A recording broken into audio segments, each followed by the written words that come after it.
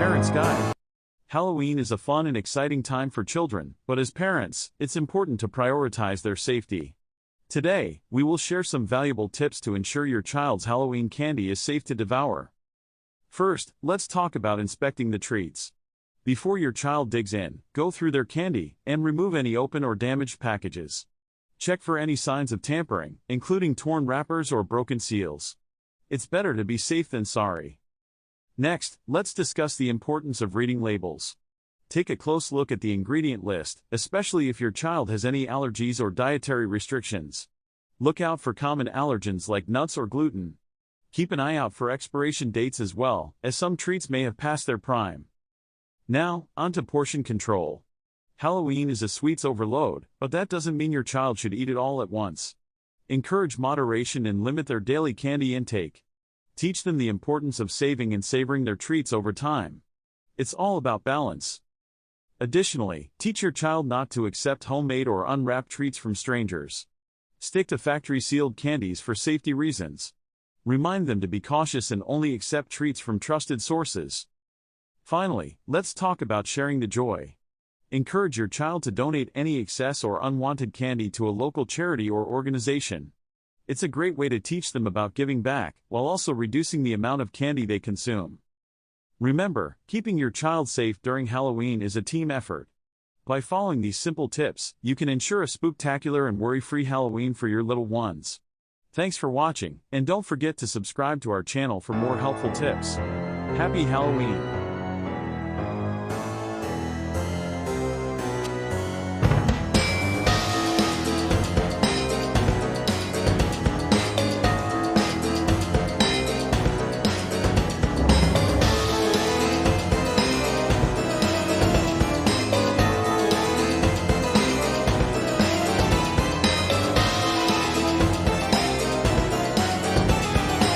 Welcome to Pumpkin Pals, the curious and spooky tale of carving jack-o'-lanterns. Today, we'll dive into the fascinating world of pumpkins and uncover the mystery behind why we carve them. So, let's get started.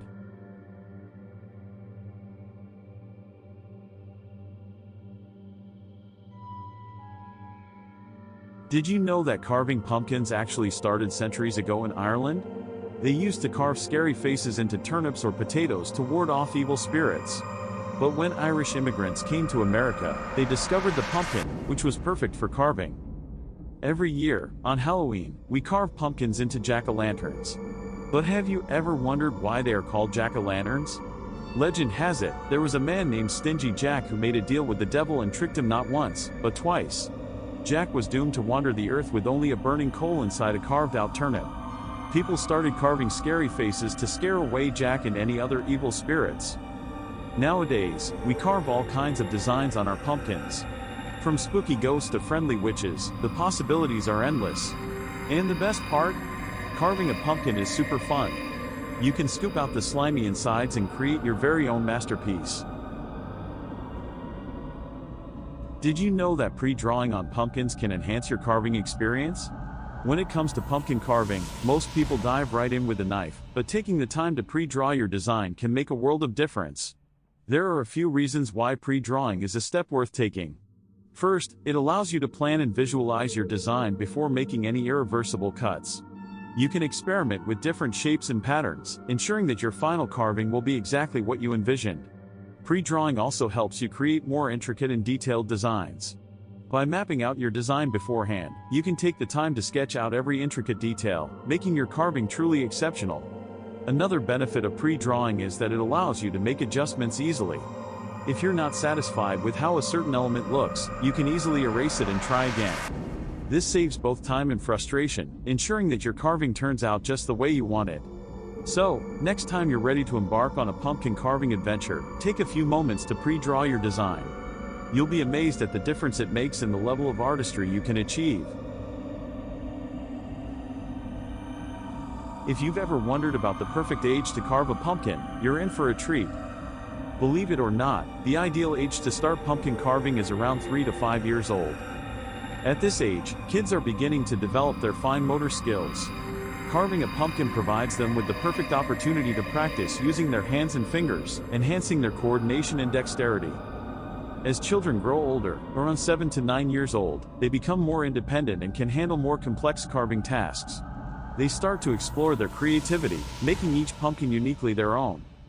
During the teenage years, around 13 to 15 years old, carving pumpkins becomes a great way to let their artistic skills shine. They can create intricate and detailed designs that showcase their growing talent. And let's not forget about adults. Carving pumpkins can be enjoyed by people of all ages. It's a great way to bring friends and family together, creating lasting memories and having loads of fun. So, whether you're young or young at heart, pumpkin carving is an activity that transcends age.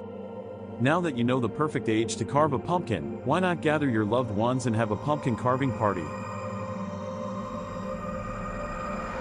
Why do pumpkins symbolize Halloween? Well, it's because they are in season during this time of year. Plus, their bright orange color adds to the festive spirit. So, when you see a flickering jack-o'-lantern on a porch, it means that house is ready for trick-or-treaters. So, the next time you carve a pumpkin, remember the ancient tradition and the spooky tale of jack-o'-lanterns. Let your creativity shine and scare away those pesky spirits. Thanks for watching, and don't forget to subscribe to our channel for more exciting adventures with Pumpkin Pals.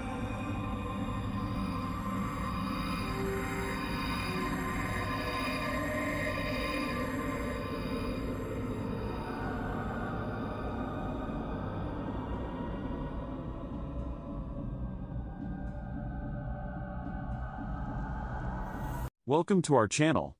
In this video, we will show you how to make perfect homemade biscuits with our step-by-step guide. So let's get started.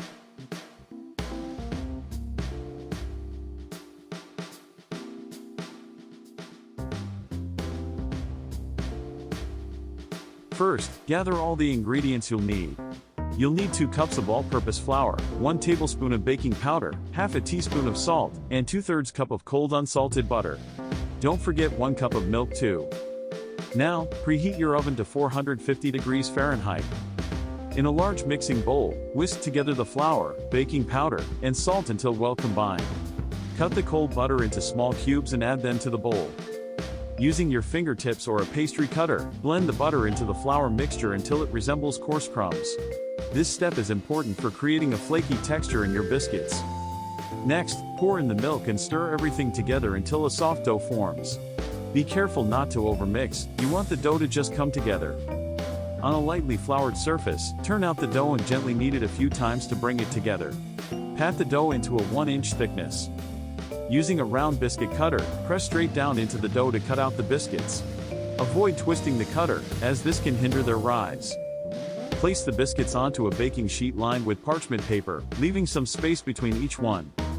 Now it's time to bake. Pop the baking sheet into the preheated oven and let the biscuits bake for about 12 to 15 minutes, or until they turn golden brown. Once they're ready, take the biscuits out of the oven and let them cool for a few minutes. And there you have it, delicious, homemade biscuits that are fluffy and buttery. They're perfect for any meal or occasion. Thanks for watching our video. We hope you enjoyed this step-by-step guide to making perfect homemade biscuits. If you found this helpful, don't forget to hit the subscribe button and stay tuned for more tasty recipes. Happy baking!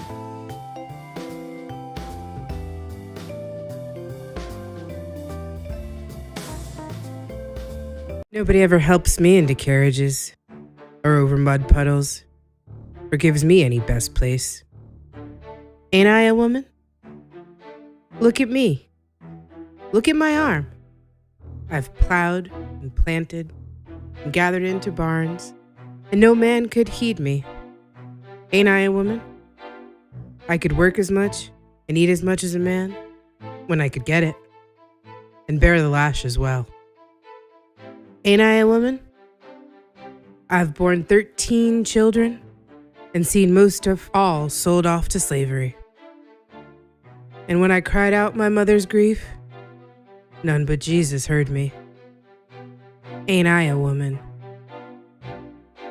Sojourner Truth, 1851, Women's Convention in Akron, Ohio. The history of black motherhood in the United States has been marked by separation. From the time of slavery, the American black woman has been viewed through the lens of the labor she can provide others. her role as wife and mother minimalized by the expectations of her work outside the home. The legacy of these ideas formed during the infancy of this nation is still felt, even today, as Black women experience motherhood differently than their white counterparts, even in the first few hours after giving birth. Subjected to tropes such as the mammy, who in almost comical irony is characterized as the ultimate caretaker for white children, while simultaneously being neglectful to her own. Black women have for centuries seen their motherhood and their mothering called into question. The modern incarnation of the quote-unquote welfare queen characterizes the Black mother as a dishonest materialist who only has children in order to game the system for more money. The lasting impact of such inaccuracies has been devastating. During slavery, Black women were called upon to be wet nurses to the children of their white owners, often separated from their own children, sometimes permanently, just after giving birth. This practice continued even with emancipation, as many families, especially in the South, continued to employ Black women in domestic capacities. In the first decades of the 20th century, as economic opportunity began to expand for Black men, many Black women were for the first time in a position to make the choice to stay home and care for their own children. The dwindling supply of domestic labor didn't sit well with many employers, and laws were passed in many places requiring Black women to work, even if they had other means of support.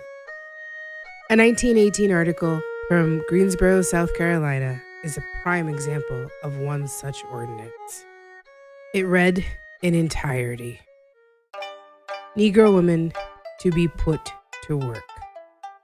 Regardless of whether they want to or have to, able-bodied Negro women in Greenville who are not regularly employed are to be put to work, put in jail, or fined heavily. At its special meeting yesterday afternoon, City Council discussed the situation with regard to this class of loafers at some length. And it seemed that all members of the council were agreed that steps should be taken to compel them to engage in some useful occupation. It was decided that an ordinance similar to the one now in force requiring all able-bodied men to work at least 5 days a week should be passed with regard to these women. Such an ordinance will be prepared and voted on at the next regular meeting of the council. A number of complaints have come to members of the council of Negro women who are not at work and who refuse employment when it's offered to them. The result being that it is exceedingly difficult for families who need cooks and laundresses to get them. Wives of colored soldiers getting a monthly allowance from the government have a number of them declined to work on the ground that they can get along without working, according to reports.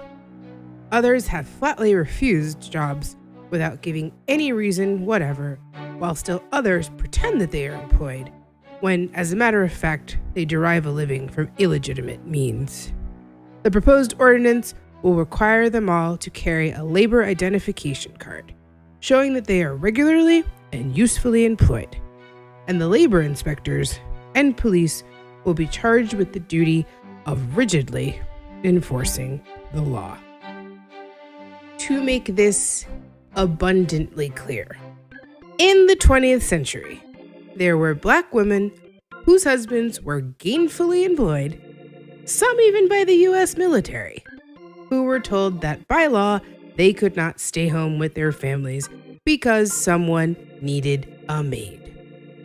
The same 20th century in which most adults alive today were born. This assault on Black motherhood would continue. The 1940s saw a rise in the more widespread use of baby formula, and companies were quick to market their product to Black families. The combination of negative historical associations with being wet nurses and the reality of many Black women having to return to work very soon after giving birth made Black women prime targets for these advertising campaigns. By the 1950s, organizations such as La Leche League were formed. Their messages and campaigns were largely designed to encourage white women to breastfeed, while once again marginalizing Black motherhood. Images of white women breastfeeding their children began to be normalized, while one would only find an image of a woman of color doing so in the pages of National Geographic or the like. The Special Supplemental Nutrition Program for Women, Infants, and Children, also known as WIC, was launched in 1974. Women participating in these programs were more often than not encouraged to use formula, and to this day, Black women remain overrepresented in its participants. Historical wealth and wage gaps between races and genders leave Black women on average in the lowest income brackets. They are employed at a higher rate than any other group in the service industry, working jobs that often offer no maternity leave and almost certainly no accommodation for nursing mothers. A 2016 study found that Black mothers were 9 times as likely to be given formula than white mothers during their postpartum hospital stays. Other studies highlighted implicit bias on the part of lactation consultants who reported spending less time with Black mothers based on the false belief that they would, quote, not breastfeed anyways. Centuries of structural racism, societal norms, and implicit bias have led to the grim reality that as a group, Black babies have the highest infant mortality rate in the United States, with preterm birth also being a determining factor in the disparity of these rates. The survival of preterm infants is exponentially increased when they are given human milk and also time and contact with their parents. Yet, even today, having the opportunity to offer this care to their own children is still not possible for many Black mothers. It's high time we examine the root causes of such disparities and do the collective work of learning from the mistakes of the past in order to shape a better future for Black mothers and their children.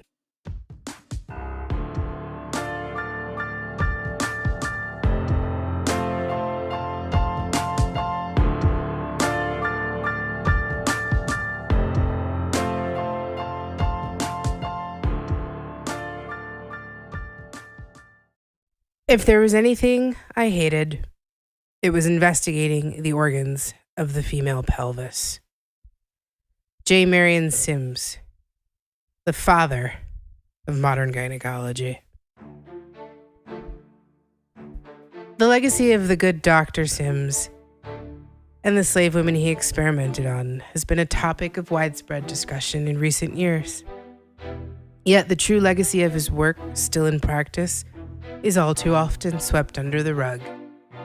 Much like his infamous statue, which, to be clear, was not actually destroyed upon removal from Central Park, but quietly moved to the cemetery in Brooklyn, where he is laid to rest. There is a tendency in our discussion of the past to relegate the sins of these historical boogeymen to a bygone era. Both proponents and detractors of men like Sims all too often fail to recognize the lasting impact their work has had. It serves no purpose to tear down statues and demand namesakes be revoked if we fail to address their tangible legacy. Much has been written over the years about Sims's work. Efforts aimed either to praise or to malign often mention his own words as a mere afterthought. Historiography reeks of the disingenuine when it relies on anecdote and conjecture to make a point. The good doctor himself wrote, "I made this proposition to the owners of the Negroes. If you will give me Anarcha and Betsy for experiment, but my operations all failed, so far as a positive cure was concerned. This went on not for 1 year, but for 2 and 3 and even 4 years. I kept all these Negroes." 4 years. 4 years of experimentation, consented to by someone who considered you chattel worth only as much as the price your children would fetch them. Let it be made abundantly clear that we are talking about upwards of 20 different surgeries on these women. Anarcha, Lucy, and Betsy, lest we forget their names. Surgeries done without anesthesia, while on all fours, with curious doctors and students observing and participating. The pain and humiliation these women were subjected to is unconscionable. Sims's actions are all too often excused by saying the man was merely a, quote, product of his time. The problem with this excuse is that it belies the fact that in many ways, times haven't really changed. The 19th century birthed many of our most reputable fields of medicine, along with the journals that chronicled their so-called discoveries.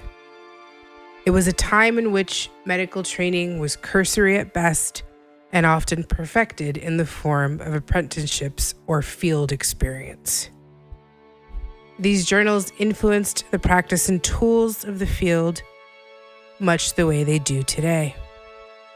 The works of such doctors as Philip Tiedemann and Samuel Cartwright, respected authorities of the era, are riddled with quote-unquote scientific evidence suggesting not only surface, but actual physiological and anatomical differences between the races. Assumptions about the so-called Negro subjects of their studies suggest differences in everything from circulatory patterns, respiratory capacity, and even a dulled sensitivity to pain in some cases. We would assume that such absurdities would be relegated to a distant past, their assumptions long since disproven.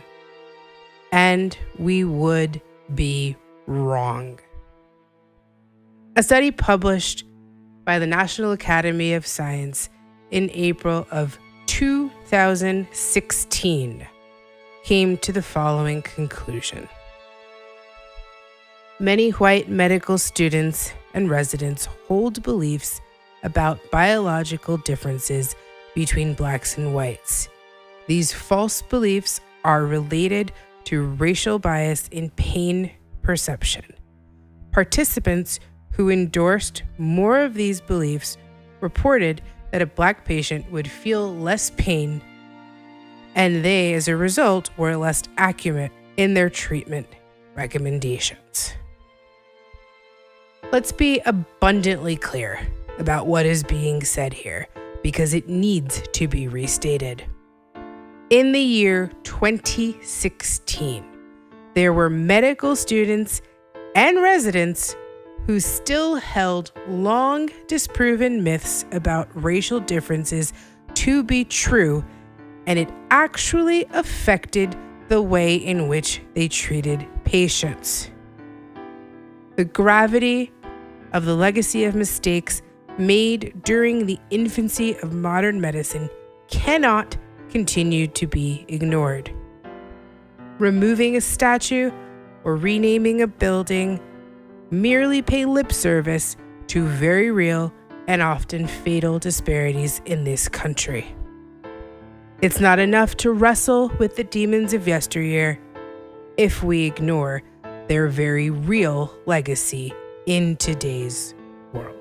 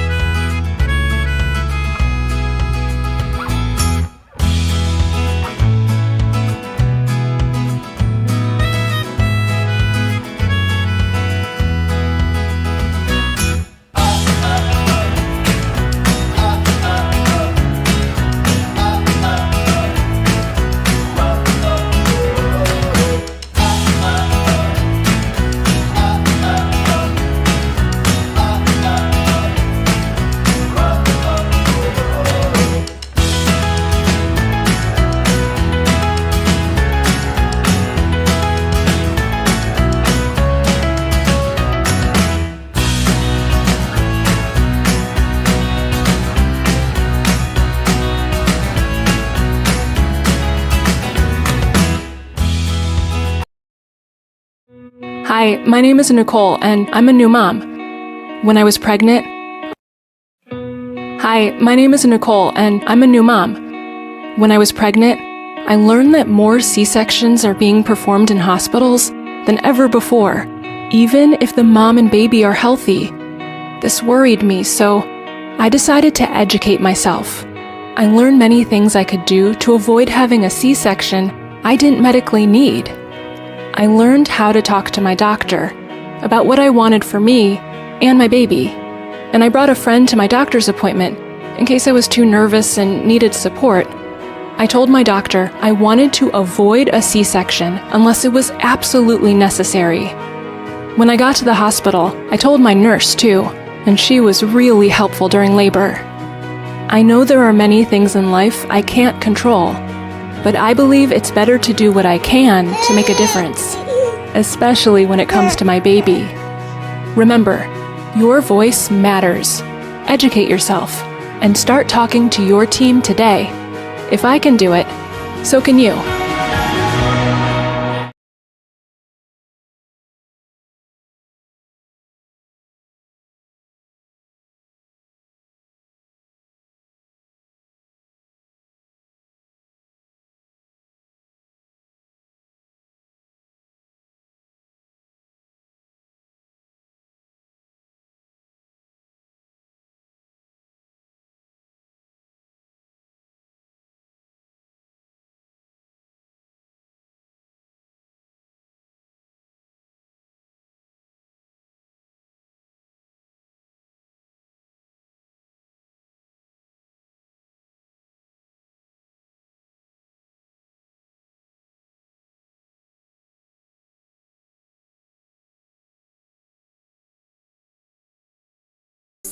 And I'm a labor and delivery nurse. If you want to have a healthy birth, it helps to have a strong birth team. That team includes your doctor and your family, of course. But there are 4 other people you should know about: the labor and delivery nurse, a nurse midwife, a doula, and a childbirth educator. It's not likely you would have all of these people helping you, but you should know who they are. I'm a labor and delivery nurse, a special kind of nurse who works with moms and doctors during childbirth.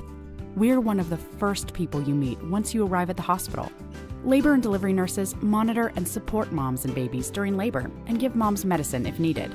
After the baby is born, we help moms with breastfeeding and look out for complications. A nurse midwife is a nurse who has advanced training to care for moms during pregnancy, labor, and they can help you deliver your baby if it seems that labor and delivery will go smoothly.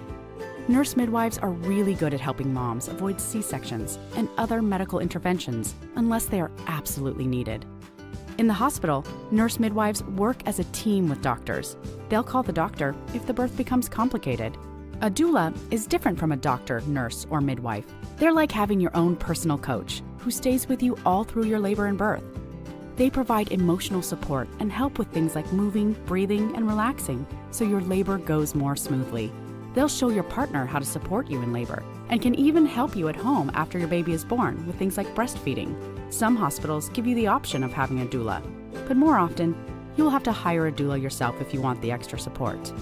Lastly, it's super important to be as prepared as possible for your birth.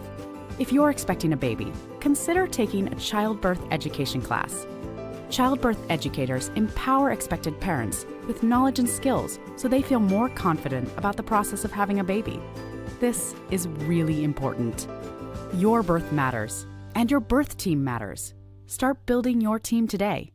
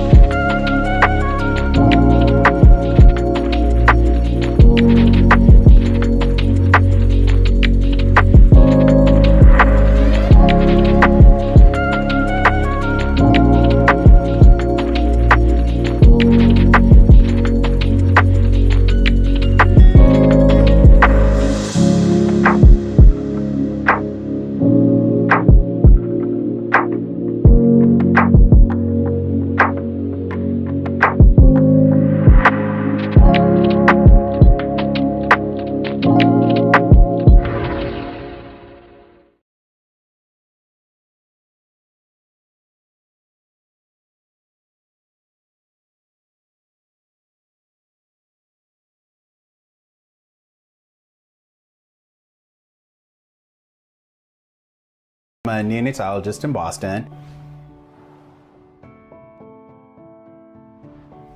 RSV is a virus that causes a respiratory illness or kind of like a cold. So RSV varies a little bit. If I was to get RSV, I probably wouldn't be able to tell the difference between having a regular cold and having RSV. For a baby who gets RSV, they get what they call bronchiolitis, and usually that presents as a kid having a difficult time breathing. Usually you see their little ribs popping in and out as they're trying to breathe. You see their little noses flaring as they're trying to breathe. Sometimes they turn blue because they're not getting enough oxygen. They tend to have a lot of secretions like coming from their nose and a cough. And so it can be pretty significant and it can change really quickly. They can go from being a little happy to suddenly being like really having a really hard time struggling to breathe. Some communities are going to be at higher risk because the population is more dense, meaning there's more people living together under certain square footage. There's often more children who often tend to pass respiratory illnesses among themselves. You see these families out of nowhere, they get this like right hook that kind of knocks them out. And these people are just devastated by this happening to them. And they're like, how much can this kid take? How much can our family take? It's incredibly hard. If you're starting to see signs of breathing difficulties, don't wait. This is something that you want to take pretty seriously.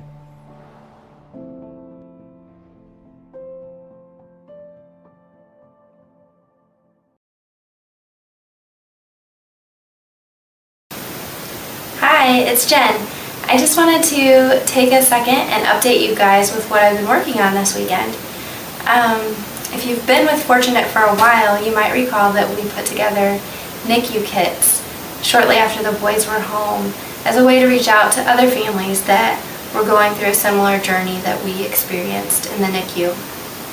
And we just put together a few things just to kind of make the NICU stay a little bit more homey and more personal. If you don't mind, I'm going to show you a couple of things that we put together in the kit. I'm making one for our triplet family right now. So, my favorite thing in the kit probably is On the Night You Were Born by Nancy Tillman. It's a super book. Beautiful, beautiful illustrations, beautiful words. Just go out and buy it for the next baby shower you have. It's gorgeous. The next thing we have is like a NICU journal so that you can leave this with the nurse's station, and they can jot down some things that may have happened while you were gone. It's a good way for you to kind of keep things straight as they're giving you a lot of medical terminology you might want to keep track of.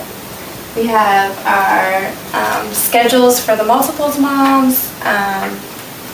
It has a feeding schedule and when do you change them, all that good stuff that you don't have the brain power for any longer.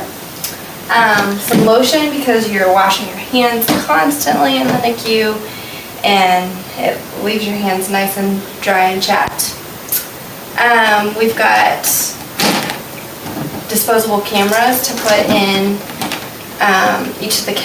close to each of the kids' isolates, so that the nurses can take pictures while you're away and you don't feel like you're missing out on as much. We've got preemie sized blankets. Just again, another handmade touch. It's kind of nice for that. Chapstick, gum, snacks. It's just been fun to put it together, and we really hope that it can be a blessing to somebody else.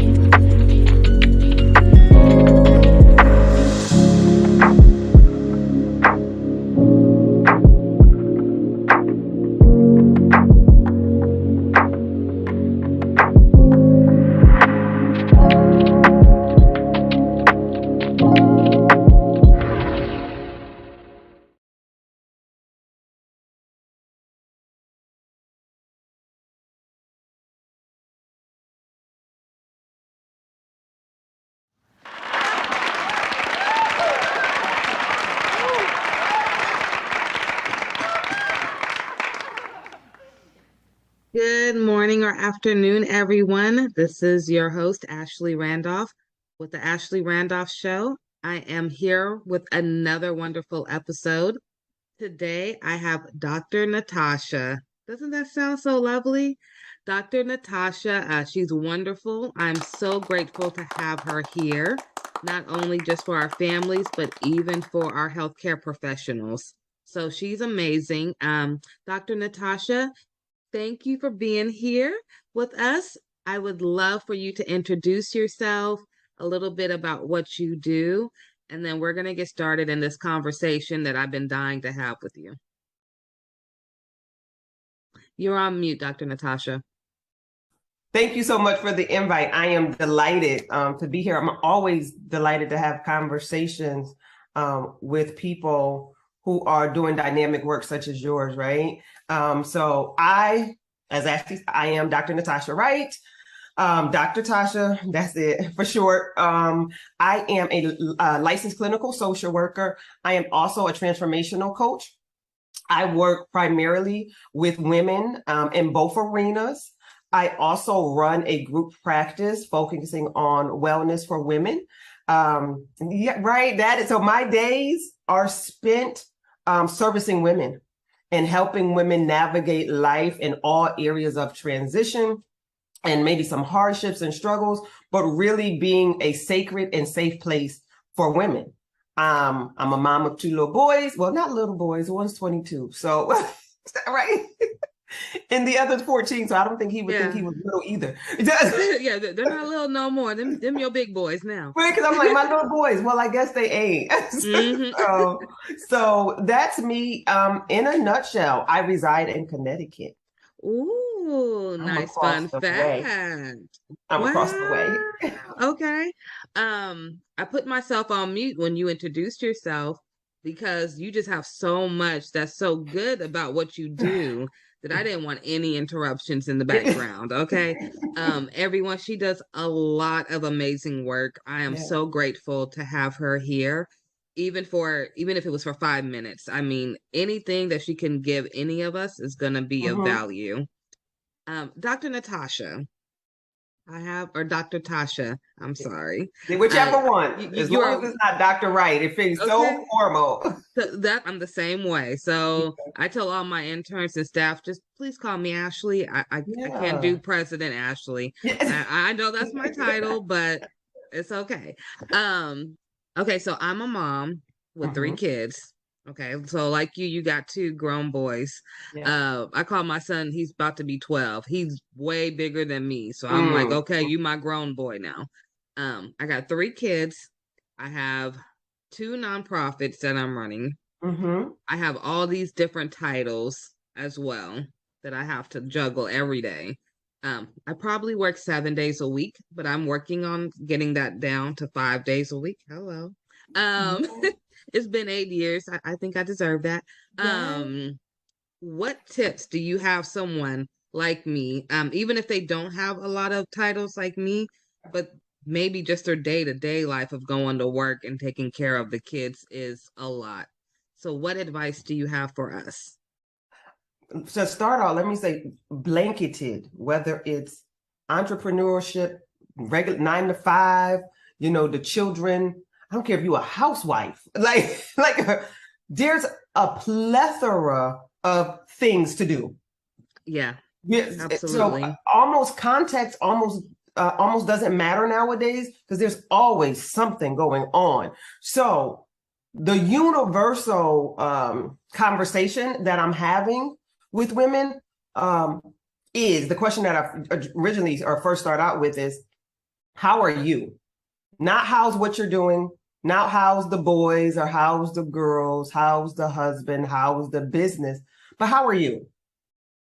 And usually I get a pause because not a lot of women are being checked on. They're like, oh, I don't know. And I'm like, okay, so sit with it for a minute. I usually got time. Yeah. Or I get this almost auto response of, fine, I'm good. No, slow down. Let's ask again. And then once I ask, how are you? I pivot to, well, how's your heart? And that is a totally different question. And it forces people, women, to pause for a minute and examine what's going on in life. And I usually get a more authentic response. Because you can't fly, when I ask how's your heart, it's not good, fine, great, how you? No, those are those automatic responses when we are in the hustle and someone asks you, how you doing? Good, I'm great, you good? All right, and then we're in passing. And so having women slow down. So what I want people to know is, women to know, is that I do believe that you can have it all. I'm a firm believer that you can have career, that you can have children, you can have hobbies, you can have dreams. It's just how we manage the time that we're given. So where I come in at is strategy, because I do believe that you can have it all. We are all given the same 24 hours and 1 day. Right. And I'm sure we all have dreams and hopes and desires, but what are we doing with them? Do they get lost in the hustle of life? So one tip is checking on yourself. How are you? That how's your heart question doesn't have to go from one woman to another. We can sit and reflect in our quiet time when we carve out quiet time and ask ourselves, Okay. how's your heart? But having that, stealing a moment to say, how am I doing? And then being real reflective. I'm having a rough week. It's been a rough month. It's been a rough quarter. Everything is extremely busy. I don't know if I'm going to the right or going to the left. That's data that we can use to say, I might need a better plan. I might need some systems put in place. Okay. Because there are times when we are doing everything that we should be doing and that we can be doing. We're probably just not doing it in a most strategic way. Absolutely. I agree with that. Yeah. So it's like, well, I can't drop anything. And sometimes you're absolutely right. Sometimes it is the job. It is the kids. It is if you have a spouse. All of these, if you're caring for aging parents, if you're caring for small babies, if you're caring for sick children, all of that. And you're like, well, what do I do now? I can't drop any of it. Right. And so I don't approach it as you have to drop it, but let's just look at it. And how do we get a better system or strategy to help manage it? Oh, that's good. That's interesting. Yeah. That's interesting. Yes. Strategy is everything, though.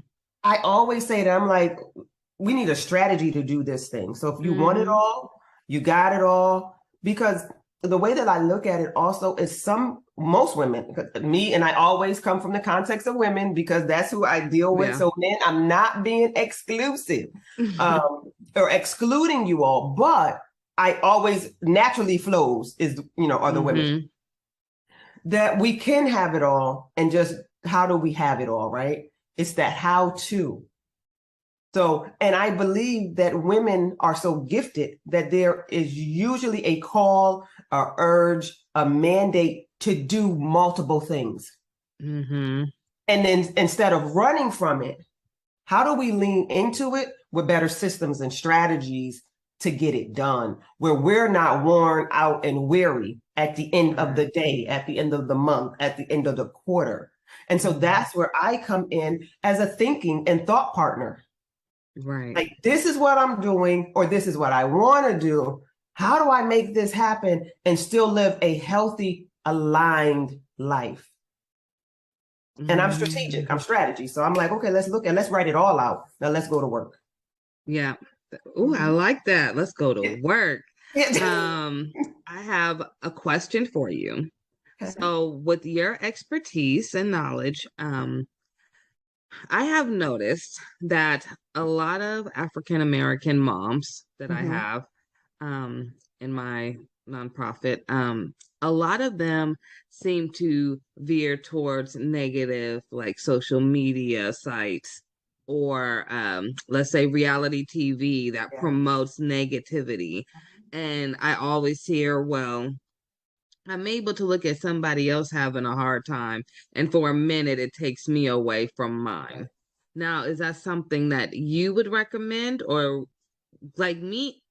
I'm sorry, I watch Christmas movies all year long because it brings me instant joy. Like it could be Yes. May, and if I watch it in 10 minutes, I'm instantly happy. I try not to stay on those negative pages or sites as much. What do you recommend? I'm with you. So I do not recommend watching these toxic shows, unhealthy. I do understand that some women find comfort in the craziness because one, they're able to detach from what's going on in their life. And then they're able, it's like mindless TV. Right. And but it's planting seeds. So as mindless as you want it to be, it's planting seeds, right? So for me, I like to tell the women that I work with, what's your intake? And then they be like, my intake, what do you mean? What are you seeing? What are you listening to? What is your intake of information? What are you watching?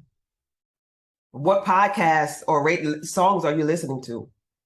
They have unconscious effects on your behaviors.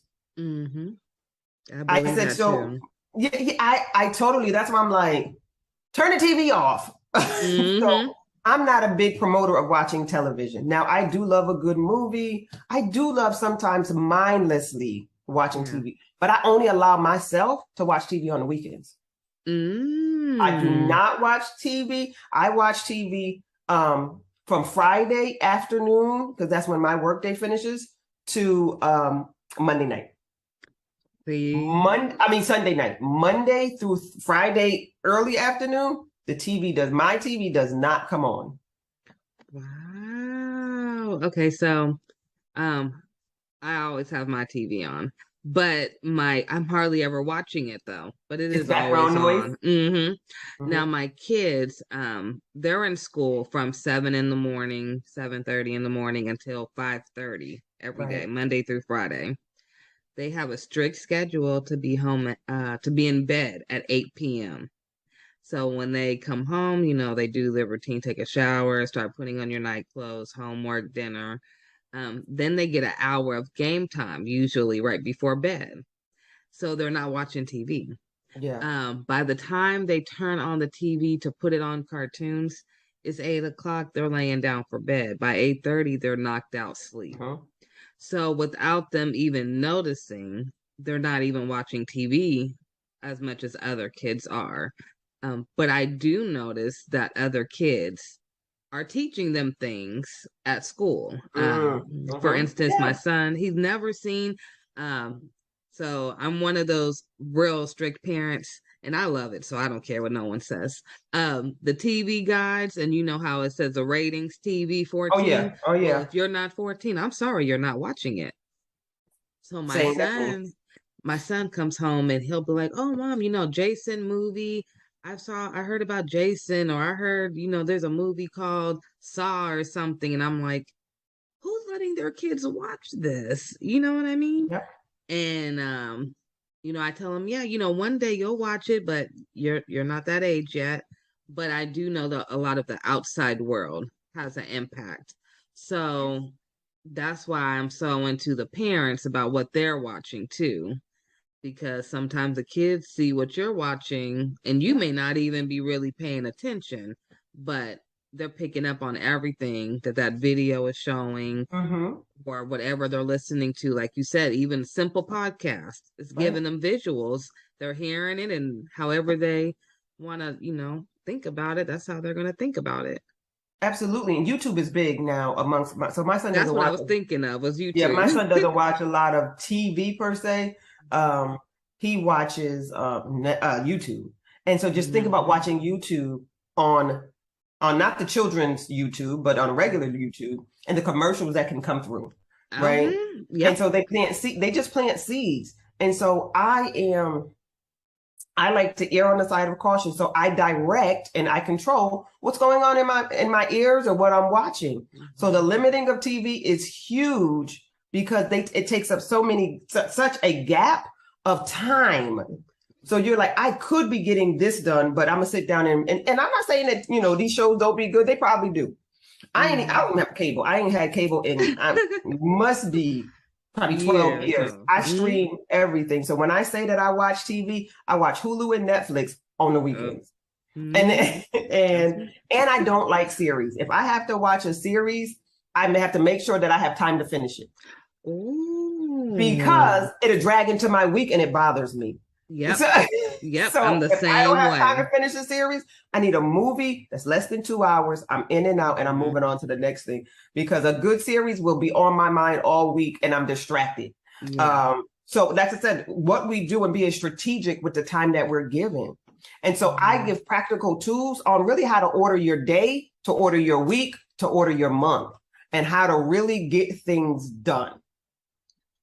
Okay, now I like how you say that. So how can someone be a part of what you're doing? So for me, go right to my website. There is a discovery form up there. You can go right there. I offer VIP days. So I'm for the busy person. I don't have no long program because I work with busy people. I work with ambitious, busy, motivated, but slightly overwhelmed people. And overwhelm is not a negative thing. It could be like things are going, I have to do all of this and I just don't know how to do it. And so I'm a VIP strategist. So I'm a strategist. I strategize. I come to my clients or my clients come to me. We meet to make sure that we're just a really good fit. And then we begin to look at life. And so there's a discovery form on my website, drnatashawrightconsulting.com. And it's a quick questionnaire. Pop into my calendar. And then we begin to talk about what it would look like to partner together. Do you want clarity? Do you want a plan? Because I come to find out that people have dreams and goals, but they don't have a plan. They can't execute. So the dream the goals remain so abstract that nothing's getting done. And to me, the dream and the goal, it's just something that's hidden and probably latent in your heart because there's no strategy to go along with it. And because we're busy, ambitious women, got a lot of hats going on here, right? That we don't even have time to think. So I am that thought partner to help you think and strategize. So working with me, I work in 3-month increments. So in those 3 months, at the end of a VIP day, you leave with a tactical strategy to execute for the next 3 months. Ooh, I like that. This is for the ambitious people that know they have something, they know they're ready, they just can't think. It's the first step. You hear so much. People don't know just the first step. Just show me the first step and I got it. I make it clear. They actually leave with a tangible document that's like, listen, this is what you do next. This is how you do. And I'm there and I offer support for 30 days post the VIP day. And by the time you execute this quote, you'll come back to me for another VIP day because we're going to the next thing. Ooh, y'all take advantage of them VIP days. Yes. Okay. And the VIP days looks like me. It's either one-on-one, depending on how it's scheduled, or with a small group. No more than 4, because we're executing. Because you get me that day, and I'm thinking and rolling. Yeah. And we're executing. Getting to work. And that's what I always say. I'm for the hungry. Ooh, I come for the hungry. I like that. Because I'm ready to feed. And if you're not hungry, I'm going to do nothing but give you a stomach ache. Ooh. Because I'm going to have an opposite effect.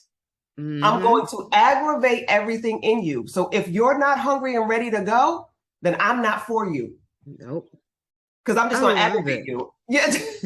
Just like VIP. You come prepared or you're not coming in VIP. I'm sorry. That's it. Right. So that's my life and my strategy and how I get women from point A to point B and ultimately to Z.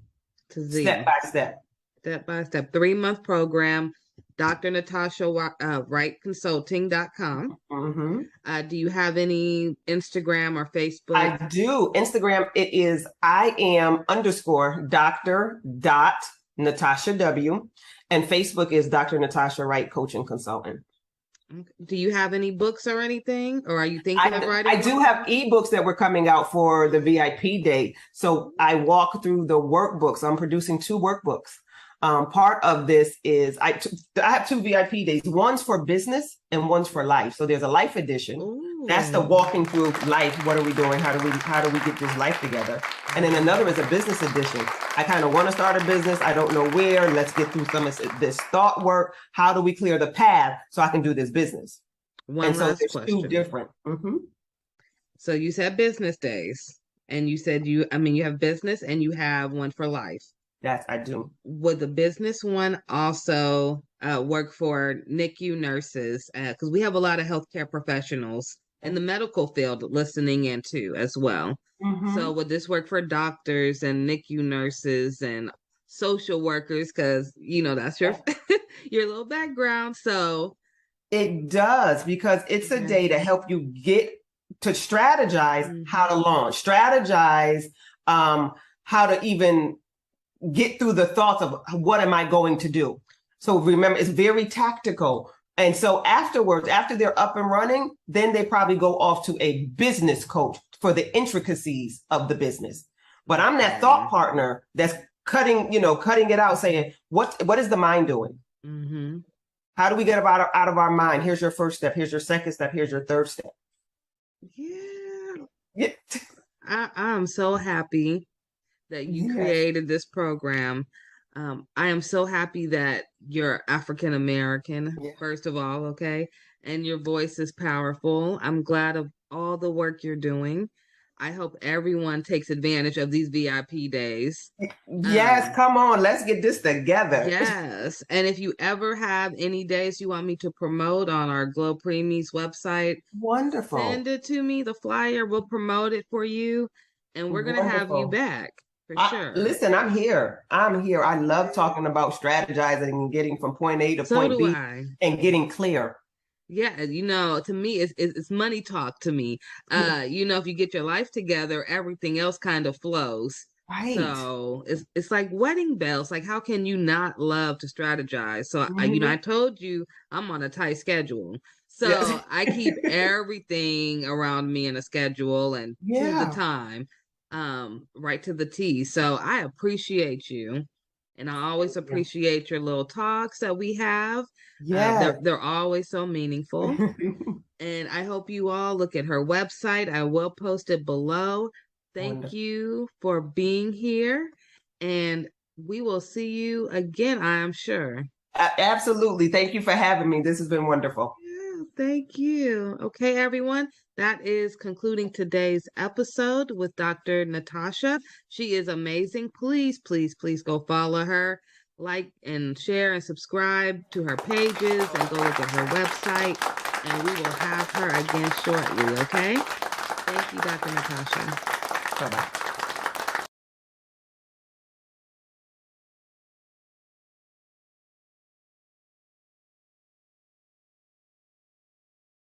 Human milk is the natural food for newborns.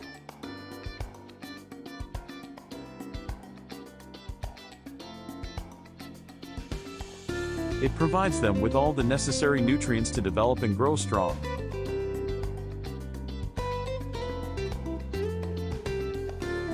However, not all mothers can produce enough milk for their babies. This is where human milk donation comes in.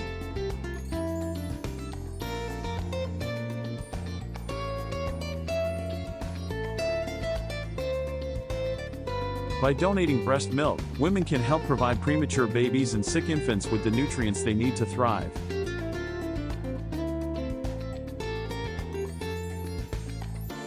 And just like blood and organ donation, there are human milk banks that collect, pasteurize, and distribute the donated milk to babies in need. Donating breast milk is a selfless act that can make a significant impact. And it's not just babies who benefit from it. Breast milk is also used to help people with digestive problems, immune deficiencies, and other medical conditions.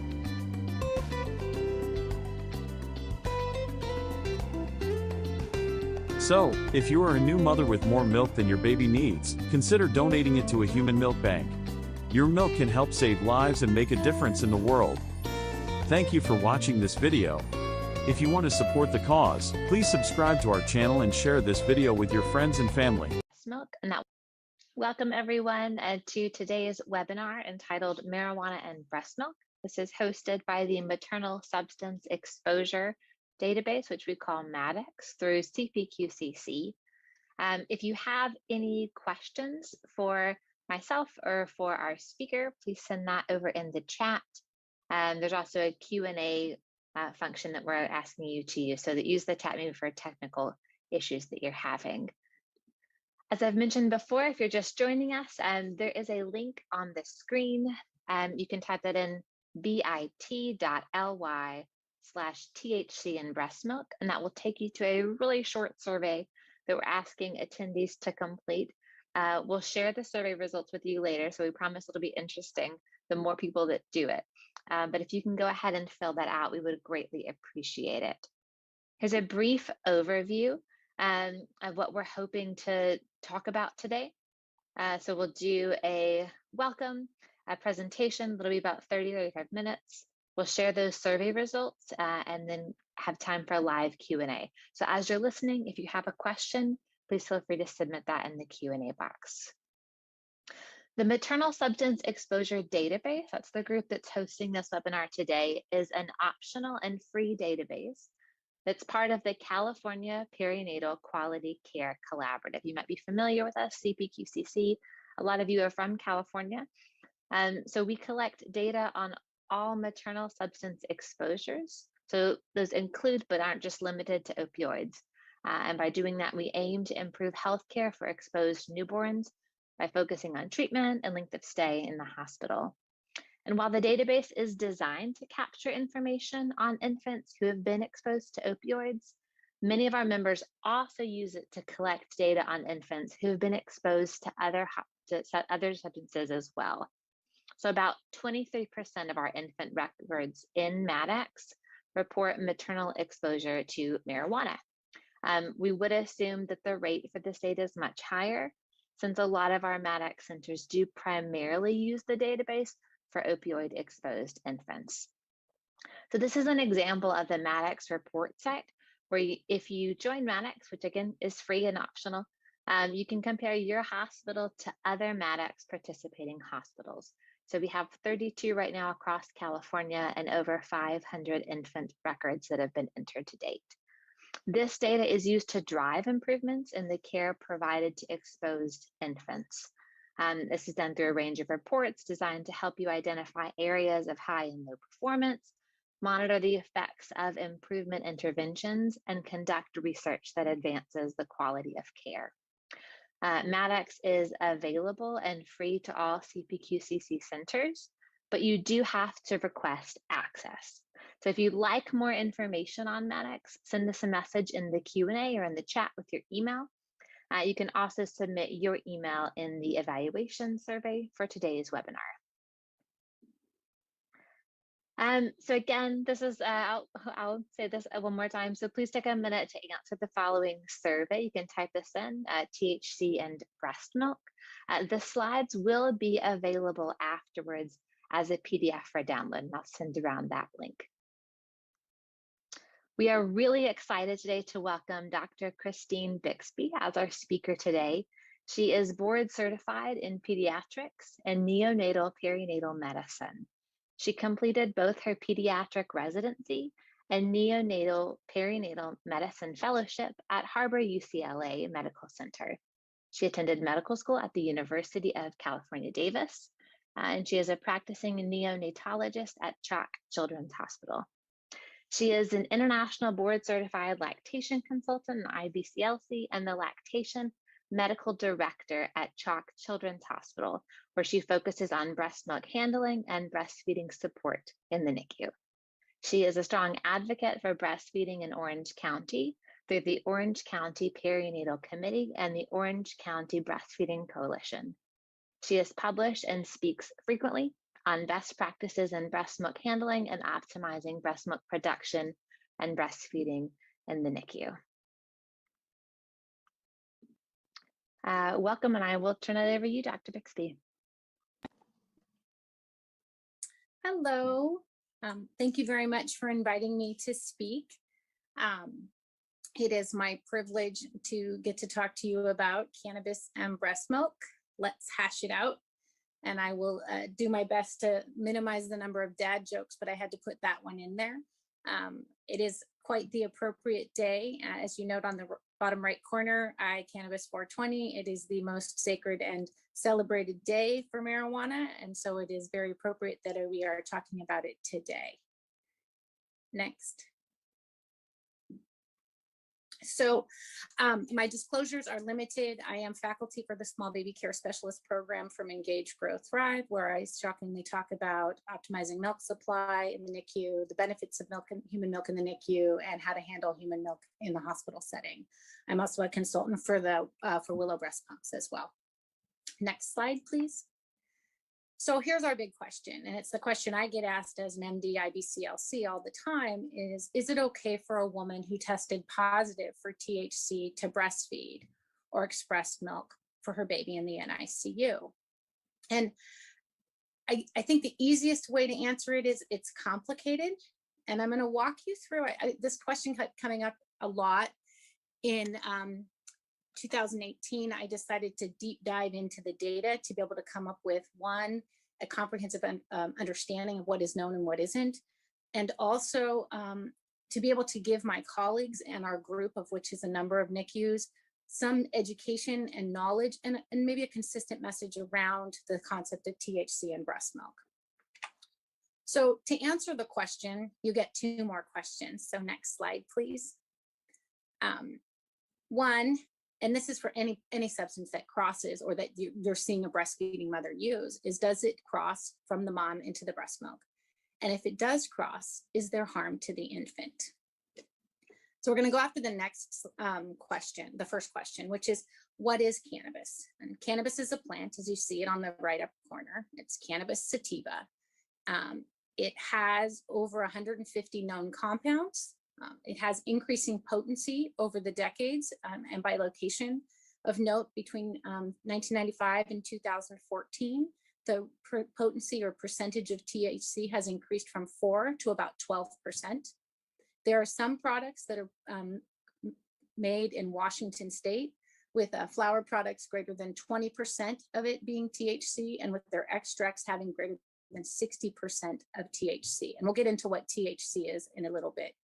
There are various forms of consumption, the good old-fashioned cigarette or joint, using a water pipe or a bong, my aunt and uncle's marijuana brownies, the more common and newer versions of vaping, and then this new thing to me called dabbing, which is where they pour butane over the plant and you get a sticky precipitate out that you can then smoke that allows you to have a much higher concentrate of THC with a very rapid onset.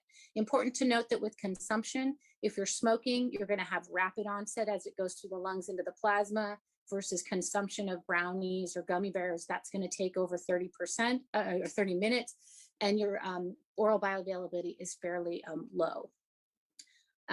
Other thing to note about cannabis, there are other additional unknowns as the growing of the product is not technically regulated. So there is potential for lead, mold, pesticides, rodenticides, herbicides, and fertilizers in the product, and we don't know what they are.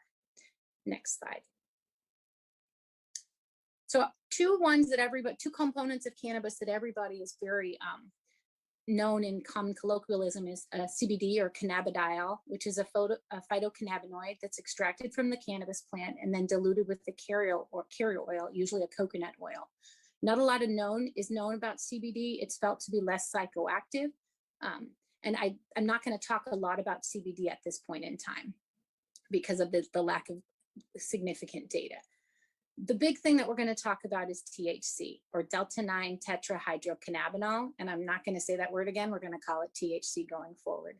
And it is the most psychoactive component in marijuana. It has a very large volume of distribution, and it enters the plasma compartment almost instantly from the lungs and then redistributes to highly vascularized tissues such as the brain and the liver. It's highly lipophilic, so it likes to store in fat and can be there for weeks to months. And important to note, the half-life of THC is fairly long. In infrequent users, it's 20 to 36 hours. And in chronic users, it can be about 4 days. We'll talk about further data that's come out just in the last few months about even a longer half-life. Of note, it is present in an exhaled breath for 2 to 4 hours after one cigarette. And I think this is an important thing for those of us in the newborn intensive care unit where we're putting babies skin to skin appropriately for moms to smell the environment around their babies so they can have that IgA exchange into their breast milk. But it's important to encourage moms, if they are going to be using cannabis, to do that after they've done their skin to skin and to maximize the time from smoking to when they actually do skin to skin with their infant in the NICU. Next slide, please. So where does THC function? And THC functions in a lot of places. And I think the big area that everybody likes to talk about and where we have some information and some data in both human and animal is the endocannabinoid system. And I will admit that when I heard endocannabinoid system, I think I've heard of that, but it was not a strong system that I remembered from medical school, but it kind of works everywhere. So THC functions with the endocannabinoid system as an agonist to the cannabinoid receptors, where it impacts neuronal cell migration, proliferation, and differentiation, which impacts attention, cognition, memory, emotion, movement, and the peripheral immune system. So in particular, it's hitting in these executive function areas. And we'll see that as we go through some of the data that I'm going to highlight. THC also functions within the dopamine, opioid, GABA, glutamate, and serotonin associated symptoms, so kind of everywhere. But these are areas where you're looking at reward centers and emotional regulation as well. And then it's also seen to promote corticotropin secretion and preventing the secretion of gonadotropins, TSH, prolactin, one of our big breastfeeding hormones, and growth hormone, where there is some data on fetal exposure with concern for growth restriction, which I do not have time to go through at this time. Next slide, please. This is just a quick review of the uses for cannabis. I'm not going to read through it for you. Of note, recreationally has become a very important and significant area of cannabis use in the current times. Next, please. So let's talk about THC in breast milk. And so we're going to now get into the weeds of, does it transfer or not? So what factors increase the likelihood of passage into breast milk? And it's important to note that certain things pass very easily and others do not.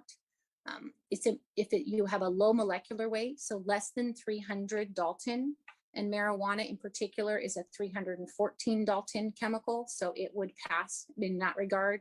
Low protein binding facilitates transfer, although THC is more commonly protein bound.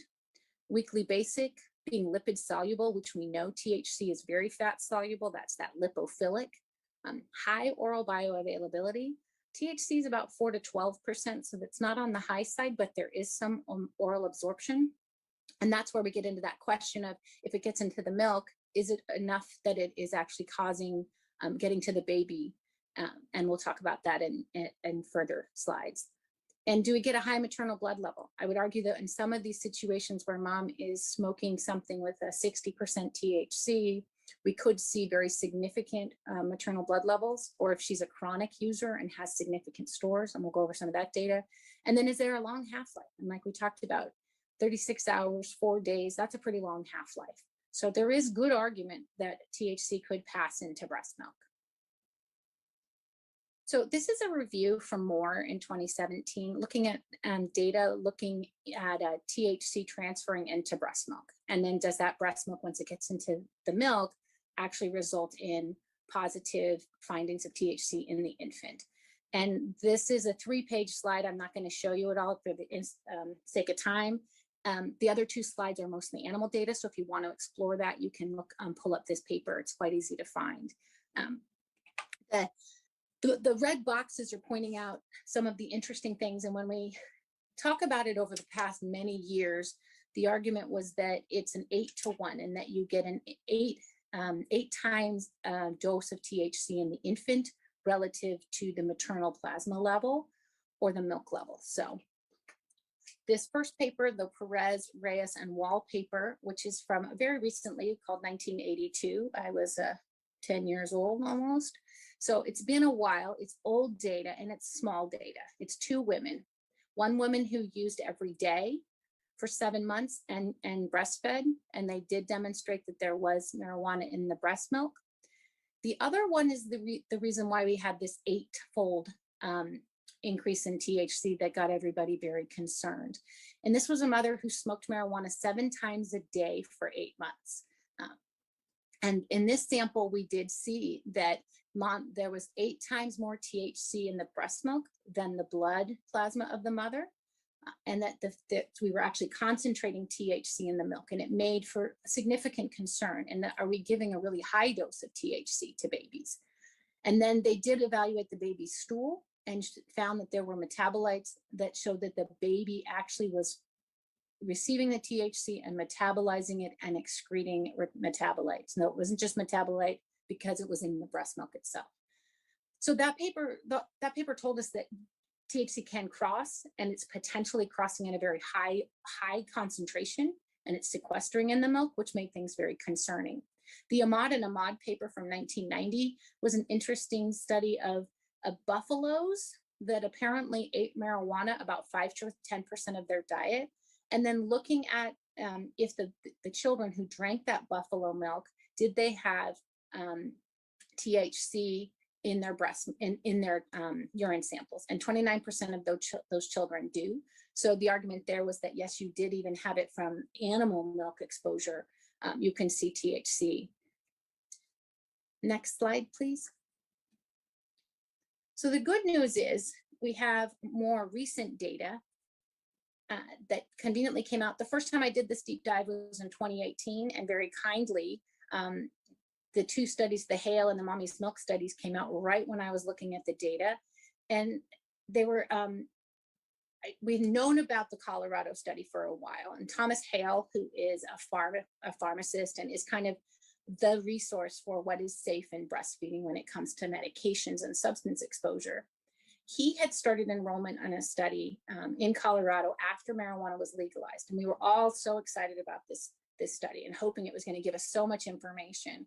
And it was kind of a letdown in some regards because they were only able to enroll 8 mothers, even though it was an anonymous study, and only 5 of those mothers actually completed the questionnaire. But this study was, the women abstained from using marijuana, then went to a very specific dispensary and picked up a very specific marijuana that they knew the dose of THC, and had them pump, smoke, and then pump over interval periods of time to see if there was THC in the breast milk. There is no serum data for this study. And the RID, which is the relative infant dose, which is the daily infant dose in milligrams per kilogram of infant weight over maternal dose, which is milligrams per kilogram of maternal weight times 100. In general, the relative infant dose, or RID, if it's less than 10%, when you're looking at medications, it's felt to be safe. I will note that even though he did see this 2.5%, it was based on 150 cc's or milligrams per kilo or milliliters per kilogram per day of intake. And he has not updated his recommendation on his resource to put in a defined RID. I think he is appropriately recognizing the numbers are too low to make a definitive statement. He did note that the THC dose peaked at an hour and then slowly decreased until the end of collection. So the takeaway from the Hale study is that THC does get into breast milk.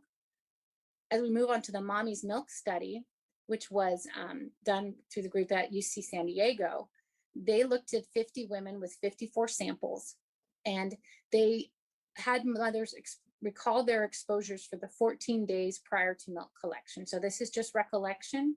And then they tested the milk samples. And the big finding from this paper was that THC was detectable up to 6 days after the last reported use. And then as I'm re-upping this study, it's very kind again, new papers have come out, and the Moss study out of Oregon just came out this year. And that looked at 20 different women who provided samples at the 2-week and 2-month pediatric tests or visits and were known to be using marijuana. They were found to be increasing their use between the 2-week and 2-month pediatric visit. And all but one had at least one cannabinoid in their milk. And there was the presence of CBD, even though there was no report of use of CBD. So I think we're getting a compelling statement that an idea that even though the numbers are small, we're getting a consistent data now that says, yes, it's not just these 2 women, but we've got a lot more that's saying, yes, THC does transfer into the milk. Next slide, please. This slide, I think this is an interesting concept because this is the one where what happens if we abstain? So this is a study looking at, and just published, but this is the Weimar paper, and it was just published March of this year. And it looks at women who were frequent users, greater than 2 times per week prior to delivery, who then abstained from using cannabis postpartum. And then they donated their milk and blood 2 to 5 times per week for 6 to 7 weeks. I feel like this is a really labor-intensive study. But what they found was that the maximum milk THC levels were 2.8 to 26, and the elimination half-life from milk averaged 17 days. And I think the important thing when you look at the graphic on the right is that the bottom axis is time in days from delivery and abstention. And what you're seeing is you still have a milk level of THC at 40 plus days. And this is something that I don't think any of us expected. It's something that we were concerned maybe there. Now, these are fairly heavy users, but it is something that we need to take into account as we evaluate our concerns in regards to THC in the breast milk. So next slide, please. I think we've answered the question, does THC cross from the mother into the breast milk? Absolutely. Now it's time to go, okay, if it crosses, does it get to the baby? We think it does. There is some amount of oral bioavailability, but does it cause harm to the baby? Next slide. And I think inherent to the fact that cannabis has been illegal and folks haven't really wanted to be like, yeah, I'm breastfeeding and smoking, because there is that inherent risk, legal risk, plus people's particular bias or response, there's not a lot of data, and there's not a lot of let me jump into a study and be a part of it, which is what we saw in the Hale study, in all of those studies just looking at milk transfers. You're not able to recruit huge numbers. So we kind of have to look in other places. And so I'm going to start with looking at what is known about cannabis exposure in the teen brain, and then look at some of the data in pregnancy and utero, which often spills over into postpartum exposure and breastfeeding. And then get into what we do know about breastfeeding cannabis, what little outcome data there is, what the current recommendations are, and then we'll get into the NICU patient and look at our approach at Chalk Children's. So before I get into the weeds of outcome, it is important to note that there is no reliable biologic sampling method to quantify the amount of marijuana use. I can't get a level like you can with alcohol and say, oh, this person's drank a lot, or this person has drank a little. We really have to go based on self-report. And self-report is inherently biased. Some want to report more use than they actually are to have that perception of them. Others don't want to report their use at all. The other issue with data in regards to THC and marijuana use is there are often confounders. There's often polysubstance abuse with tobacco, alcohol, and other illicit drugs. So the likelihood of a pure study with no exposure to other agents, I think, is exceptionally low. Next slide. So what do we know about the teen brain, and why do I want to talk about the teen brain? And the rationale for the teen brain is really that there is still changes going on and maturation of axonal tracts and networks in the teen brain. So we have a developing brain. And so does THC affect that brain? And in telling folks I was doing this talk, I said, oh, I was going to talk about teens. And in my mind, when I think about teen and marijuana use, I think of Spicoli from Fast Times at Ridgemont High, which then they all look at me like I don't know what I'm talking about, because apparently I've become old. So let me walk you through some of the things that we found that kind of go inconsistent with that meme type of that person in that movie. And that is that we do see short-term declines in attention, executive function, and memory. With regular use, they noted an 8-point decline in IQ when you evaluated a teen marijuana user at the age of 38, and that would persist even if they stopped using. Chronic use in the teen years, you can see reduced brain volume in memory centers like the hippocampus and amygdala. And that is also seen in the chronic adult brain, where you see decreased volumes in the amygdala, hippocampus, and parahippocampus. Chronic users also, when you do functional MRI, show impaired axonal connectivity in the white matter, and that is worsened if they have earlier age of onset of use. So we do see attention, executive function, and memory affected by their exposure to marijuana, as well as changes within the brain itself. Next slide, please. So what is known in pregnancy in utero? And I'm going to start with the animal data, and then we'll move into the human data. And this is a summary by Navarrete looking at preclinical findings for perinatal cannabis exposure. So this is both pregnancy and breastfeeding, which is generally what we're going to find. If you're using marijuana during pregnancy, I was impressed to see this new paper from Wymore, because it's often hard to find someone who thought that it was okay to use marijuana during pregnancy and that they did not want to continue post-delivery.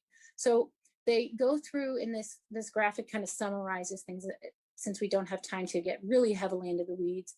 There are specific neurobiological alterations that I'm not going to read all of those out, but they result in behavioral alterations that you can see on this of the right-hand side, which is motor impairment, cognitive deficits, decreased social interaction, increased vulnerability to reinforcing and motivational effects of drugs of abuse. And that's what you're looking at with your dopamine receptors and your similar receptors that we talked about where THC functions.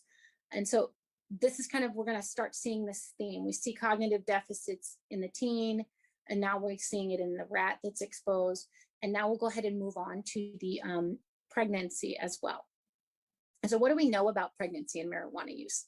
36% use at some point in pregnancy. Use declines over gestation. And if they're using at term, then they are likely a chronic or dependent user. 48 to 60% will continue using through pregnancy as they feel that tobacco is a safer alternative, or that is safer than tobacco. Of past users at between 2007 and 2012, 16% of pregnant responders were using daily, and 18% met the criteria for abuse or dependence. Next slide. So I'm going to talk to you about the big three prospective trials: the Ottawa Prenatal Prospective Study, or the OPPS, the Maternal Health Practices and Child Development Project, or MHPCD, and the Generation R study. And when we look at this next slide, it's a lovely table that kind of summarizes, and I don't have the time to go through all the data, but I'm going to hit the high points real quick. The OPPS is a study that was done in Ottawa, started enrollment in 1978 in a primarily middle-class Caucasian population.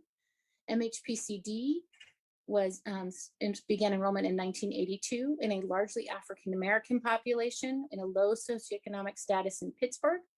And then Generation R is our new study in 2001, which is from Holland, which is a multi-ethnic cohort, but they do have a slightly higher socioeconomic status. I think just based on the years of enrollment, we can state that the amount of THC in product that they were exposed to is going to be a lot higher in the 2001 versus the Ottawa and Pittsburgh studies. As we go down the graphic, the polysubstance abuse is notable to be across the board present. So we're going to have confounded data no matter what. And then we will look and see retention is actually, I think, impressive, 63% all the way to 22 years. And then even looking at 80% to 22 years on the Pittsburgh study. The Generation R study is still following up, and they have the 6-year data that they've published, and that has exceeded 80% for retention rate. As we move into the outcomes on the next slide, we'll see that one, there's some trend unclear about preterm delivery and birth weight. And that, I think, is still teasing itself out in the literature. And we really need to jump down into the preschool, school age to start looking and seeing what they saw as a trend. And it's important to note that they're seeing similar things, especially between the two studies in the 70s and 80s. In the preschool population, we're seeing verbal and memory performance as affected. And then when we move into school age, we're seeing attention, impulse control, hyperactivity, visual reasoning issues, executive function problems, language comprehension, reading, spelling, and academic achievement. So we're seeing issues that are going to show up more about 8 to 10 years of age. And it's that reading, writing, academic performance, which is a significant issue. Now, could that be confounded by the polysubstance abuse? Absolutely. When we move into the teen and young adult period, we see persistence of some of this higher level executive functioning, visual cognitive functioning, academic achievement, particularly in reading. And then as we move to the very bottom, we're going to see issues with smoking, early substance abuse, chemical dependence. When we look at Generation R, we're still really early into the data, and they do note that between 6 to 8 years, they saw altered brain morphology in the frontal cortex. And I think we're still, this one, the jury's out yet. We've got to give them the time to follow over time in order to give us the actual good data that I'm hoping they will give us from this study. Next slide, please. So now I'm going to actually look at breastfeeding and cannabis, because I've looked at the teen, we've talked about the pregnant, and then subsequent potential breastfeeding exposure there.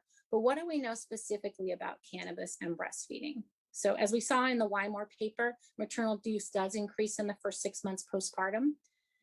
What also is important to note that THC and cannabis absolutely has a potential for affecting lactation, as we see a decrease in prolactin levels and a decrease in the oxytocin levels. These are the two big hormones of breastfeeding. Prolactin is your make and milk hormone, and oxytocin is your letdown hormone.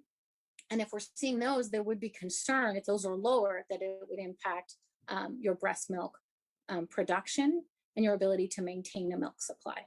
So what we do know is that women who smoke cannabis, it does not affect whether they will initiate breastfeeding. They have the same initiation rates as the general population. But when studied at a greater than or equal to 9-week postpartum, you see a statistical decrease in breastfeeding if mom is using marijuana. And it's unclear if that is due to the decrease in the hormones, which one could argue it could be, or if it's due to other things such as social stigma, etc. Next slide. When we get into the weeds of the logistics of breastfeeding and THC, it is important to note, especially if mom is smoking her marijuana, that there is an independent twofold increased risk for sudden infant death syndrome. And I think that's an important point. It's not part of smoking cigarettes. So cigarettes we know has an increased SID rate. This is on top of that. And so it is very important, I think, to educate mothers that they should smoke outside if they are going to do it, to minimize that risk. When we look at the data on breastfeeding and THC, there are no isolated studies without in utero exposure. So the data is never going to really be pure. We're going to have to deal with the fact that it's likely we're going to have a prenatal, postnatal exposure between the prenatal exposure in utero and the breastfeeding exposure. And the evidence that we have, which is very small currently, on the effects of THC on infant development is sparse and conflicting. And I'm going to run you through that now. 2 papers that are referenced, if you look at any review, LactMed, et cetera, you're going to see these papers referenced. But again, this is data that's not too recent. The tennis paper was from 1985. It looked at women who were using marijuana while breastfeeding and compared them to controls. There was no comment on whether marijuana use was occurring during pregnancy or not. They assessed the babies at 1 year with the Bailey scales of infant development. And for those who don't recognize the term Bailey scales of infant development, that is a assessment of an infant done about 6 months on onward until about 2 to 3. We use it in the high-risk infant follow-up clinic to assess fine motor and gross motor development, as well as psychosocial development as well. So it's one of the tools that we use consistently to evaluate infant development. In the tennis paper, they saw no difference in motor and mental development. When we moved down to the Astley and Little paper 5 years later, they had a little bit larger cohort of 68 babies in each group. Both groups, mothers used marijuana during pregnancy. The exposed group continued to use marijuana after in the first and the third month of postpartum while breastfeeding. They assessed at 1 year of age using the Bailey scales of infant development. They noted that at higher exposure, you saw a lower psychosocial developmental index, and as well as you saw a decreased motor developmental interest on the Bailey as well. So there's no difference, there's difference. And it's small data, so it's hard to really hang your hat on it. And it really hasn't been able to be reproduced, partly because I think it's very hard to recruit into this patient population. Next slide, please. So I don't have the time to run through all the animal data, but I'm gonna give you the statements from 2 organizations about long-term concerns about effects on the infant. The Academy of Breastfeeding Medicine, which is an organization of physicians who support and advocate breastfeeding, in their review, noted that the number of studies that have found concerning evidence, both human and animal, outnumber the studies that have concluded no effect. A conservative approach is suggested until evidence can strongly support otherwise. The AAP, or American Academy of Pediatrics, in their clinical report, noted that their current understanding of the ECS, or endocannabinoid system, and its role in the development of neurocircuitry in early fetal life also provides theoretical justification for the potential of marijuana substances, particularly THC, to affect neurodevelopment. So there's concern. Next slide, please. So what are the current recommendations? And I'll start with Hale. He's the guy out of Texas with the Infant Risk Center, or Mommy's Meds, or Milk and Medications. And he has the rating scale of L1 through L5. I'm imagining that many of you are recognize that scale. And L1 means that there is no risk, or there's perceived to be no risk, and there is some data potentially that is supporting its use. L5 would argue that there's significant risk and you should not use that substance while breastfeeding. L4 is often considered one that you shouldn't use while breastfeeding as well. So he's saying limited data, possibly hazardous. I've underlined this statement he added recently in the last few years. And it says, well, this data poses numerous limitations and does not directly examine the benefits of breast milk versus risk of exposure to marijuana and milk. Cannabis use in breastfeeding mothers should be discouraged at this time. And I think his point is valid in that there's a benefit to breast milk. We know that long paper from 2012 from the AAP with the graph that shows all the different percentages of improvement in milk in outcome when you're exposed to maternal milk. But then there's a risk to marijuana that we don't know. And we don't, I worry that it's going to be hard to find this pure data where we're really able to analyze the benefits of breast milk and the risk of exposure to marijuana. Next slide. So the recommendations are to avoid further use from the ABM, AAP encourages to abstain, the CDC encourages to abstain, and the ACOG, marijuana use is discouraged. So where do we go from here? In summary, we know THC crosses into breast milk. There's concern for marijuana exposure in all ages, particularly in the developing brain, but the data are imperfect.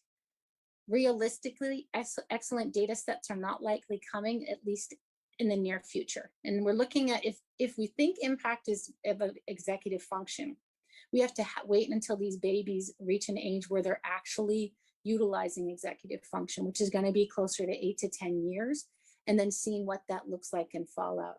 And then one must recruit. So it's kind of similar to the Generation R. They recruited in 2001.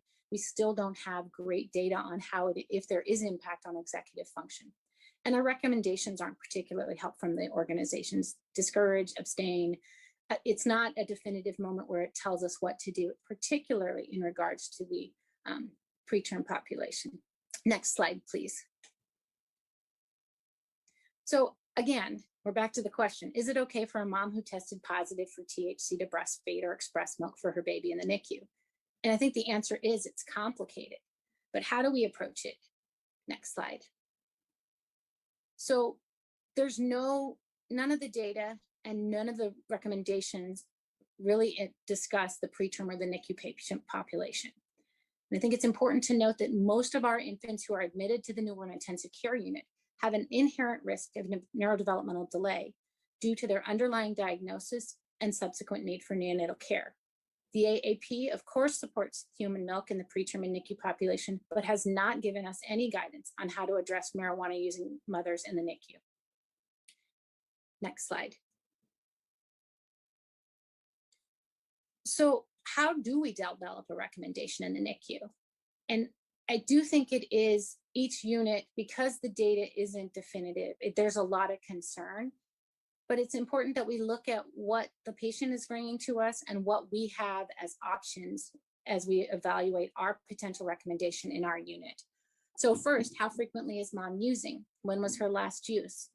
Is there polysubstance abuse? Is there maternal willingness to discontinue use? Is there an ability to develop a trusting and therapeutic relationship? Is there availability and reliability of donor human milk? And what's your NEC risk in your unit, particularly when dealing with your higher NEC risk populations? Next slide, please. So there's 3 possible approaches. And I think that you could argue, based on what your availability of and ability to answer the questions previously, how to approach it. So number 1, you could just say, you know what, we're going to use breast milk for all marijuana users and go with the belief that breast milk is really going to mitigate any potential risk that we don't know is coming from use of marijuana and getting into the breast milk. We could also, the second approach would be to pump to establish supply while mom abstains and utilize donor milk until some time that the THC level in milk may theoretically be low to 0. And then finally, you could say, you know what, mom's used marijuana, we're not going to use her milk at all, and we'll just use donor milk because we have such easy access, and we really feel that the risk of marijuana is significant, and we don't think it supersedes the benefit of what is concerned, what we gain from being exposed to mother's own milk. Next slide, please. So I'm not giving you an answer, unfortunately. I'm going to give you our answer at the Children's Hospital of Orange County, which is our chalk stoplight approach. And I'll walk you through that. Next slide, please. So where are we and what are we? Chalk is a 334-bed tertiary freestanding children's hospital with a 104-bed level 4 NICU in Orange, California. We have a robust and liberal donor milk policy. We will give donor milk to anybody in our NICU. A part of that is because we are very successful in establishing milk supplies in our mothers, and so it is a small portion of our population that doesn't have mother's milk in large volume, and so it's often a bridge, but it's available to all comers. And then we also have a strong lactation team where we are able to support moms and engage with them in establishing milk using a pump. Next slide. So our approach is multidisciplinary. The nurse, the doctor, the LC, the dietitian, and the social worker are all engaged and involved in this process. We identify a THC positive mother, and she is evaluated by the lactation consultant. This interaction is respectful and without judgment. Mom is educated on concerns surrounding marijuana exposure and possible risk to the infant, particularly in the NICU patient. And then we identify mom's lactation goal. Does she want to breastfeed? And then we ask, when was her last use? Was it less than or greater than 2 to 3 weeks prior to delivery? And does she plan to continue or stop her marijuana use? Next slide. So our approach, the easy ones, if mom plans to continue to use, we prefer to use donor milk, as the unknowns we feel is too risky to use in our NICU population. And we will use donor milk throughout the NICU stay and transition to formula prior to discharge. If mom's use is greater than 2 to 3 weeks prior to delivery and she plans to continue to abstain, we will use her milk immediately. If mom's in that middle zone of having used within 2 to 3 weeks, but she does take the education and she does plan to stop using, we choose to go with using donor milk for the first 2 to 3 weeks, have mom pump and fertilize. I don't think one should ever dump human milk, so I do have them fertilize a plant. No maternal milk will be collected in our centralized nutrition lab where we do milk handling. Our diet order will be only for donor milk, with the date to reassess in that diet order, so we can see if we can start using at that time. Mom is educated by the lactation consultant on how to establish a milk supply using pumping, hands-on pumping, frequent skin-to-skin, and regular pumping. At 2 to 3 weeks, the lactation consultant will check in with mom, and we'll see if she's continued to abstain. Her transition, if she says she has, we will transition to use her milk. We get to change the diet order, and the nutrition lab begins to accept milk. If her, that's it, sorry, excuse me, next slide. So that's our approach. It's an approach. Is it perfect? No. We've had challenges in that we've had issues with team member buy-in. Part of it was education. This slide deck was initially built to roll out and educate my colleagues on why we had significant concern. Defining roles was another challenge, as we had to make it so that people could, who was responsible for picking the date, how did we communicate that date, and then when did we go forward with changing the plan, and how do we communicate that plan? And then what are the exceptions?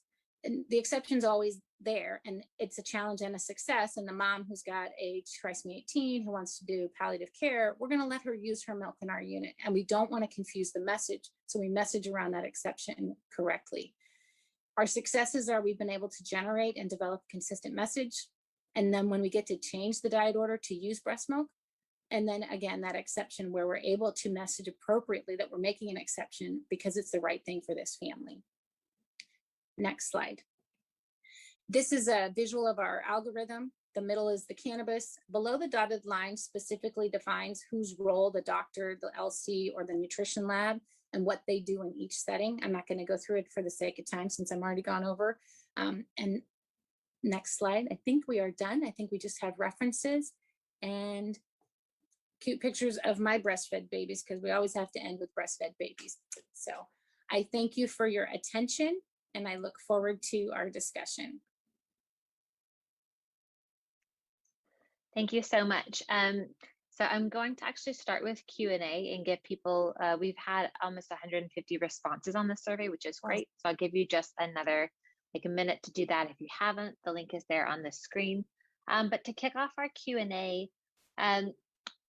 what are, and there are a lot of them, so I'm just sort of choosing ones that we haven't really addressed yet in the conversation.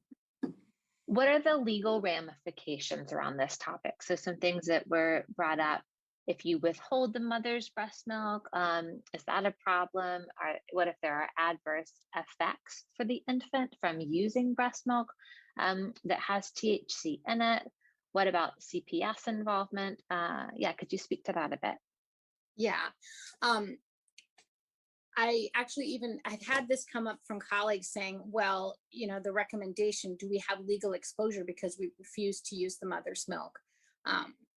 And I've actually even run it by our risk folks to just make sure that we don't have legal exposure, because it seems to make sense that if we're going with the conservative baby's best interest, and the general, because the recommendations are abstain, discourage, basically do not use, we are okay with following those guidelines, and it is there is no risk from a legal standpoint from their perspective to use donor milk and not use the mother's milk, which makes sense if you think about alcohol. You're not supposed to, you know, really shouldn't, but you're discouraged to not use a ton of alcohol during breastfeeding. If I have a mom who's a severe alcoholic, I'm not going to use her milk as well.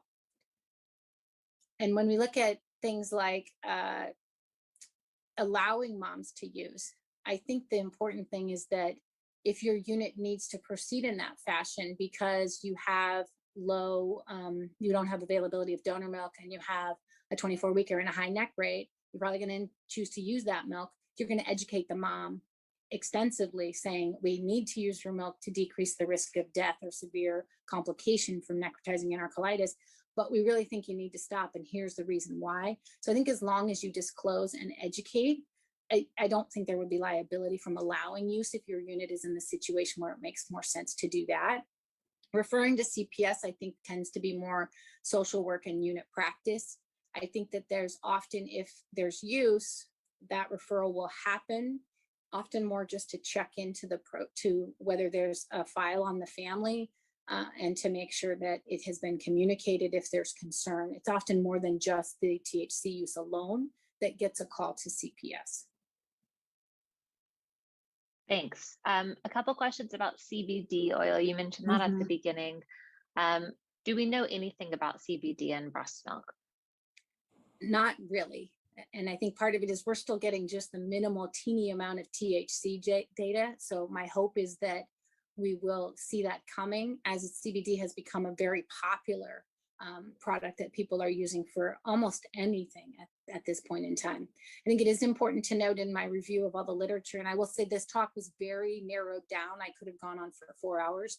So there are things that I didn't go into, but in looking at CBD, oftentimes when you look at the product of CBD, it's still, even though they're trying to purify it out, there still is THC in that product. It may be a small amount, it may be more depending on how pure, how good their process is, but inherently there is THC with the potential to test positive as well. A couple questions about the mom, and if she stated that she is abstaining or planning to abstain, do you take her at her word, or do you do some sort of toxicology test? Thank you. I was running out of time, so I kind of glossed through that. I do not. In our group, we do not, because we believe in developing, the multidisciplinary team believes in developing at that therapeutic relationship. And so we work actively with moms and say, you know, we develop that relationship. The LC is working with that mom to establish and maintain the milk supply until we're ready to use. And it's an eye-to-eye conversation of, okay, have you stopped? Remember, we talked about the risks. Are we good to go? I do find that oftentimes moms that are not able to abstain, the nurses already have their antenna up. And if you respectfully question them on it, they'll own up to it and say, you know what, I couldn't abstain. And oftentimes they, based on their aversion to risk, will stop pumping because they can't stop using or utilizing the marijuana. I think this is part of it, goes along with it. Do you have parents sign an informed consent to use their breast milk if the mother is using marijuana? Since we don't use mom's breast milk when we believe there's a significant amount of marijuana, we do not. I'm not a fan of signing consents, the whole consent for formula and the term population as well. I feel like it's more respectful that we have an educated conversation and have that trusting therapeutic relationship. When you pull out a form that says you sign this saying that I told you you're going to hurt your baby using your milk, I think it undermines the whole process of being in the newborn intensive care unit and supporting both the baby and the family.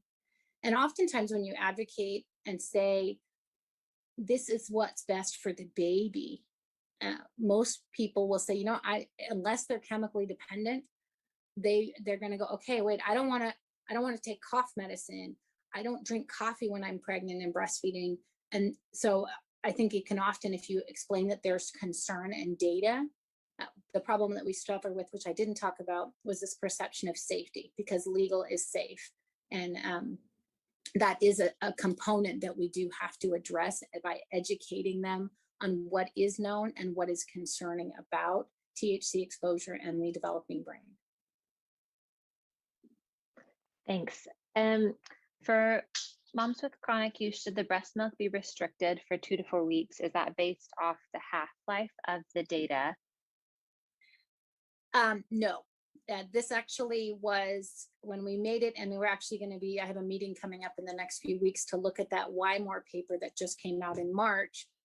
When we picked 2 to 3 weeks, we knew that users often have positive urine upwards of 4 weeks.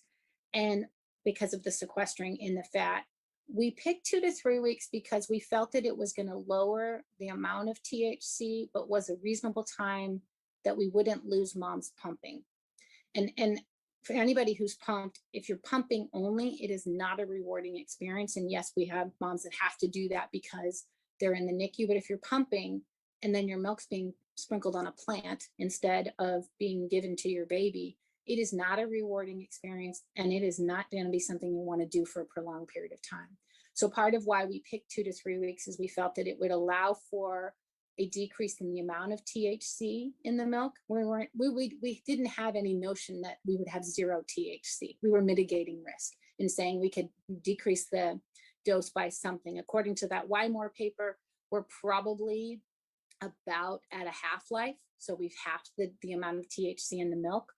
So it's not based on it being gone. It's based on saying, how can I balance the likelihood of successfully maintaining a milk supply and not losing mom because we're going out too long versus trying to mitigate the amount of THC in the milk.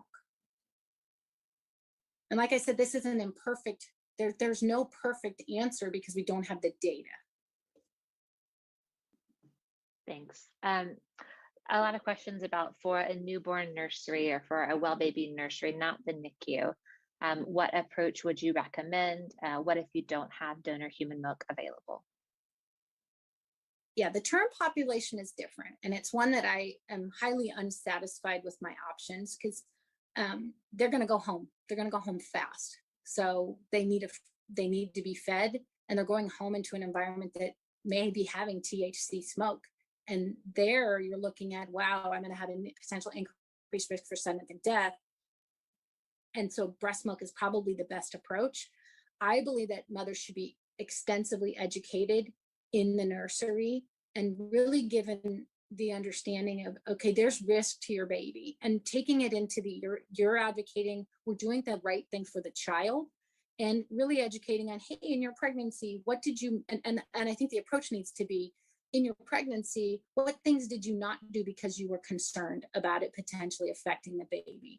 And then when you educate them about the marijuana and say, we believe you should not breastfeed when you're using marijuana and would ask you to stop, but we do know there are benefits of breast milk. So in my experience, I don't develop those policies, but the approach is to educate and allow to breastfeed, when to establish milk supply, and knowing that the benefit of milk there may be more helpful than the exposure, especially if you can get mom to stop. And you would just tolerate the fact that there would be exposure until that dose is out of the milk.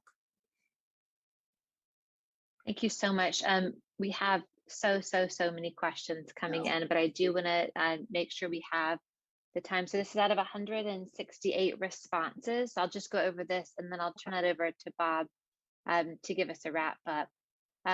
So what is your role in the hospital? Obviously, it's really varied. Lots of, looks like RNs and MDs and lactation consultants are the top. Does your NICU have written guidelines regarding breastfeeding or the provision of breast milk? It's really split here. You can see yes is about 40%, no 30, I don't know is 30. Does your hospital test for THC? Pretty much yes. In both the infant and maternal toxicology screens. If a mother admits to current THC use or has a positive toxicology test and no other drugs, would you allow her to breastfeed or provide breast milk to her term infant? The top answers depends on a case-by-case basis at 38%, and then 31% yes. And then same question for the preterm population. Depends or no actually went out here at 33% as well. And then at your hospital, is it usual procedure to consult with CPS when a mother has a tox screen that's positive for THC but no other drugs? Yes is listed at 38 and no is at 38. So we're almost at a tie there. So we just wanted to share that to provide a little bit of context about the audience on this call and what your fellow healthcare providers are doing and practicing. So Bob, I will turn it over to you. Thank you, Caroline, and this is Bob Castro. I'm the NICU Medical Director at Salinas Valley Memorial Hospital and one of the maternal exposure or MADEX co-chair. Thank you, Christine. That was a wonderful presentation. It's great to hear from a fellow colleague who also has trained at Harvard UCLA. You remember that, Christine? Also glad to hear that you were only 8 years old in the 1980s and appreciate the Ridgemont High reference. Thank you to all participants for completing also the pre-webinar survey. Please remember, we are still hoping that your center, if it's not already participating, will participate in the statewide MADEX database. My and other centers who are participating have learned so much on how we can better care for infant exposed to substances in utero. We have started focusing on opiates, but as one of the MADEX co-chairs, along with Lisa Chai, Angela Wong, and Pam Aaron Johnson, we are discussing expanding the database in the future to include other substances exposures, including marijuana and amphetamines. But this can be done already at your specific center. So please reach out. We would love to hear from you. You will receive a link to an evaluation survey for today's webinar. Take a minute and complete it so that we'll know what you appreciated and what you would like to see in the future. Thank you for prioritizing and participating today. And a special thank you to Caroline, Tony Nolan, along with their CPQCC colleagues for all of their services, making the Maddox database a progressive success. So thank you, everybody. Caroline? That's all, folks. Thank you so much. The slides, I don't think I showed this, the slides can be available here. They'll also be sent around in a follow-up email link. So be on the lookout for that. Thank you, everyone. This is Ashley Randolph, the host of the Ashley Randolph podcast show right here on Glo Preemies podcast. I am so happy today to have Bridget Baker with me. And hey, Bridget, thank you for being here. Yeah, we are so excited. We've really been looking forward to this. Yes. I cannot tell you how many times I have gone over topics like the one we're going to go over today. In case you guys are wondering, she is from Booked, Bagged, and Tagged. And not only is that a great podcast, but they're all about crime stories and safe havens for babies. And I mean, you guys are going to love them just as much as I do. Oh, thank you. Bridget, do you want to tell everyone a little bit about you and your husband? Because you guys are a duo, which is like so perfect to me. We are. Your podcast. So we started the podcast, honestly, we wanted something that we could do together as a hobby. And we have both always been very into the whole true crime world and the different cases of it. I'm always been very intrigued with the psychology behind all of these people in these cases and kind of like why they do what they do. And with true crime being such a hobby with both of us, we've used it as a teaching tool, if you will. Like our three kids, they know what to do and how to do it if they're ever somewhere and something happens, and we've got them like trained on how to react, just from different cases that we went over. And with each case, we try to give out resources, like different things with babies. We've talked about safe havens, or when we have a domestic violence case, we always let everybody know the different resources around us that they can have. Now, that is interesting. Something that you said just made my eye twitch a little bit. You said that you use the stories to help educate your children. I do. That is something that you don't usually hear, but that is actually a great way if you really think about it. So that's actually a good tip. And it's really about the perspective. It is. And I mean, you have to keep in mind, like we have two younger ones and then we have an 11-year-old. We do not tell them all the scary things that can happen. But with each case that we've done, I've learned something from that in ways of just like, say, we're out in town and I've listened to a case before. I'm like, okay, well, I know that if, A, B, or C happens, this is how I can react. And so I've made sure that even our youngest knows their address. They know our full names, not that we're just mommy and daddy.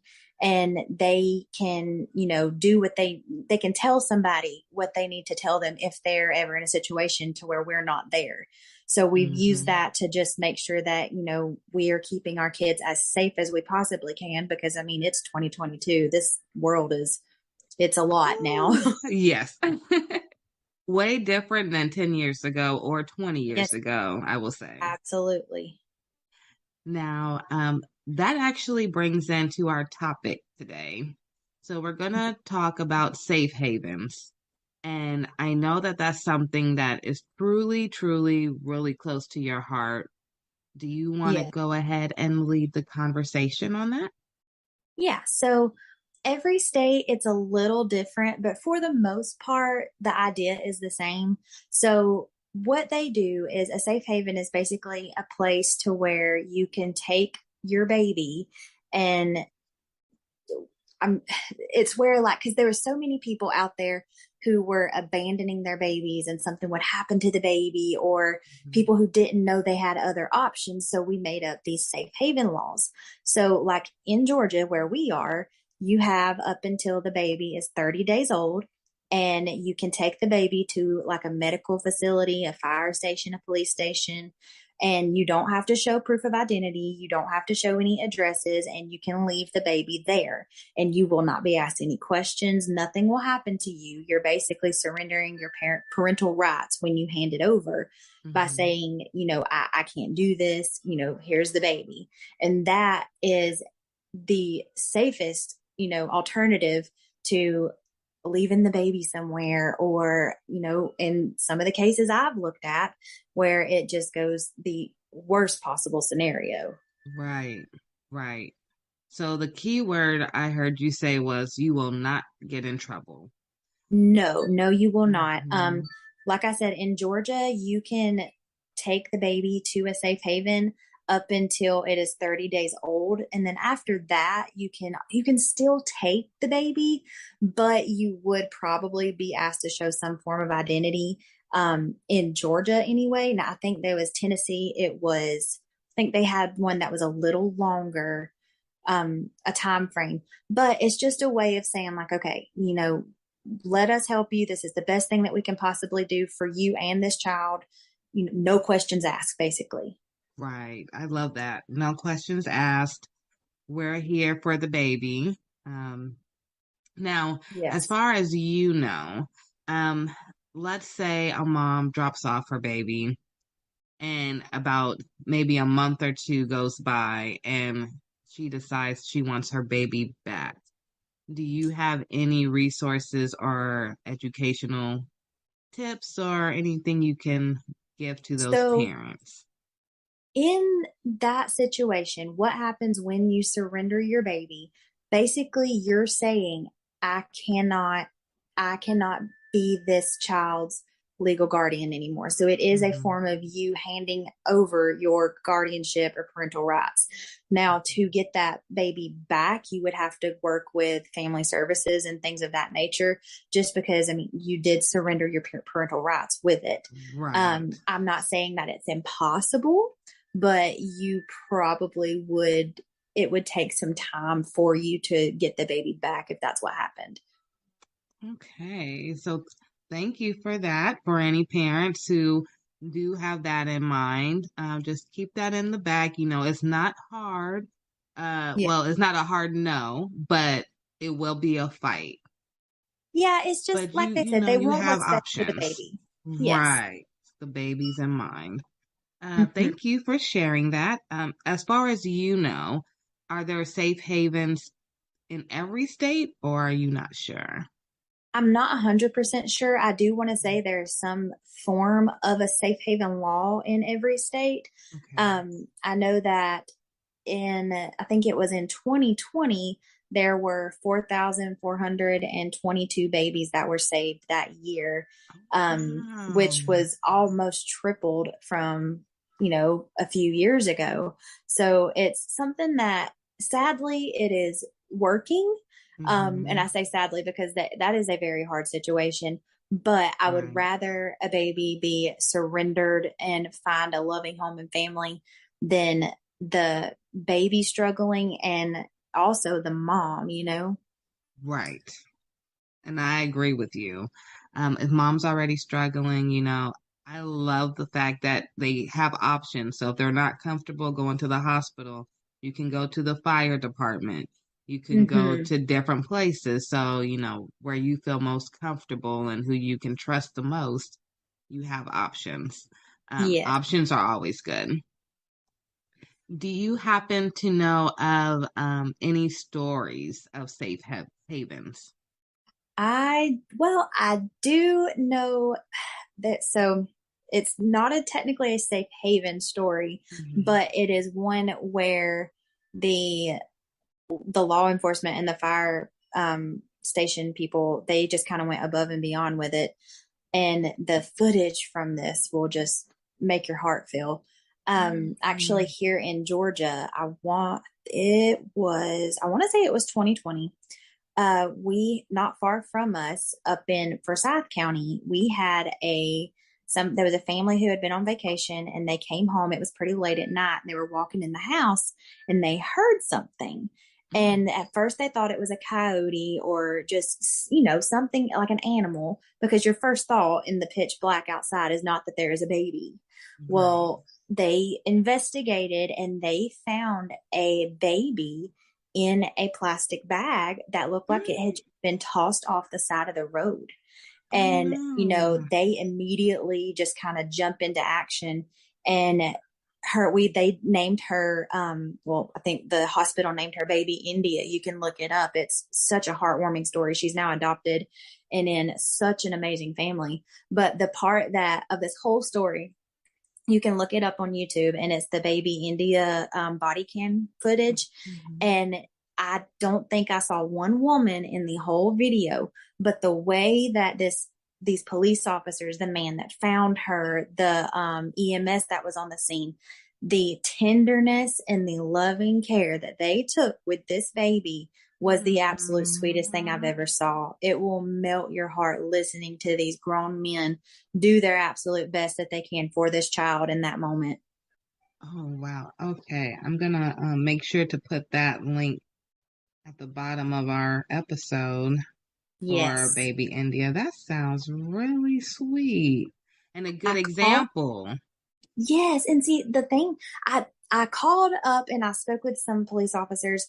The case is still ongoing, so they could not give me a whole lot of information, but I don't think they were ever able to find baby India's actual birth mother or what had happened. There's now, being in the area, of course, we have heard tons of rumors of who it could be, but I don't think they ever very definitively found out who it was. Wow. Yeah. That's a touching story. It is. It is so nice to see like how good she's doing now, because the way that the community came together in that time, they posted a picture of the baby on social media, and basically they were trying to find anything out, like, who could this baby possibly belong to? And the amount of people who were offering to foster her until they could find something more permanent, it was overwhelming. It was so sweet to see all these people just giving anything and everything they could for this child. We need more of that. We do, especially in a world like we live in today. Yes, that's a real village. That's a really, really good village for that baby. Yes. How old do you think baby India is now? I want to say she is 3 years old. Oh my goodness. Yeah, I'm pretty sure. Yeah. No, that's a good story. I can't wait to watch the video of baby India, and I hope that one day she makes a video at maybe 18 or 25. That would be cool to see, as an update with all. Maybe the staff may not be around, but maybe the same, like fire department. Oh, or the absolutely. doctors, That hospital. That would be so cool. Testimony. Yeah. Yeah, that's a huge testimony for sure. It really is.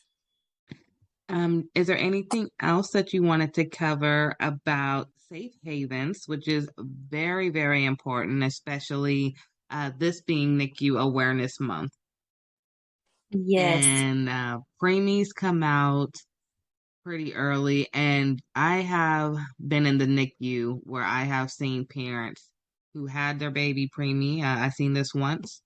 They had twins, and the parents never came back. Oh, and so the godmother, she was coming in to see the babies, and she was there like she was the mom. And I remember the nurses always asking, where's mom and dad? And she was saying, I don't know. So I don't know what happened after, because my kids did leave, or my son left before the twins left. But it always stuck in the back of my mind, did godmom have to take the babies? Because I never saw the parents, and it was like 2 weeks. So, that's the story that always stuck with me. So I'm glad that you brought up the safe haven topic, and I know that they do have it here in California. So if they did leave the children at the hospital, like you said, they have that right, I think here it's the same 30 days, if not longer. I'll have to double check. But the the parents have that right. So thank you for bringing that up. I do want to talk to you about one more topic. Okay. I have to ask you, where is Irene?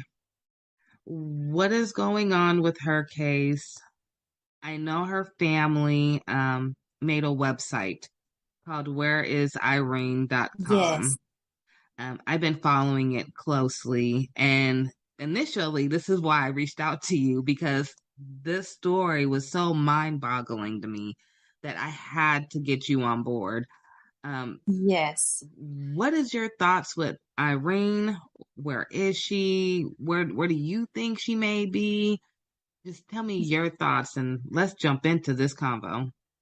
So she was last seen alive during a video call with her parents, and that was back on February 24th. So she ended up not being reported missing until March 20th. And there has been so many like different stories come out about this that I've heard, different theories, Mm-hmm. They seen her fiance using a debit card to purchase items that were, it was like a boots and shovel and Mm-hmm. things of that nature. And obviously, when you see that, your mind goes to one very scary place. Right. So they have, he is identified as a person of interest, but I think there was also, according to documents, he had been accused of transferring over like $3,000 out of her bank account and ended up charging $600 on her debit card after he had told the authorities that she packed her bags and left. Mm-hmm. So very sadly, I hate to assume this, but with him buying the things that he was buying, and it looks like he's using her Visa card and he hit the $3,100 limit on it with 80 different transactions back to back. Like that really, to me, all points to one thing. And sadly, it makes me feel like she may have already passed away and it's being hidden, or, and again, I hate to say that, but it's just in so many cases I have looked at it's one of those things when someone shows you who they are, believe them, Yes. Yes. You know what story just came into my mind as you were describing what's going on? Remember the young couple, the white couple that it was a young girl and her boyfriend or fiance. Gabby Petito. Yes. That was what, last year? Or was that even this year? No, that was it was last summer. Yeah, and it's like such night and day. Yes. Still a couple. He had used her card. He was doing weird things that included his parents. Mm-hmm. And then look at how it ended. It gives me the same vibes without the same publicity, because everyone was talking about that case. And you know what's odd to me is that case absolutely blew up. Mm-hmm. But there were, I want to say, a handful. I can see 3 different people in my head right now. I just don't know their names, but that is my point, of people who went missing in the same area within the last 5 years, and nobody knew their name. Not one person. Wow. Yes. And it was like almost identical stories of them being in that area. They went missing and you don't know anything. Now, that is nothing bad to say toward Gabby Petito. It just happened to be the one that did blow up. And I think honestly, I think the biggest part of why her case blew up is it was the time that it blew up, because during the time that this all happened, a lot of people are still in the middle of quarantine. A lot of people were still at home. And of course, everybody knows during all of this COVID, TikTok blew up. Like TikTok was all anybody could do. And I think that is the biggest reason her case blew up, is because it got onto TikTok and everybody on TikTok, it like spread wildfire.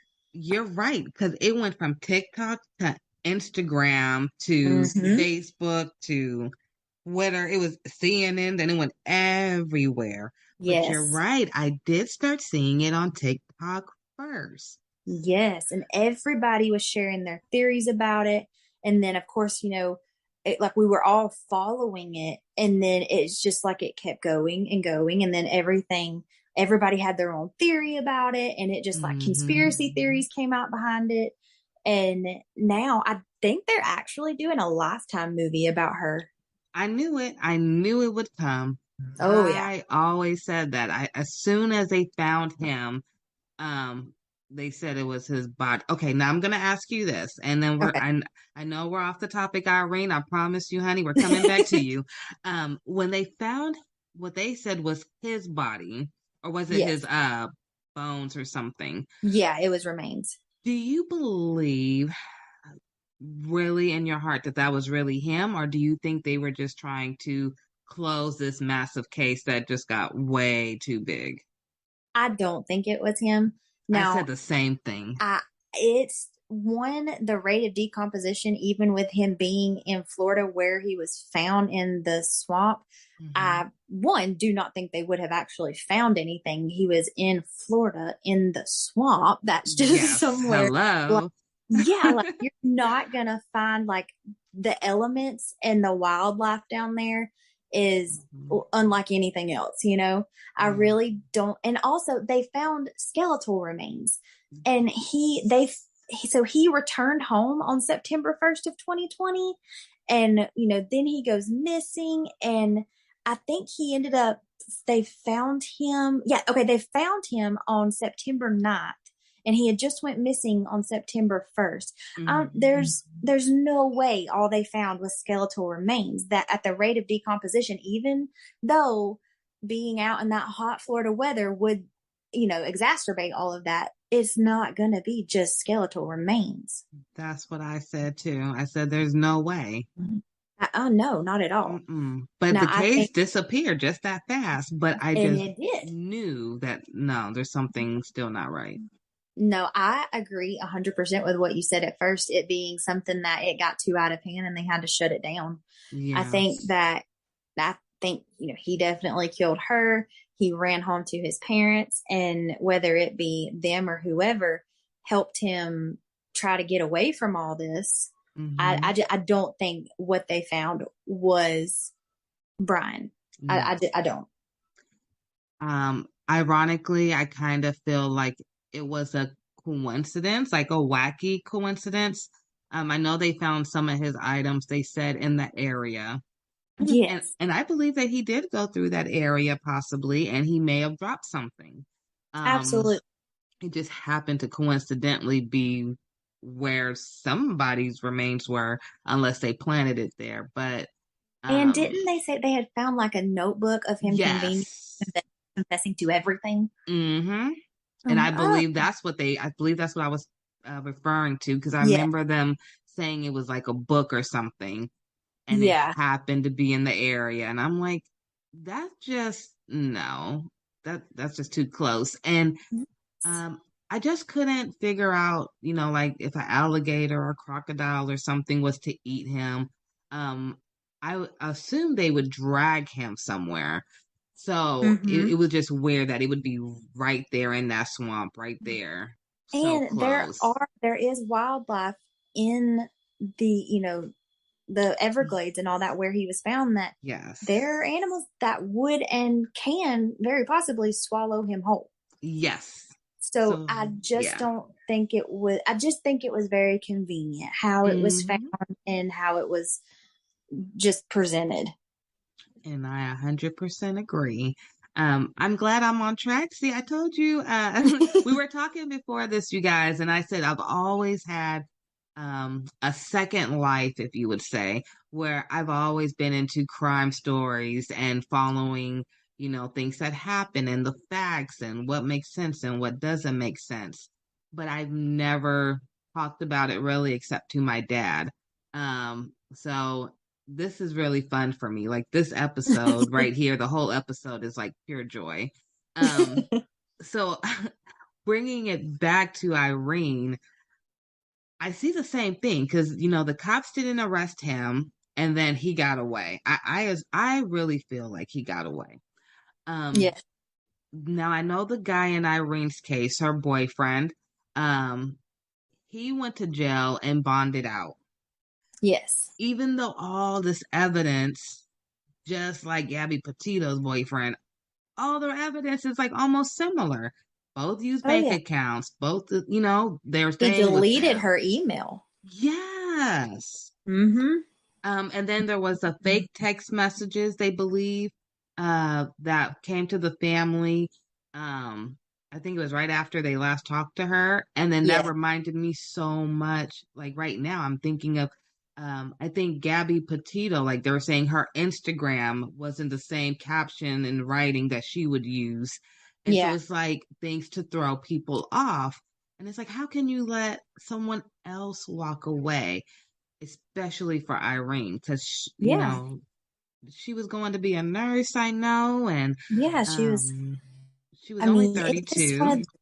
yeah, and it's just like this is like you said, it's almost identical, and it's like, are we really going to do this again? Yeah, and it's like I hate to say it, but it's like a slap in the face. Like, yeah, we know what happened the first time, but this time it's not as big. So we'll just let the facts roll out however they come out, and if they ever come out. Mm-hmm. Um, Now, something in me tells me that she may be somewhere close to where they lived. I don't know Yeah. why. I don't have no evidence to prove it. But I always go back to, and you may know this story. I'm gonna call you my crime partner now. In Sacramento, I want to say like 20 years ago, or maybe even longer than that, there was a lady, and I'm from Sacramento. There Okay. was a lady who lived downtown, and she had a house, and she was having people come in who had like SSI checks and government checks. Dorothea Puente. Yes. And she Yes. killed them all and got all their checks. And I almost have like the same mindset for him. Like he used her and then he obviously took her money and Mm-hmm. then nobody knows where she is. And I almost feel like she has to be somewhere by that house. She has to be. Yes. I mean, in Dorothea Puente's case, it's funny. We actually did a case on her recently, so this is very fresh in my mind. You got to send me that link so I could post that too. I will. I will. Like all of her, well, most of her victims after they were killed were just in her backyard. Yes. So it was, I mean, very close. And it's not like he has really ran.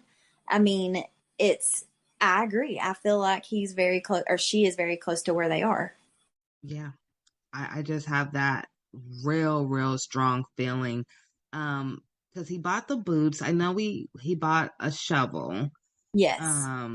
There was nothing hinting at the fact that I saw, maybe you did, like any extra gas to carry with him. So like no gas cans or anything. Because I Yeah. assume if you're driving with a dead, deceased body, that you wouldn't be stopping at gas stations to refill. Um, I just, there was like not a lot of planning, obviously, Mm-hmm. but it had to be somewhere close to him. And I know they live in, I believe was it Wyoming or Idaho? Wyoming is where they were staying. Yes. Now, Wyoming has a lot of wooded area, I believe. A lot of Yeah. wooded area. So she could be there. I just really hate that she's been missing for so long, and I really feel for her family. That's the thing. I mean, in any situation, it is absolutely devastating, but I feel like not getting the closure in the end is what hurts the most because it's like, okay, I'm obviously grieving because this person is not with me, but am I grieving their death or am I grieving just their disappearance? Like, how long do you hold out hope? Yes. Oh, yeah. That's so true because you're grieving, but you don't know what you're grieving for. Mm-hmm. And that alone has to be giving them nightmares. Yes. I And I know know that that, they were yeah. talking about like neighbors had told police that they noticed him burning a 55-gallon drum that he had purchased the day of that final video. Really? Yes. So the shovel, the boots, him burning something in this 55-gallon drum. And it was the same day that it was that February 24th that she had talked to her mom and dad. So, I mean, it really makes you think like, okay, was she killed that day? And that was him disposing of the remains. Because now I'm on her website that her family created for her, and they said she was 5'1", 89 pounds. Very, very petite. So she definitely could have been in that size of a 55-gallon. I Yes, think she would be able to fit in that if. absolutely. No, I did not know that part. Yeah. I mean, and that's just what's devastating about it is there's really not much in this case that gives you hope other than just, praying that it turns out well. But it's just such a sad situation because, I mean, she hadn't been in America very long from what I believe. I think her family was from Kenya. Is that right? Yes, and they said she came May 2019. Yes, that's right. So she hasn't even been here long.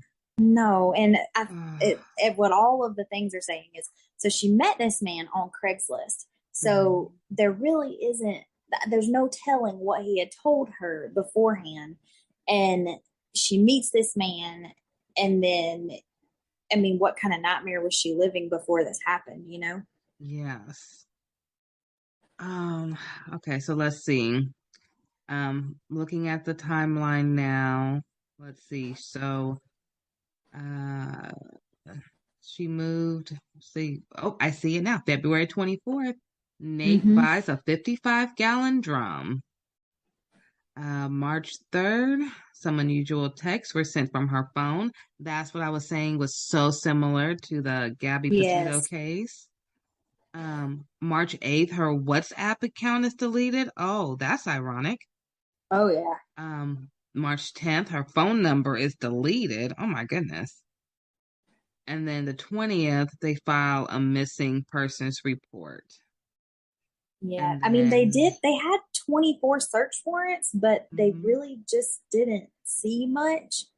I mean, other than they found that he was charging all kind of stuff to her accounts. He had deleted her email, her WhatsApp app, and I mean, all of those things. But it was like in the Mary Catherine Higdon case, in the Casey Anthony case, it puts you in that mindset of both of those women.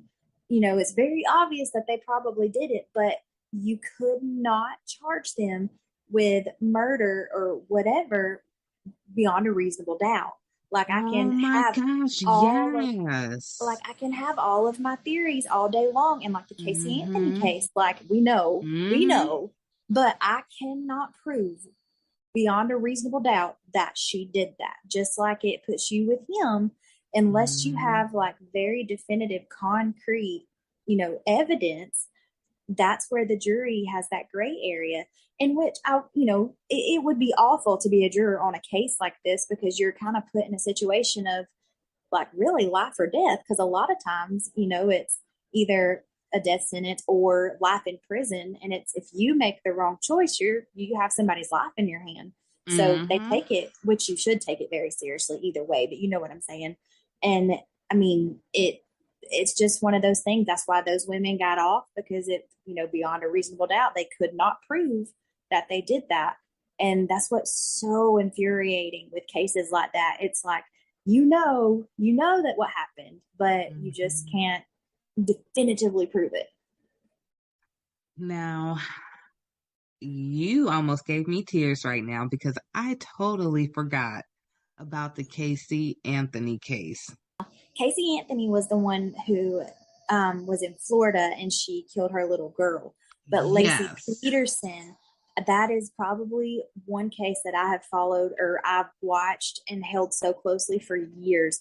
Her husband, Scott Peterson, murdered her on December 24th, and she was 7 months pregnant with baby Connor. And that case shatters my heart because, and I mean, I know I don't want to get too gruesome because I mean, on my podcast, you know, it's a true crime. You know what you're getting when you come there. So I don't want to get too much, but the way that they found them and a woman's body is just absolutely amazing. And the things that it can do and the way that it protects the child, even when you don't think it is, a mother's body is just absolutely amazing. And when they found Connor, the level of decomposition on Connor versus Lacey's body was astronomical because her body had protected him and he stayed in utero for a very long time. So he was at a different decomposition rate than she was.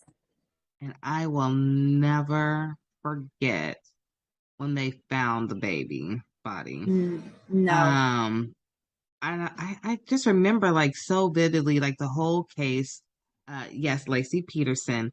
And because it happened so close here. So of course, you know, it was like all day on our news, 24/7, the whole thing. And I remember even being at a young age, I remember him just walking around acting like he cared, acting like he really didn't know where she was. Yeah. And then the whole time he had an affair and he had a whole nother life going on. And I remember looking like, this was like the first time I realized that people had, to me, split personalities before I knew it was called split personalities.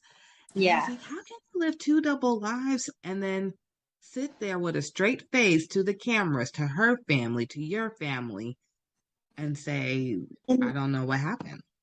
So the Lacey Peterson case is actually what the book Gone Girl was kind of mirrored after. Now, if you've read Gone Girl or if you've watched the movie, the ending is different. I will say it, you know, Lacey is obviously the victim in the true crime case, the real case, but you just got to watch Gone Girl to understand what I'm trying to say, but I don't want to give away the ending, but it really kind of, it put it in perspective a little bit better when you're watching everything that's going on. And of course, in my mind, I was constantly thinking about Lacey and Scott. And I'm just like, the narcissistic, like, behavior behind the entire case, throughout the whole case, that Scott was like, I'm not going to get caught. You know, they're not going to look into me.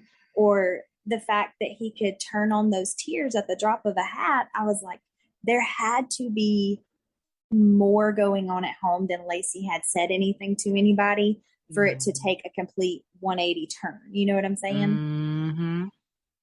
And it's just I so actually said that now that I'm older and, you know, I work a lot with families and families with babies. Most of the time it's arguments that went too far. Yes. And so when I look at Lacey Peterson, which I hope did not happen with Irene's case, you know, somebody usually gets fed up. And so maybe Lacey found the pictures of the affair, or, you know, there was something because it was getting close to Christmas. Yeah. Maybe she found a gift for the other woman and she went bonkers, or some money was taken out and she saw it was at a store that he shouldn't have been shopping at. Anything. And that whole like scenario right there is exactly what happened in the Chris Watts case, where she kind of found out she was pregnant, and she found out about him having an affair while she was away, and he killed her pregnant with their son Nico, and then he killed their two babies. And they were, I remember, 2 and 4, 3 and 4, something like that. And there's a video of the youngest one singing that Coco Melon song about my daddy is a hero, and knowing how their lives ended. It's so, I don't understand. Like, something that, you know, I know beyond a shadow of a doubt that I was put on this earth to be a mom. I have I'm just a motherly spirit. I've raised my siblings and our 3 boys. And, you know, that's why I think I've held the baby cases and the cases with these children so closely, because I don't understand the kind of person who could do that. But I read somewhere, what was it? I can't remember who said it, but they said something along the lines of, I don't understand how somebody could do this to a child. And the police officer turned around and said to them, you know, as long as I've done this, I've had people ask that question. And the second you can answer that question is the second you turn into that person. So I stopped asking myself that question. And I'm like, yeah, there's some things that you just can't explain. And it's better to stop trying to ask the question and just be the one that gives the resources and has the hand held out for whoever needs the help. So these babies don't have to keep suffering through the lives behind the curtains and behind doors that their parents are hiding. Now, that was a good way to bring both topics together. I must say that. See, I told you guys she has a good podcast. You guys have to watch it. Thank you. I am just so happy that, you know, I was able to bring some awareness to Irene Gakwa story. Beautiful Black woman. I hope that this helps people look for her. If anyone has any information out there, please contact the Gillette Police Department. And you can also contact the National Missing and Identified Person System. And I'll make sure to post the links below. Bridget, I wanted to say thank you again for our wonderful episode. You are more than welcome anytime. I mean, we can talk about these stories all day long. I would love to have you back. I would love to start doing a series with you. Absolutely. Even if it's once a month. I know you have your own things going, but we'll talk more. And this was really, really powerful. You brought us safe havens and information and even a good story. And then we spread awareness about not only Irene, but we talked about Lacey Peterson. We even brought up the name Casey again, Casey Anthony, so people remember, you know. We talked about Gabby Petito. So there's all these faces. So we all have to come together to help one another. If you do see a sign of any type of stress, you know, there's a common trend now that says, you know, if a couple is arguing, stay out of it because they'll be the one getting back together and they won't be talking to you. But then you also don't want to end up with a situation like what we have in front of us. Exactly. And you have to remember, like, domestic violence, it is not always black and white. There's a lot of gray in there. But at the end of the day, you have to say, you know, do you want that person maybe a little angry with you that you stepped in, or do you want to get the phone call that you never want to get? Exactly.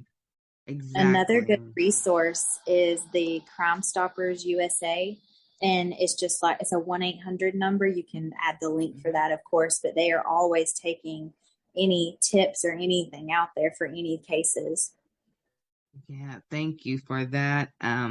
Please use these resources, guys, if you need to. Crime Stoppers is amazing. I do know that. And hopefully we can find Irene. I do have one more question for you before we leave here today. And I hope we don't come back on another episode. And I said, oh my God, you were right. The 55-gallon barrel that they found.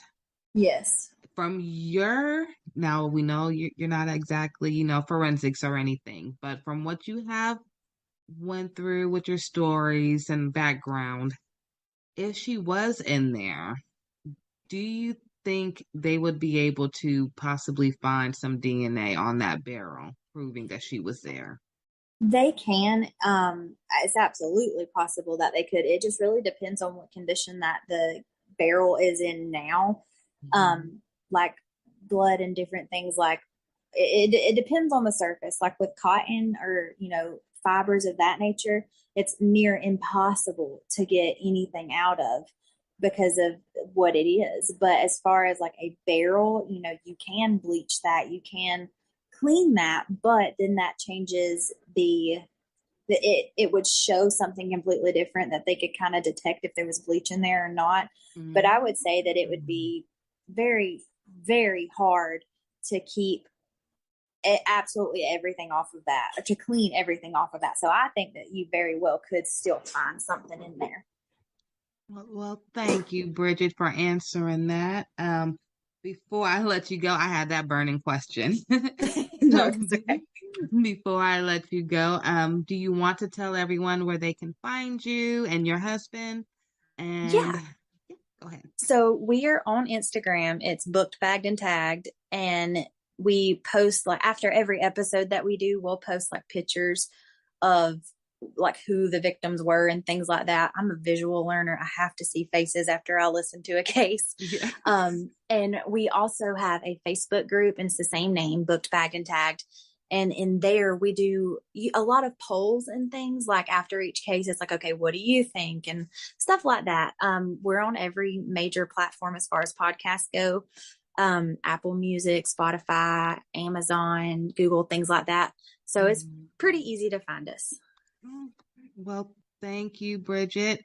I hope you guys get 1 million subscribers after this. That would be amazing. This was a wonderful episode, and I will make sure that we talk again very soon. Absolutely. All right. Thank you.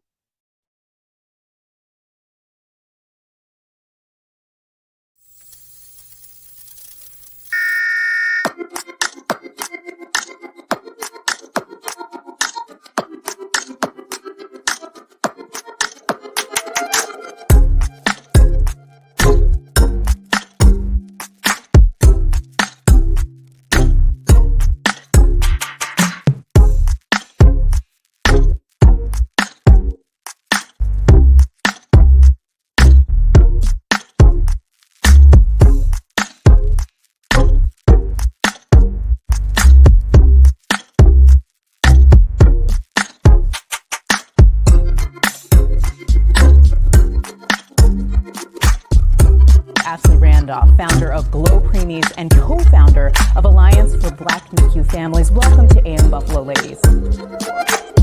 Ashley and Beth, thank you so much for being on this great stage to talk about Ashley Randolph. Join us now. Ashley Randolph, founder of GLO Preemies and co-founder.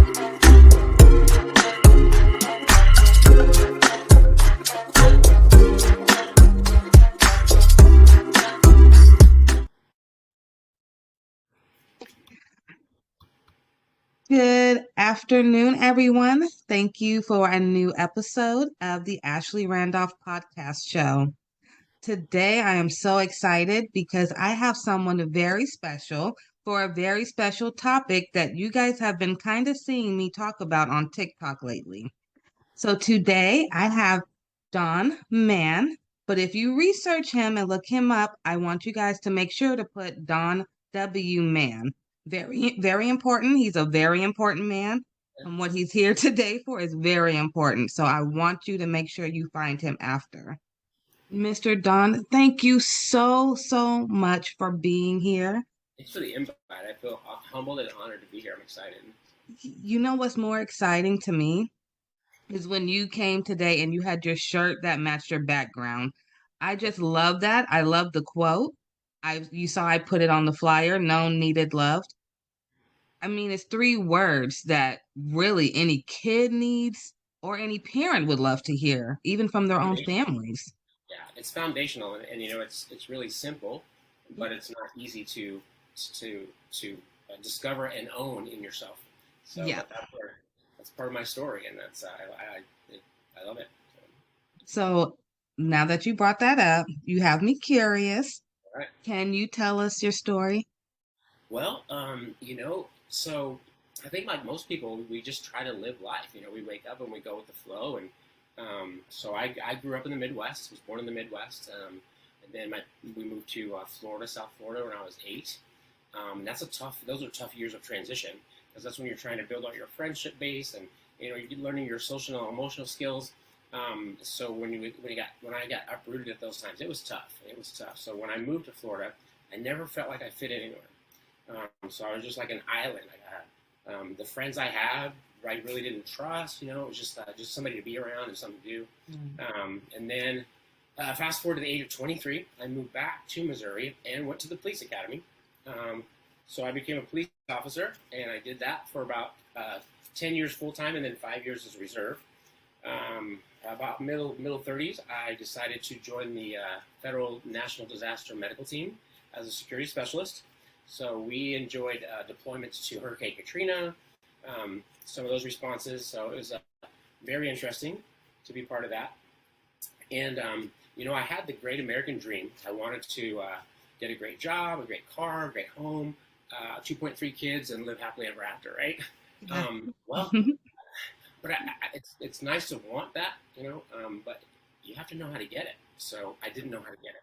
So as much as you want and you don't know how to, that creates a roadblock. So fast forward to 2011, I was in my fourth failing marriage. That's a heavy burden. And I had gone through a child custody issue. So when I got divorced from my first wife, she lived in the same state as me. And now that I'm in my fourth failing marriage, she petitioned to take the kids halfway across the country to Georgia. So I didn't want to be a part-time dad when we got divorced, and I definitely didn't want to be a part-time dad. Right. Yeah, I love my kids. I mean, I had a strong heart for my kids. Yeah. And then, it seemed like I fought hard. In hindsight, I wish I wouldn't have. Crazy, I know. But I'll never forget the day I was sitting on the couch and my attorney called me, and he said, "Don, I'm sorry, the judge is going to let her take them." And I was devastated. That was a sadness and a depression that I had no idea how to heal or how to work through, how to just deal with it. It was that. I changed. That was the day I began to change and then start to spiral down because of those big emotions I didn't know how to deal with. I didn't know how I became the person that I was. I just knew I didn't want to be that guy anymore. So I left full-time law enforcement and became a full-time security director. So it's on the outside, life seemed great. I was living the social media life. Looked great on the outside. Yeah. But on the inside, I was broken. I didn't know who I was.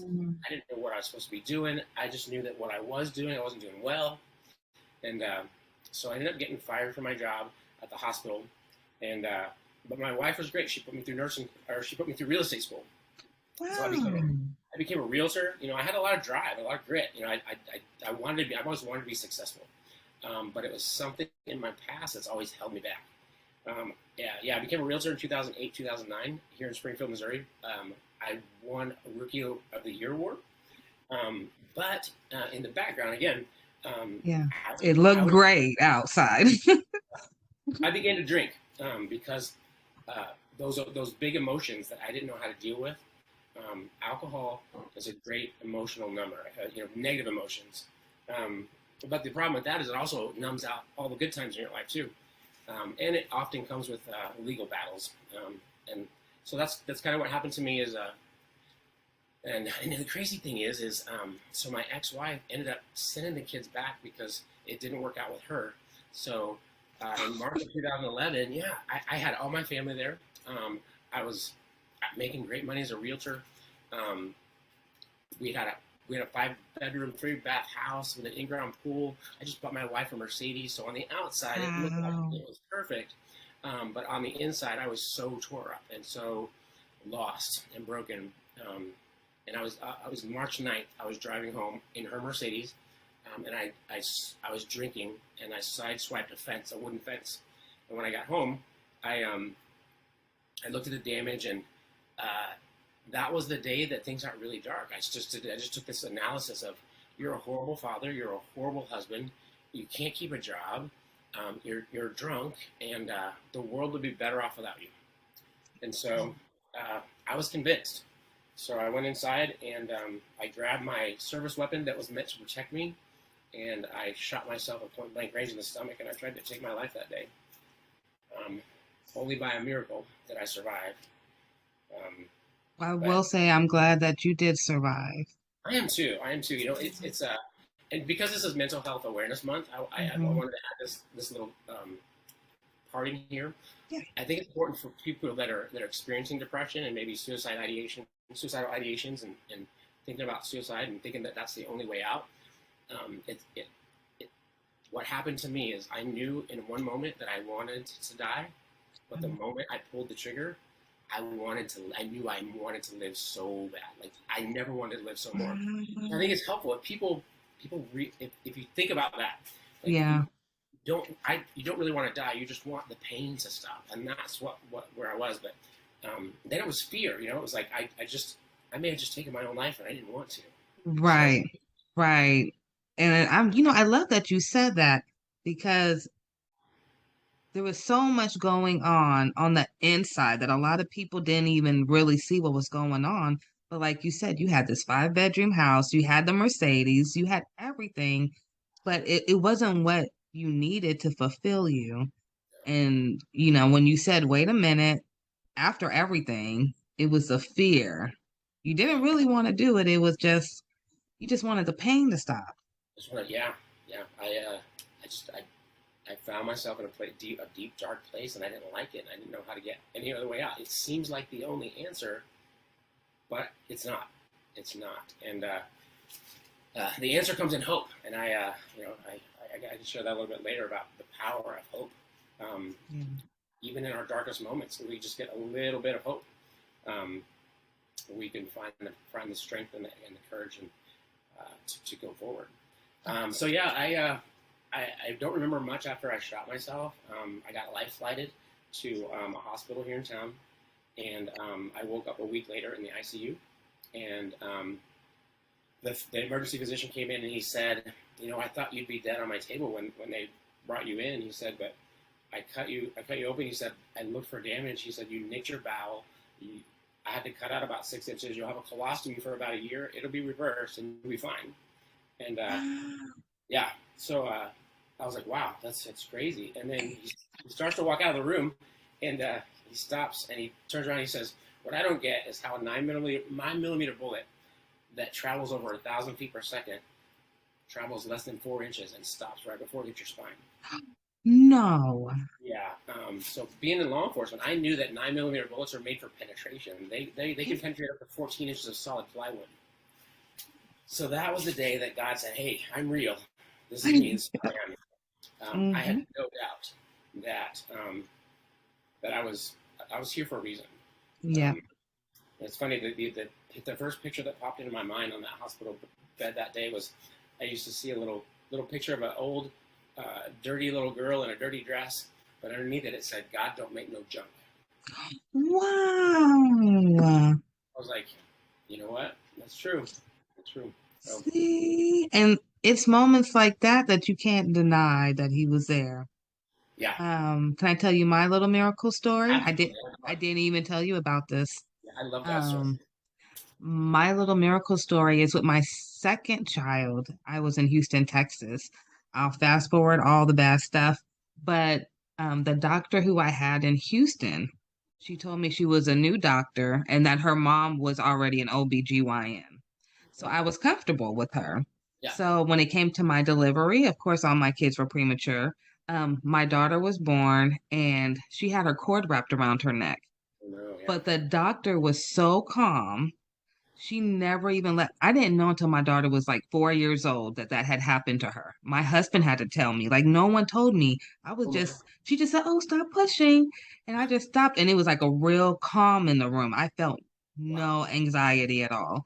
My baby came out and everything. Everything was fine. Of course, she went to the NICU. I went back to thank the doctor. Nobody at the hospital knew who the doctor was that delivered my baby. They have no idea who she was. They said the only thing that was on the papers was that the general MD for the day was on the paperwork. They have no idea who it was. Wow. That's when we can't explain something that's good, we just gotta give You just can't explain it. And I started Glo Preemies right after that. I said, God, what do you want me to do? I don't know. I had just stopped going to college, so I was going to Xavier and Tulane at the same time. And I just didn't know what to do. I had my second preemie, and then it just came to me, God, little ones. And Glo Preemie's been with me ever since. I love that. That is so Such a great cool. story. Such a great story. And all significant lives that I know of are foundational on amazing God stories. So when you got out the ICU and you got out, what was the first thing you did when you walked out them doors knowing you just had a miracle? Well, probably not what most people would do. I went and got a drink. Wow. You That's would think, honesty, though. yeah. You would think that God showing up in my life like that would have like smacked me into reality, right? And just chase your purpose.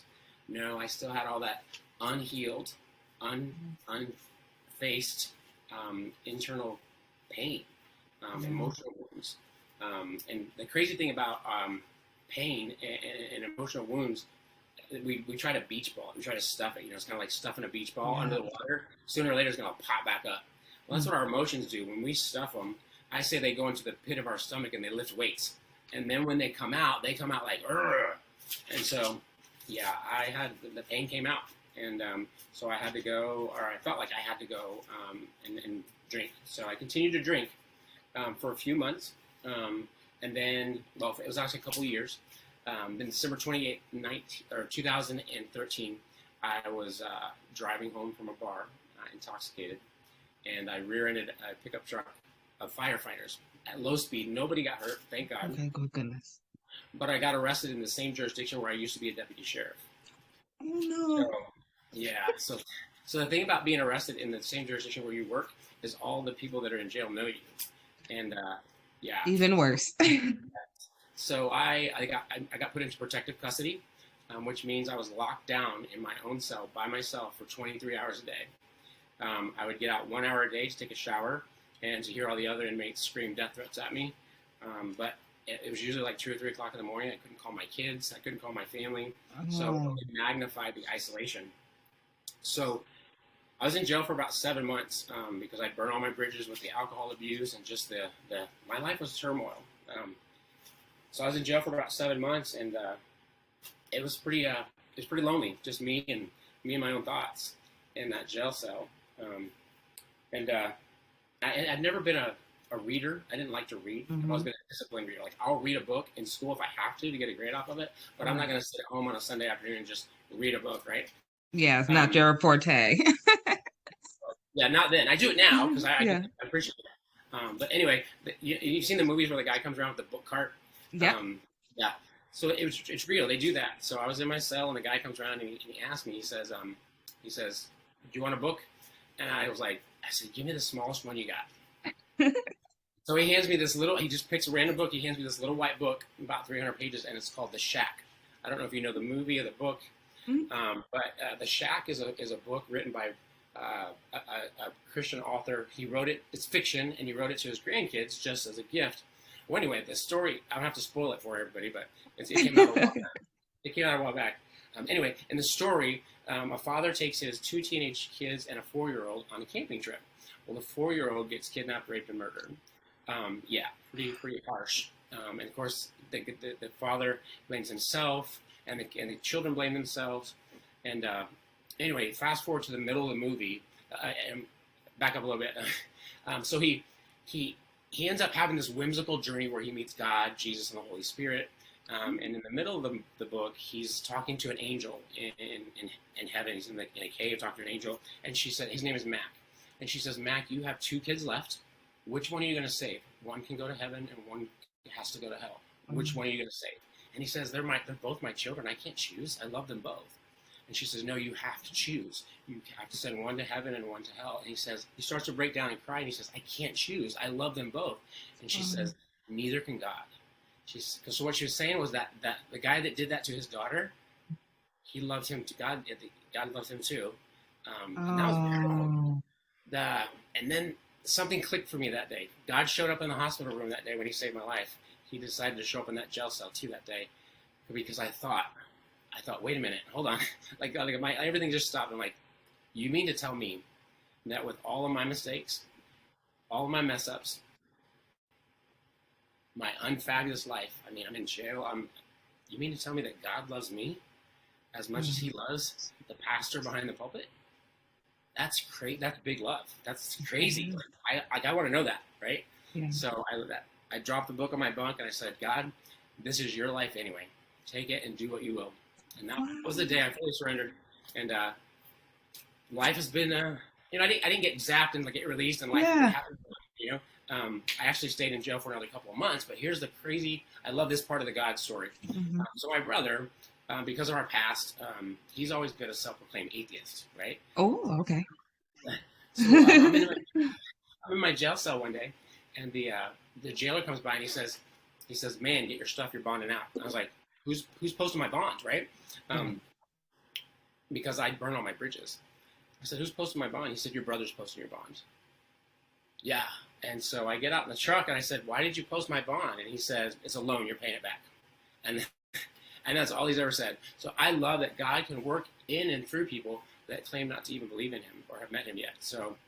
I had to put it myself on mute because I was making so many noises. Yeah. After all that time, your brother finally came through for you.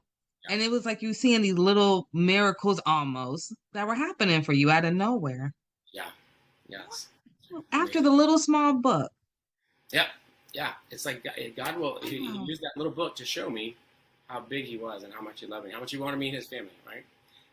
So it was that spark of hope that I needed. A little mustard seed of hope, literally. Yeah. But then life is hard. We go from in that moment I went from feeling great and feeling amazed, feeling like I had a zest for life, to I had nowhere to go. I got out of jail, but I had nowhere to go. I couldn't go to my family. Oh my gosh! Yeah. So I ended up. I had my brother drop me off at a homeless shelter in Springfield, Missouri, and so I lived in a homeless shelter for 4 months until I was able to get a job and get back on my feet. But it was just one foot in front of the other. Just the determination to know that that I'm here for a purpose. I may not know it right now, but it's going to get revealed not by staying where I'm at, but by taking one step at a time and trusting God to get me there. So, and that became the journey of finding out if I'm known, if I'm needed, and if I'm loved. So, okay.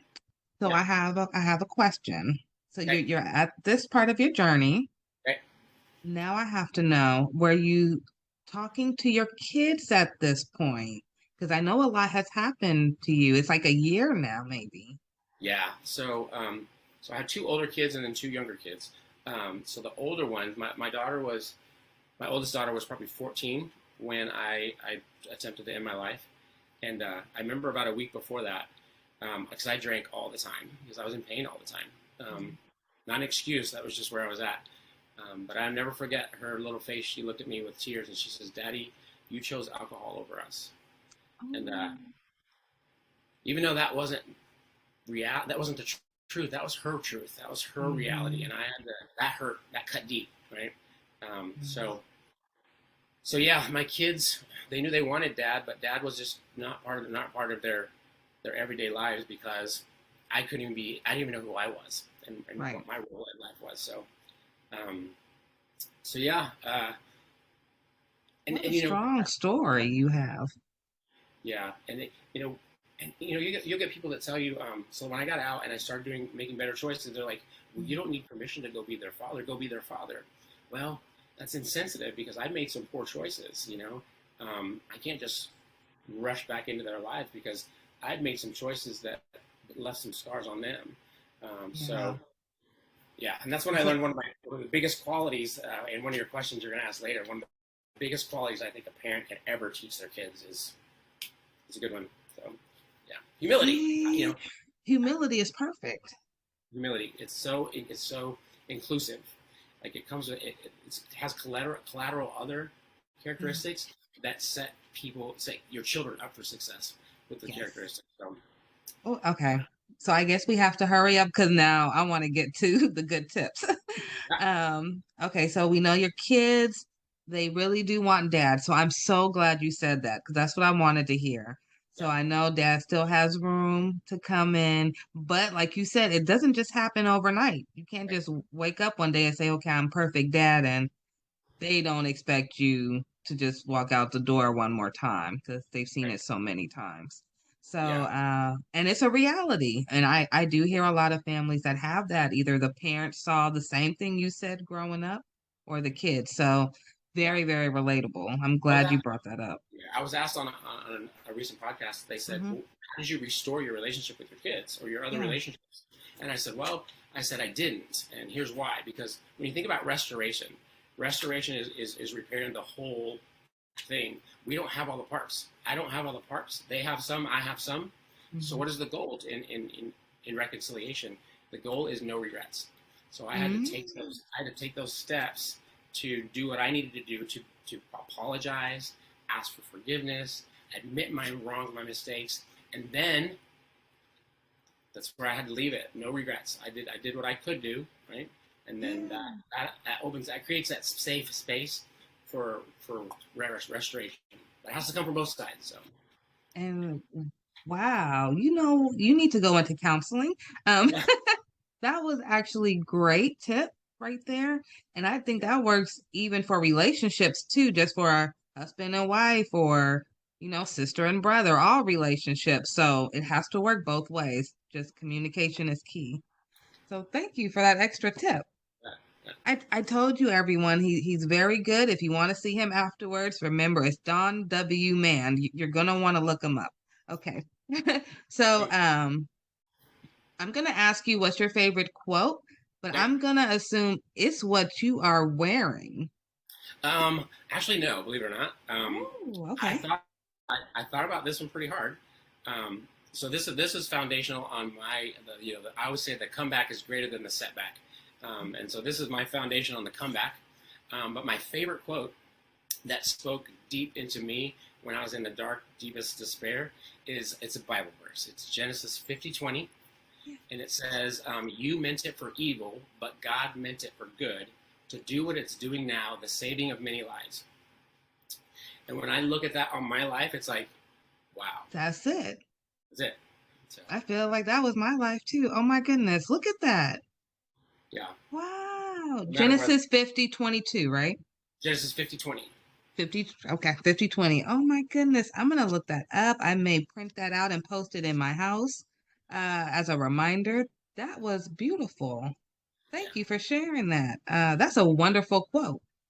Really, really is. Okay. So we're going to go to the next question. What are the best resources that have helped you along the way?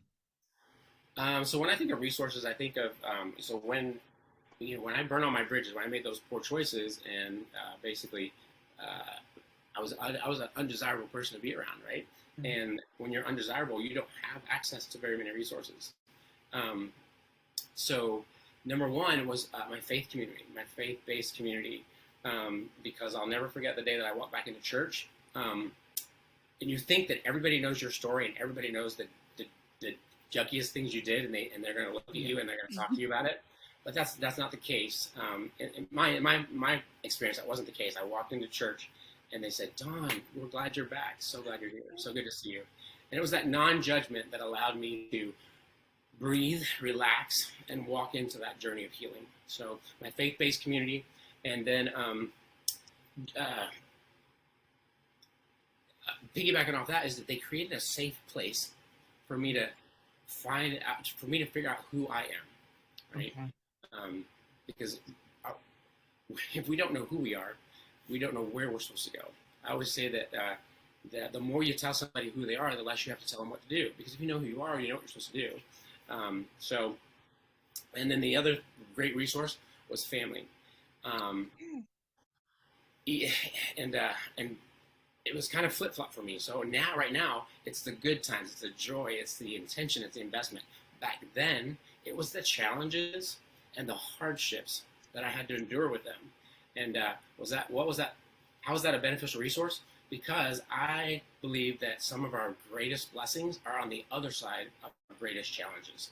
And we have to go through them to receive that stuff. And So yeah, I look forward to challenges and hardships and kids that talk back to you and kids that want to argue about bedtime. I'm like, yes, learning This is the moment. time to go. Okay, so you kind of just reversed it. You know what most people stress about, you're embracing it. Bring it on. Yeah, I was if I failed at something or if I made a mistake or if I cried, like all those things were wrong, like they were bad, and actually they're all good if you think about it. What's guaranteed in life? Everybody's gonna do fail. Everybody. That's true. Sooner or later you're gonna fail at something. So instead of finding yourself in the middle of failure and decided to take a heavy weight of a loss or something negative, no, fail. I think Will Smith said it, fail forward, right? Find out, don't ask yourself, why is this happening to me? Ask yourself, what am I supposed to learn from this? If you reframe it, there's no such thing as a loss and failure. It's just a learning. And it's going to work perfect. Yeah. I love that.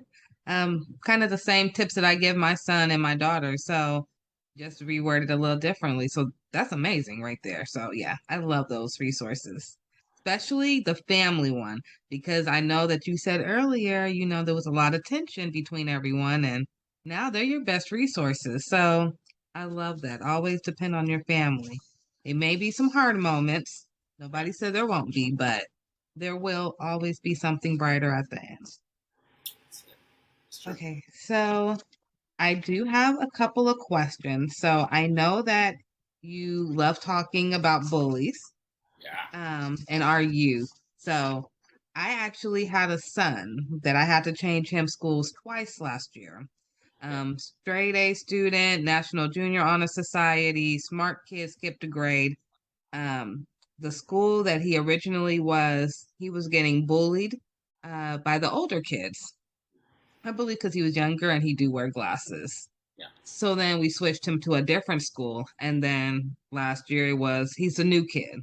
So it was a whole different type of bully and he had to prove, who he was. Yeah. So many parents have went through that, especially after COVID. Yeah. What tips can you provide to help empower our youth and any tips for parents on handling bullying? Okay. So initially, this is going to sound like a very unpopular opinion.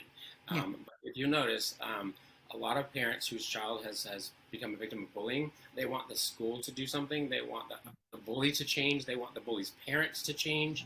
And it comes back to a very basic psychological exercise. What is your circle of control? We can't control the school. We can't control the bully. We can't control the bully's parents. So what do? It's not a hopeless situation, right? We empower our kids to be bully proof. What does that mean? That sounds like a great claim, right? Well, it is a great claim, and it started for me way back in high school. I knew this kid named David Williams, and this kid was untouchable. Like somebody would come up to him and they would just, try to make fun of him or bully him, and he was just like, what? It was just untouchable. Like he would step into his truth. If they picked on him for had a bad hair day or something, he'd be like, yeah, so. Okay. But yeah, he just owned his truth, right? And I'm like, wait a minute, that makes a ton of sense. So fast forward to last year, my son is 11 and he just got braces. Well, he has to get a slide. It's called a slide on the top of his mouth. Yeah. Well, he came over one weekend and he had his new slide in. He had the worst lisp ever. He was talking.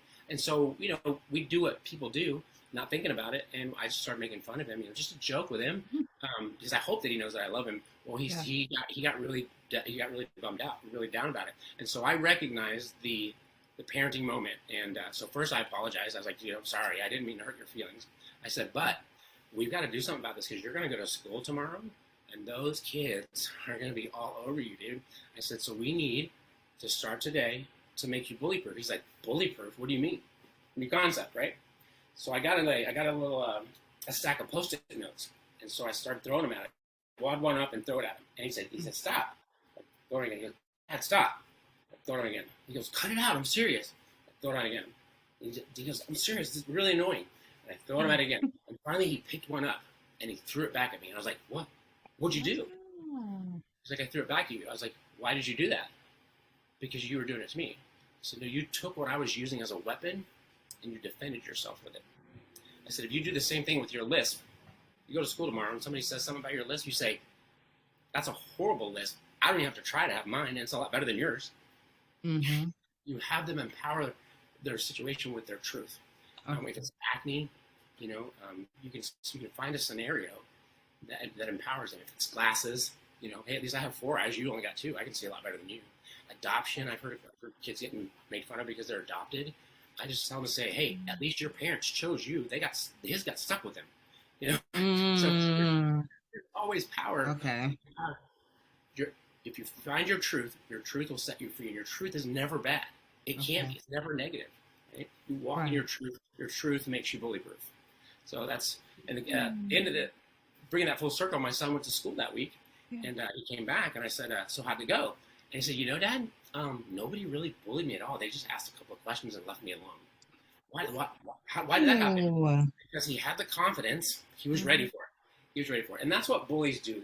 Bullies are kids that don't feel great about themselves, and the only way they know, their default to make themselves feel good, is to find a weakness in somebody else. Absolutely. So he went to school. There was no weakness. Like, he had that list, but he was ready for it.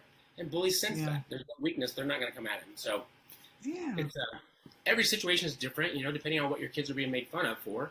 But I think a good parent who really knows their kids can turn that truth into, let them walk it, let them own it, and let them use it. Don't let somebody else use it as a weapon against you, but use it as a defense. So if you're courageous enough to own your truth, nobody can bully you for that. So. Yeah, at all.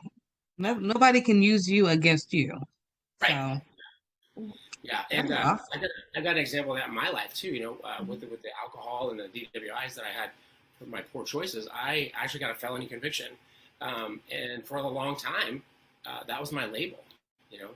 Wow. And so I held myself back because of what I believed. I wouldn't apply for jobs that I wanted, and if you never ask, the answer is always no. Yeah. Until somebody was saying something, they were calling me a felon one day. I said, look, I'm not a felon. I committed a crime that's a felony. I have a felony conviction. That's not who I am. My value and my worth is not the sum total of my poor choices. So that's it. You're more than just a title. That's what I always say about myself too. Yeah. Labels. I don't like labels. No, I don't like labels either. I have to agree with you on that one. So I have a question for you. And I don't think you talked about this, but I wrote down, did DARE make a huge impact for you? So, I don't think I mentioned it, but when I was in law enforcement, I got training to be a DARE officer, and DARE stands for Drug Abuse Resistance Education. So I got certified, and I started the first DARE program in a little town called Sarcoxie, Missouri. It absolutely had an impact, and here's the impact it had.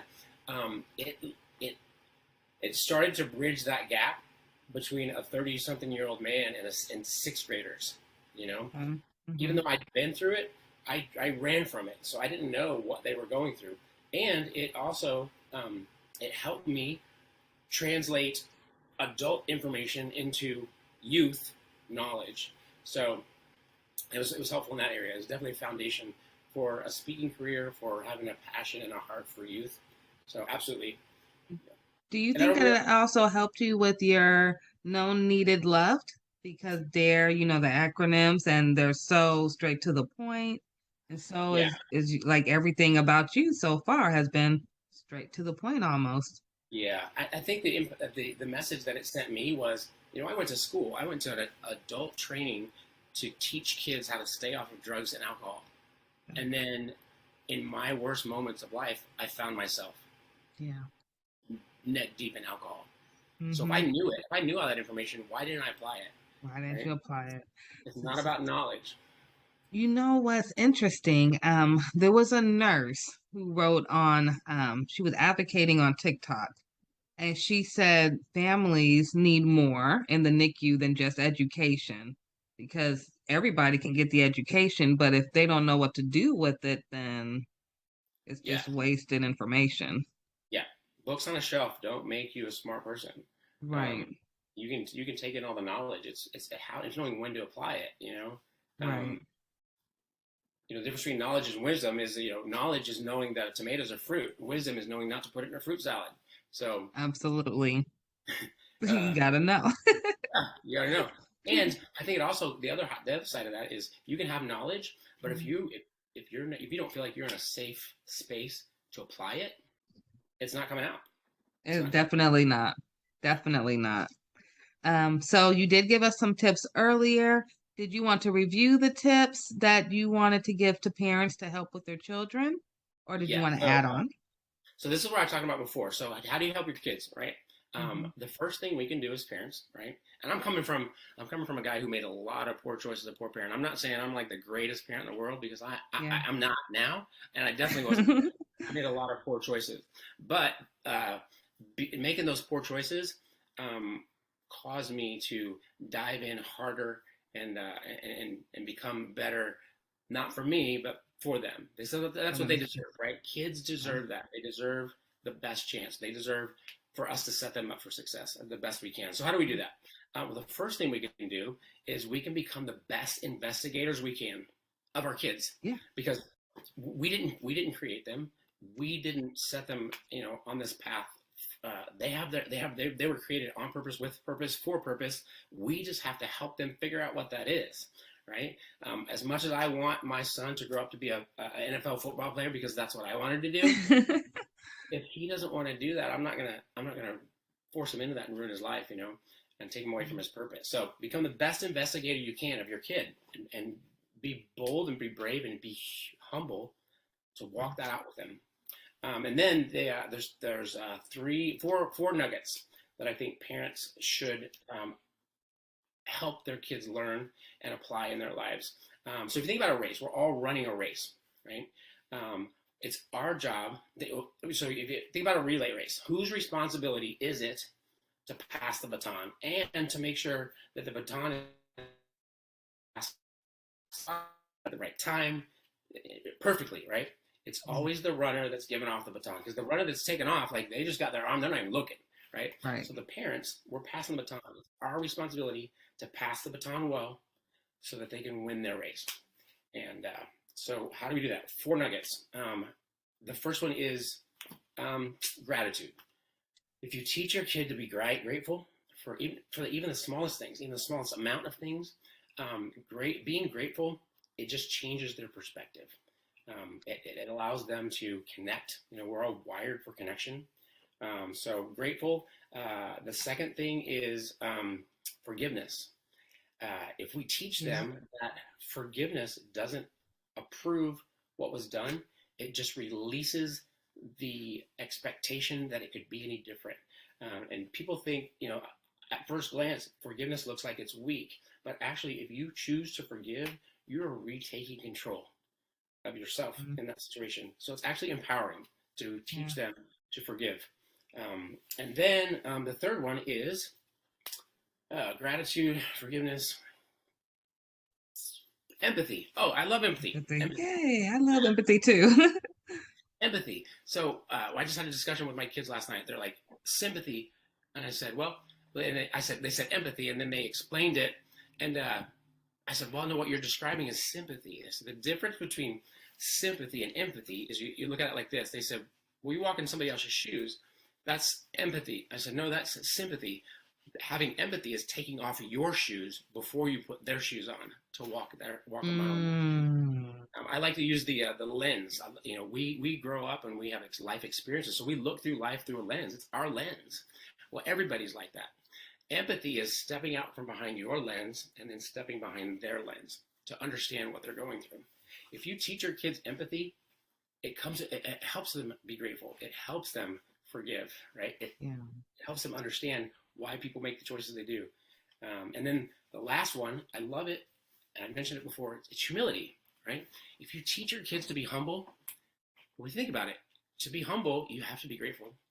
You have to forgive, and you have to have empathy. So if you could just teach if you can't do all 4, you got a busy life, just focus on humility, and not just teach them. Remember, we're not just giving them the knowledge. We're demonstrating it. And this was tough for me. I remember I was going to school, and my son was 6 at the time, And he used to always come and interject himself in conversations with like these big lies. Like he would make up some story to include himself in our conversation because he wanted to feel known and needed and loved. Yeah. And I would get so mad because he's lying, and I knew it was a lie. Everybody else knew it was a lie, and so I felt embarrassed. Well, then I was going to nursing school at the time, actually. Then went to school later that week. We learned about Erickson's stages of development, and at 6 years old, they have what's called magical thinking, and they're not lying. He just wants to be included. He's not trying to lie because he's trying to be conniving and manipulative. He just wants to be included, and so that I felt guilty. I'm like, oh man, Dad failed, right? So I went home that night and I said, hey, buddy, I would never thought I would have to apologize to a 6-year-old, right? I said, hey, buddy, you know how Dad, accused you of lying, and I said, well, I learned in nursing school, but you're not lying to do wrong. You're lying because you just want to be included. I said, so I'm sorry I did that. And he's a 6-year-old. He's like, it's okay, Dad, don't worry about it. Yeah. That was a huge lesson for me. So what that taught me is, we all have failures, we all have mistakes. So if you're humble enough to admit your mistakes in front of your kids, that's setting them up for success. I know that we think that we have to be the perfect example so they can follow a perfect example, but that's just not real. That's not authentic. And I think your kids would rather want a parent that's real than a parent that's right. Just be real. If you make a mistake, own up to it. That's going to bring you closer. It's going to draw you closer together. Not have them look like you're weak. So, and it also helps them with accepting their own failures when it comes up, because they've already seen their parents go through a failure, maybe work their way out of it. Now it's not so stressful on them. Yes. Wow, good nuggets. I like those. Thank you. Very good. I hope all of you wrote that down. Those are very important. I'm going to leave with one more question. This is the most important question I have for you. Where can people find you? And I know you have something special coming up in the works. Do you mind telling us a little bit about it? You bet. So my website is it's DonWman, all lowercase, .com. So if you just go to www.donwman.com, that's where you'll find me. I've got resources. You can contact me. I've got a contact sheet on there. I just have a passion. So my life's goal is to impact as many youth as possible, because right now suicide is the second leading cause of death between the ages of 10 and 24. I think it's tragic that children choose to take their own lives because of big emotions.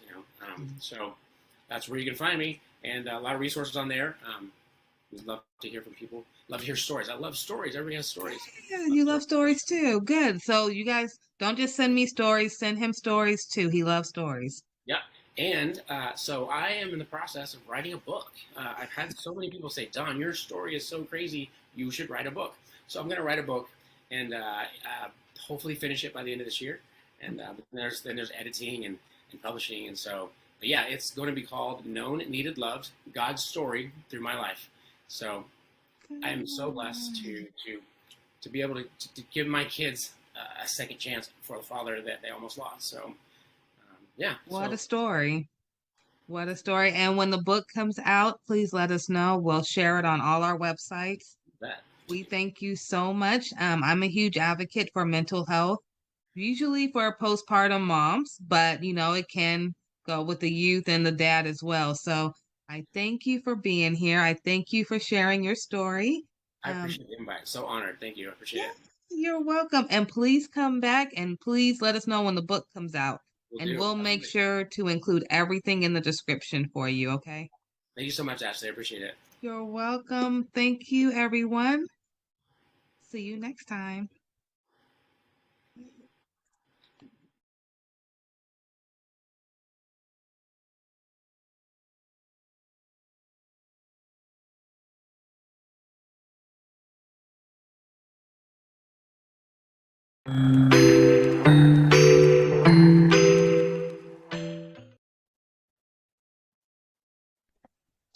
Hello, everyone. Welcome to another episode of the Ashley Randolph Podcast Show. I have a lovely guest today, and I'm so excited. I've been planning this for maybe 2 weeks now for Miss Marie Mosley. She is the author of Pretty Divorce, which is a very touchy topic, which I am absolutely so excited about sharing with you all. I know we do get some questions to our case managers about do they have any resources for when going through a divorce or how to find a lawyer and things like that. So this is a little educational for you guys. She'll tell you about her book, but most importantly, you have to hear her story. Thank you, Miss Marie, for joining us today. Thank you for having me. Yes, thank you. I can't tell you how excited I am to have you. I have been putting your flyers up for 2 weeks now and telling anyone who would listen to me to make sure they watch today. So, incredible story that you have. I want you to, if you don't mind, introduce yourself to the audience and let them know who you are. And please tell us about when your book will come out. If you want to start with that, and then we'll go to your backstory. I think that will be phenomenal. Okay, perfect. Yes, I am the author of Pretty Divorce, how to sever a toxic union and create an illuminated future. The book is on pre-order now. It's on pre-order, and you can order it if you want at theprettydivorce.com. And it should be in people's hands no later than next week. I'm finalizing everything and printing and getting them right out to everybody because it's been on pre-order for a little bit. So yeah, it's been a journey. Right in time for the holidays. Yeah. Oh, yes. I actually wanted it to be out this summer, but I do trust in God's timing. So I think maybe the timing is perfect. I think it's perfect. And I'll do another little hint. So I'm very business savvy. So my business mind instantly said, okay, holiday sales are like the highest time that you're going to have the most profit. And then it also told me that this is also one of the times when people who are going through a divorce get really sad because it's maybe the first holiday season that they're not together. And what a great book to give to someone who's sad and down and say, honey, it's a pretty divorce. Absolutely. That face up. So I think it's wonderful. Timing is everything. I do believe in divine timing. So I think you're going to do a wonderful job. If you need any ideas for gift wrapping them books, I already have some too. So oh my God, I appreciate you. Thank you. I appreciate you. And just the strength to write this book. You had to have so much incredible strength to even look at what you went through to come out of that, because I'm sure you had a lot of emotion. You sit there, because I had to write a book for the NICU and my experiences, and it was one of my most traumatic experiences. I had 3 preemies. Okay. All 3 was horrible. So to sit there and write that was almost like journaling my experience. And there were some moments I forgot about. So I can only imagine how hard it was for you, and to still call it pretty divorce. I mean, yes. You are the first person that understands exactly what I was going through. There were times when I had to put it down for a little while, and just go back, because it was almost like reliving everything over and over again. The editing, the going through it, the writing, it was really taking its toll sometime on me. And I began the process because let me go back. I want to say this part. At first, I really did lose my identity in this marriage. And my story was wrapped around being teenage parents, that stayed together and kind of made something of themselves. All right. So that was my story. Like a fairy tale story. I didn't think about the toxicity. I just like, all right, we're together. You know, we have a story, because I've always wanted to be an author. I always knew that I was going to write my story. So, but it took me years to redevelop a new identity, my own identity, without separating apart from the relationship, you know, because we were together from the time I was 13 till I was 38. Yes. All of those years. All those the major milestones. Major, all the good 20s. Oh. Yes. So was it hard to go through your 20s in the book? Because I know you were looking like, these were my golden years. So the book tells you a lot, but I'm going to say this. And this is not a funny topic, but around about 16 or 17, I became suicidal. It had gotten that bad. It had gotten that bad. And I talk about it in the book. My girlfriend introduced me to her boyfriend's friend, and he kind of became an outlet. So yeah, I don't advocate side relationships. However, I have to say that my side relationship kind of saved my life. You know, so that moment it worked. Yeah. So my 20s were horrific at home, but they were glorious somewhere else. If that can, you know. So I don't know why, you guys. I'm sorry, but I have to say this. I am getting the song Khalees Milkshake Bring All the Boys to the Yard stuck in my head when she said, you know, it's like this at home, but outside. Oh my goodness. But it worked for you. You're still here. Absolutely. So, absolutely. Not advocating for it, but not at all. And I'm, you know, and I don't take, because I was an educator for so many years working with kids, I would have a lot of children with suicide ideation, attempts, different things that I've gone through. So I don't take that lightly.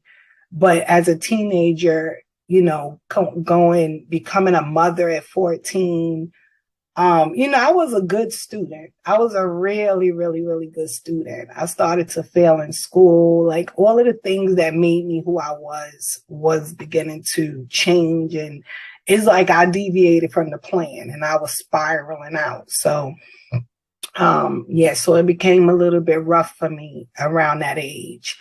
But finding another outlet, you know, albeit it was a side relationship, it really did help me. It helped. He helped me a lot. You know what I mean? Like I'm married to a different man right now.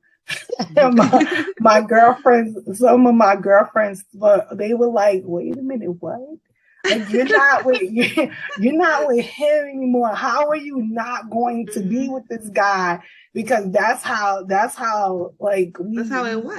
forever. Yeah, we really, really fit. But you know, things happen, and I'm in a new relationship. He's in a new relationship, but I definitely know for a fact that we both still have a really high regard for one another. You know, him and his family were my solace. They were my peace, you know, so I can never forget that. Like I can never forget them, you know, and what's awesome is my husband now, he knows all about it because him and I were best friends. So he got to know and understand how crazy I was about this guy and how indebted I was and how, you know, I hold him in a really high regard and stuff. So, and he's okay with it. He's an alpha. He's an alpha and he's confident. So okay, absolutely. Yeah, so he's not intimidated by it or anything. So I can talk about it. He knows about it. So,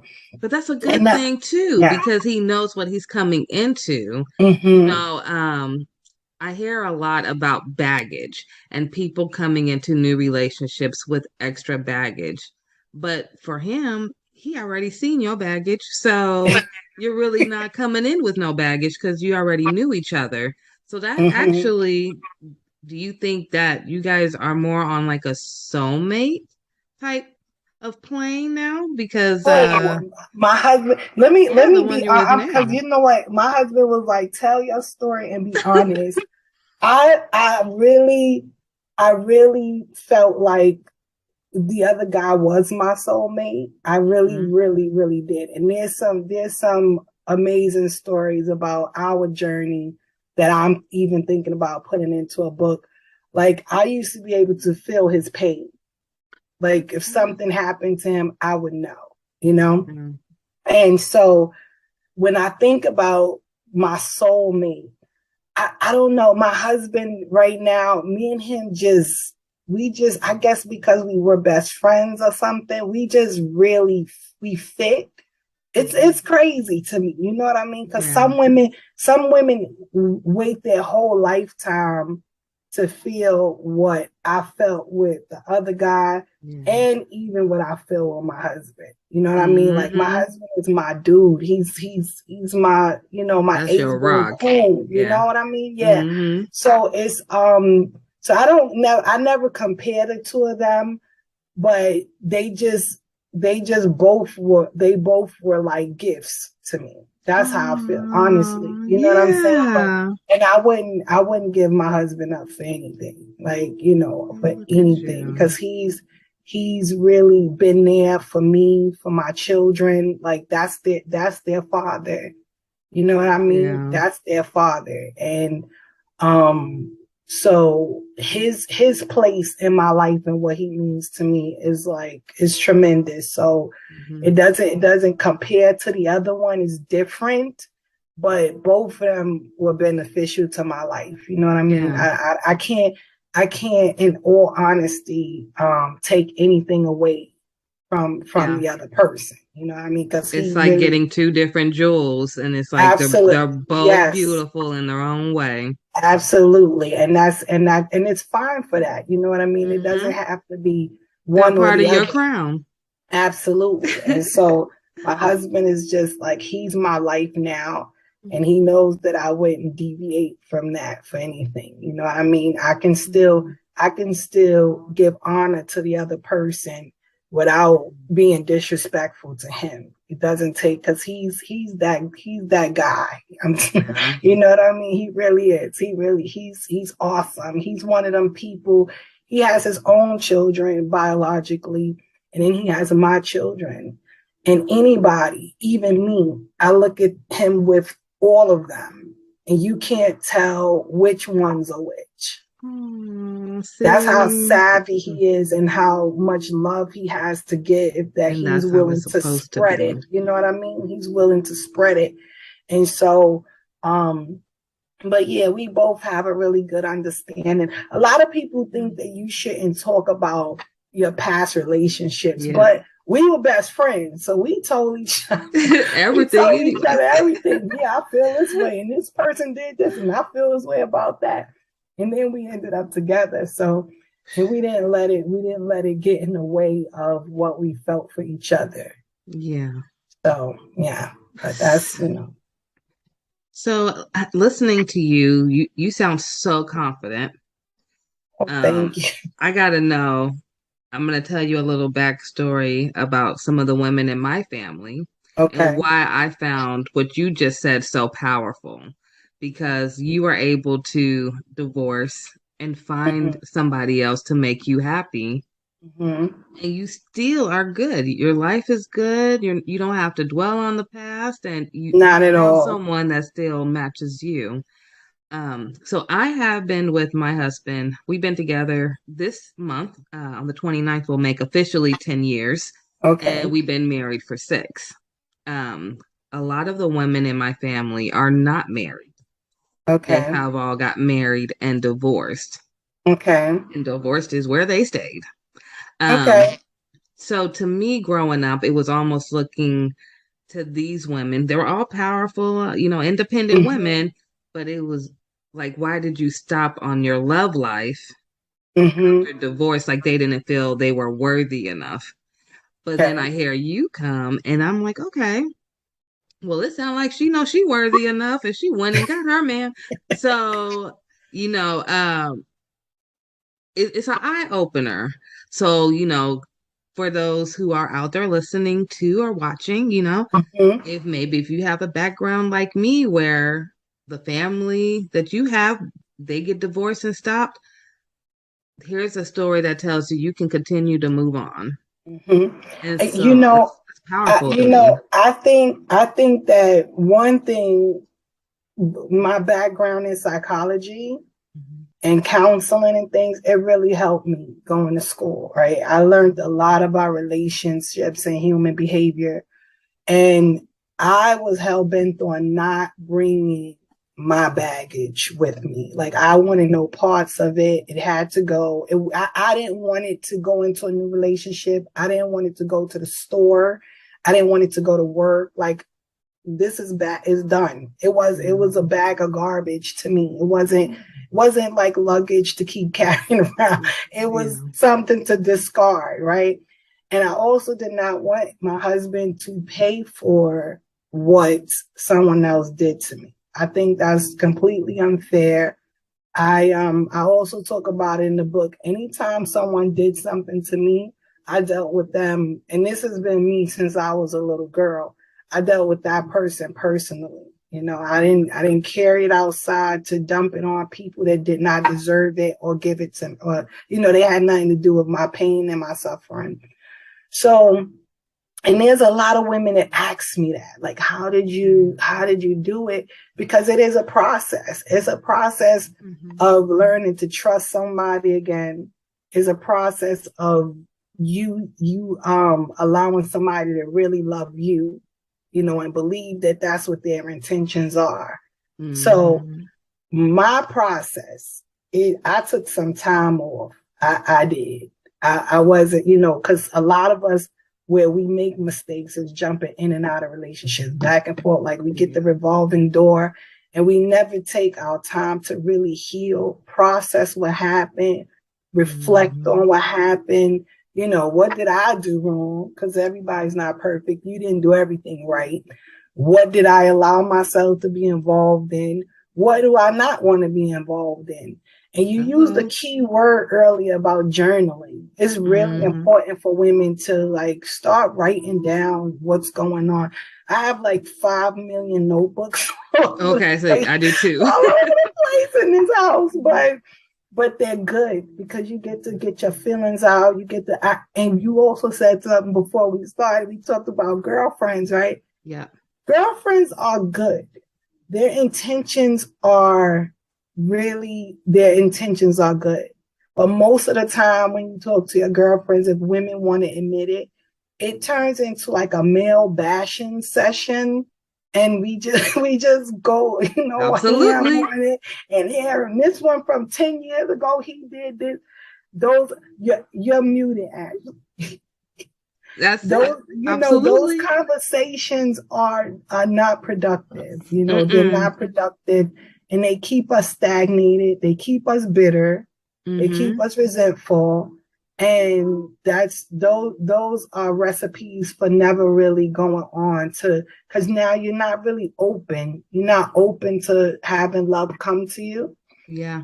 And you're not willing to give love because somebody already trampled all over it. Yeah. But that saying about the $1 bill or a $10 bill, you can crush it up, smash it, kick it all around, and you drag it through the dirt. When you open it and take it to the store, it's still worth $10. Still $10. So if we can understand that our value is not diminished because of the stuff we've gone through. And life does go on after whatever his name is. It's okay. You don't let one monkey stop your show. You keep the show going. You have to, because if not, they win. I don't like to reduce it to that, but the truth is they win. Yeah. They left you a shell of a woman, while they're out enjoying their life with whomever, and you're sitting around and you've not really find yourself, and that's only if you want to have another relationship. Some people go through so much they don't want to be bothered anymore. But Yeah. even in those places, I think that if they went through some healing and, mindset changes and self-development, reinvent yourself, turn things around, it can work for them. They don't have to be alone. I don't think that we're designed to be alone. I agree. I don't think we are either. We Definitely are. not. I think we were designed for companionship, and to have someone that genuinely loves us in our lives. And because one man didn't appreciate it and didn't understand the treasure that he had, that's his problem and his loss. And you have to shift your mindset. You have to. Because if we sit around pondering what we went through, why, if I shoulda, coulda, woulda, why didn't I, we're wasting more time. Yeah, I agree. And we don't have that much time to lose. Every day we get older. Absolutely. I have to ask you a question. I'm here for it. You have this accent. You got to tell us about your accent, where you come from, and if you don't mind, I know we talked a little bit offline about some of your family and some of your family stories and how they are in the book. You don't have to say it all if you don't want to, because we do want you guys to get the book. So, but if you want to, just touch on it a little bit, just to invite everyone into your life and how you were able to get this beautiful mindset that I hope we all can have after meeting with you today. Thank you. So I was born and raised in the Bronx in New York City. Right? Growing up, people thought I was Southern for some reason. Now, my dad, I don't know. My dad is was born and raised in South Carolina. So I didn't know, maybe his genes were that powerful that I got his accent. But I'm originally from Bronx, New York. We just quickly, my dad died when I was 5. And we came from, we came from a quaint little neighborhood. And after his death, we had a fire. Really? So no, I shouldn't leave my precious dog out. After my dad died, maybe like 2 months later, we lost our dog that was there when I was born. And then we had the fire. And then we moved to the projects in the South Bronx, which were a bit intimidating, but we had to do what we had to do. That's where we were placed. And so we lived there for a while, after getting used to all of that. Around about when I was 12, my sister passed away. And I don't want to say, well, my sisters, both of them are my favorite siblings. I'm going to say, my brothers, I got my oldest brother that I'm like in love with, my oldest brother. But my sisters were my sisters. They never treated me like a pesky little kid. I was like their life, anything, like, what do you want to do? Take me shopping, doing my hair, everything. So I love my sisters. But my middle sister, she was 22 years old and she had a preemie. Yes, she had a baby. She was born 1 pound and 7 ounces. Ooh, little warrior. Yes. And she fought through that. She came home on Valentine's Day of 1983. She was born in 82. Oh wow. Okay. Yeah. So a long NICU stay. And my sister, they gave my sister the wrong medication. Oh no. For an allergic reaction. And she ended up, oh God, I've never told nobody this. I wrote it in my book, but I didn't never utter the words. Well, you're in a safe place, so know that. Yeah, I know, but it's still difficult. It's still hard every time, I know. Oh God. So she ended up, she was hallucinating from this medication, and she and the baby went out the window. Oh, no. Yeah. And I'm so sorry. it's That's been why a you're minute, such but a still, fighter. Man. so the baby passed away that day, and then my sister was in the hospital for 2 months. And the day we told her, because we didn't tell her for the whole 2 months, she was in the ICU, unit for 2 months, and the doctors suggested, because she couldn't really remember what happened, and the doctors suggested that we didn't tell her, because it would be detrimental to her healing and her health and everything. And once she got herself together and she was in the regular room and she was asking, like, now I'm out of the ICU, I can see the baby. I need to see the baby. They got a psychologist, my mom, the clergy, we all were in there, and we all told her what happened. And she was gone the next day. No. Yep, she was gone the next day. The doctor said she went into some sort of cardiac arrest, that she had this pneumonia that they didn't detect in her system. And I was like, yeah, no, I don't think that's it. Like, my sister adored that baby. You know what I mean? Every single day at the hospital, for as long as sit there and wait till she go back in and visit. You have preemies, you know how it know what you go through, you know what I mean?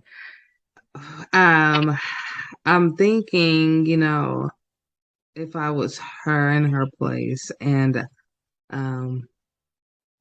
not talking for your sister, of course, but if it was me and then I heard that news, I mean, you literally, how we were talking about earlier about, you don't want to lose yourself. But when you're in the NICU, you kind of do lose yourself, and then you become all about that baby.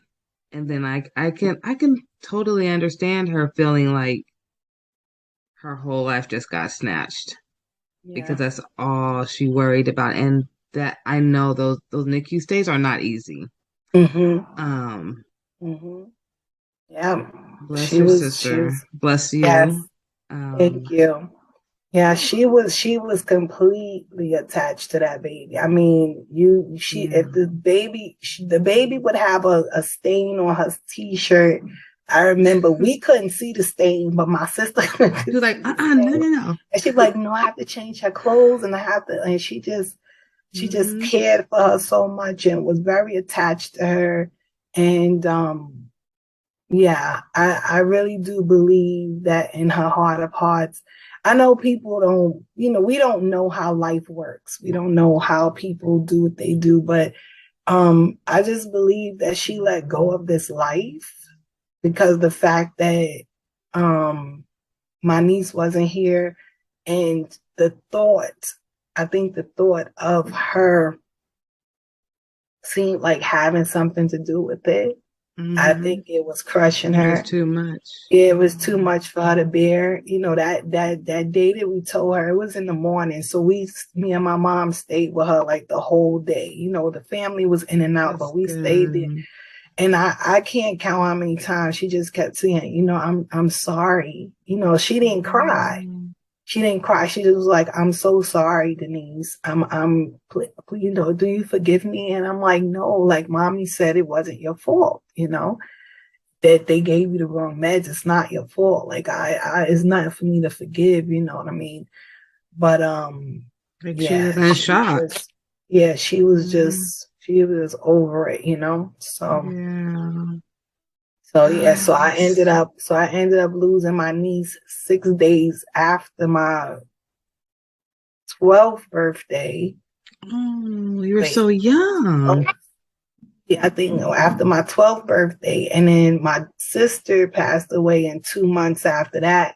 And I literally had to go back to school. Like, I literally had to go back to school. Like, I didn't just bury them.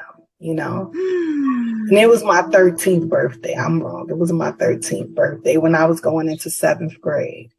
Yeah. Wow. I had to go right back to school, like maybe a week after we buried my sister.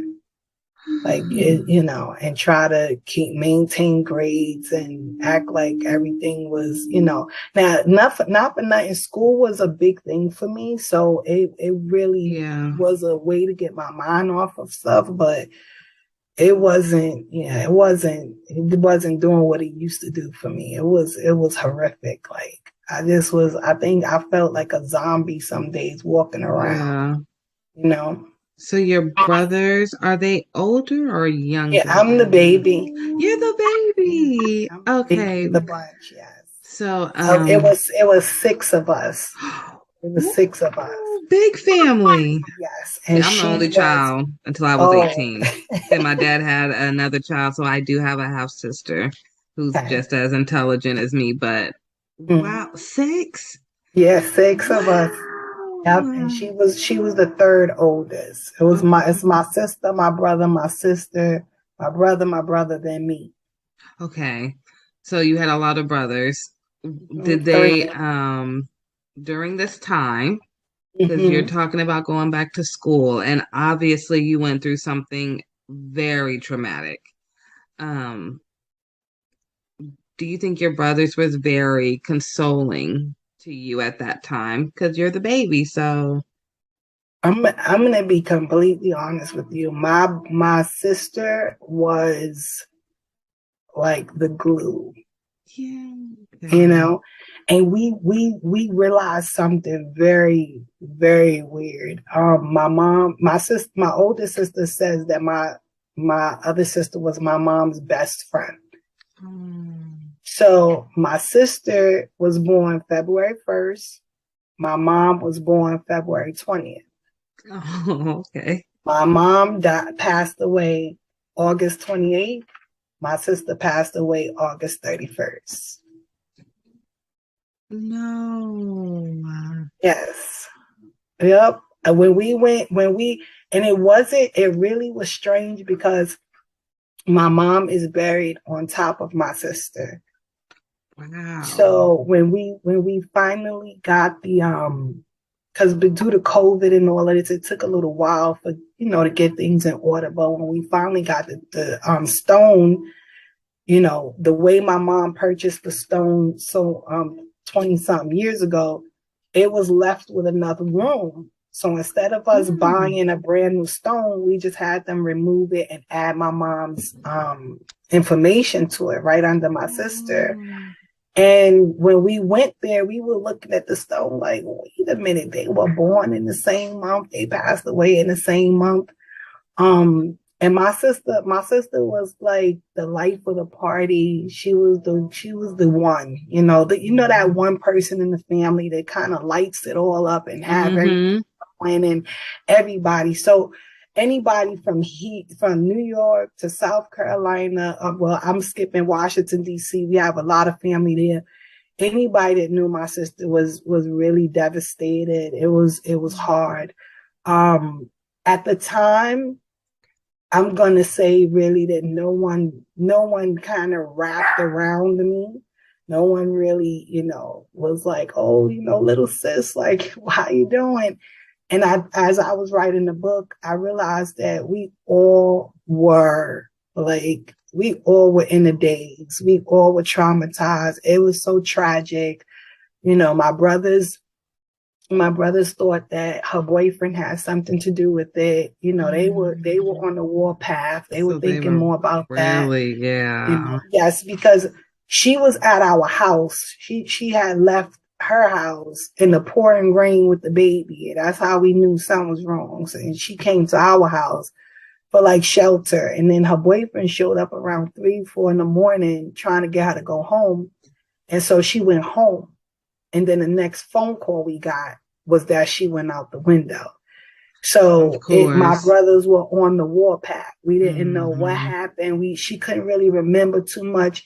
So we didn't know if he did something to her or whatever. So no one, and right after my sister passed away and we went to the hospital and came home, I kind of went mute for a week or so. Like I wouldn't speak, I was just dazed out. My mom was there. So I don't, they didn't really come to too much, gather around Denise because something might be wrong with her. My middle name is Denise. I'm sorry. Oh, okay. Yeah. So, but as now that I'm older, I don't really blame anybody because I know that we all were just in the daze. It was unbelievable, unfathomable that this was happening, to us, to her. Yeah. And so I don't blame everybody. Everybody, went into their own corners to try to figure out how to process it and deal with it and get their lives together. So I can't even imagine, like, just visualizing everything you're saying right now. It almost feels like a bad dream that's never going to stop. Yeah. I mean, from the age of, I think you said, what, 6? You're 5 when your dad passed away, and then the fire, and then you had to move to an area that was a little different. Very different. Then you had to, I'm assuming, learn all different type of skill sets to live in this new environment. Absolutely. And then this you had with to your learn. sister. Let's just call it what it is. I had to learn how to fight. Yeah. And I had to learn how to survive. I did. And I talk about it in the book that, I was just starting to get my bearings straight. Like I finally started to feel a little bit of stability. Yeah. Like things were normal for a little bit, and then my sister, it just literally pulled the rug from under me. And then after that, so that happened when I was 13. Yeah, I was gonna ask. So you met and your first husband around that time, right? And by the time I'm 14, I'm having a baby. What? Yeah. It just, I'm telling you, my sister dying really just threw me off. It threw me off completely. Like it just threw me completely off my game. I'm telling you. Okay, wait. I'm telling you. Okay. This interview is getting so good. Okay, I have one question. We got to 13. Okay. And then we're going to have to get you a documentary, okay? You get to 13, and I'm just so curious. You were talking about going back to school and your grades. Mm-hmm. Like, did your grades at this point just completely fall, and then you met him? And so that summer, while I was dealing with everything with my sister, we went into we went with my girlfriends. Were always talking about him. We're talking about girlfriends again. Yeah, they knew him. I didn't. Mm-hmm. And I'm not for nothing. My brother was a part of the Nation of Islam. And he used to teach me a lot of stuff. And he used to teach me a lot of stuff about being a Black woman and, a female. And, how it's because of women that we populate the earth and how important we are and our contribution to society and stuff. And so my brother was he was a very integral part of me being almost as powerful as I am. God had a lot to do with it. My mom and my sister, but my brother, young, that's the type of time he spent with me, teaching me who I am, teaching me to look at people's character, and not just taking them at face value or what they said or material things. People had to show me who they were, not just, So I didn't really like this guy, which makes matters a lot because I didn't really like him at first. I didn't like him. He was not a good person. He messed around with a lot of girls, different stuff. So I ended up, we ended up getting to know each other, and I gave him, I let my guards down and gave him a break or whatever. And by the time I turned around, I was in a serious situation of peer pressure. And yeah, no, really, it was peer pressure because I knew better. Yeah. I knew better, and you know how hard it is years later to look at you, look at your life and know you've made these mistakes or gone down this path, knowing that you knew better. I'm working on that with my son who's about to be 12 this year. Right Yes. now. Absolutely. You know what I mean? You have to tell him that, because my husband, my new husband, he has a saying: decisions, decisions, decisions. And your decisions can change the whole trajectory of your life. Like it really, one small, you could think it's minute, you could think it's small, one little decision could just change your whole path. So we have to be, because life is life. Yeah. And life is not playing with people. There's no redos. It does not care that you're 12. It does not care that you're 13. It does not care. It doesn't care that this is your first time. The sperm met the egg, and guess what? You're having a baby. See what I mean? Life is for real. One time. That's all it takes. And it was my first time. No. Even more traumatic. Let me tell you something. I was just like, I was like, what is happening to me? Like, why? Wow. You know? And it's so many years later that I can say that it's okay. You know what I mean? You learned a lot. Because now that life has given me so much lessons and so much experience that I can help other people. You know what I mean? So they say that God gives his the toughest battles, to the strongest soldiers. So if he saw fit to say, like, you know what, she can handle it. She's gonna make it through it. She's gonna come through and she's gonna glorify me and let people know that I do exist because I brought her through. Then it's okay. But in the process of it, it's not. In the process, it wasn't okay. I know you were just wanting to throw in the towel so many times. What is going on? I was like, what is going on? What is happening? Why is this happening? All of these things just keep happening. And I'm in the center of it all, What a testimony. Yeah. And we haven't even got to the end yet. We're only at 14 years old. Oh my goodness. I have to ask. Yes, ma'am. I won't get into so many because you do have this in your book, right? Yes. Some of this. So I won't ask too many questions. But I am so curious to know, when Mama Baby came in and said, Mama, I'm pregnant, what was Mama's response? Because you the baby. We got to remember. Yes, absolutely. I'm glad you realized that. I can't wait for you to read this book because I'm glad I can't wait to realize that I'm 13 and pregnant. And as a woman, you can say, she's still a baby. Because some people didn't treat me that nice. Yeah. Some people didn't care that I was 13. But you'll read about that.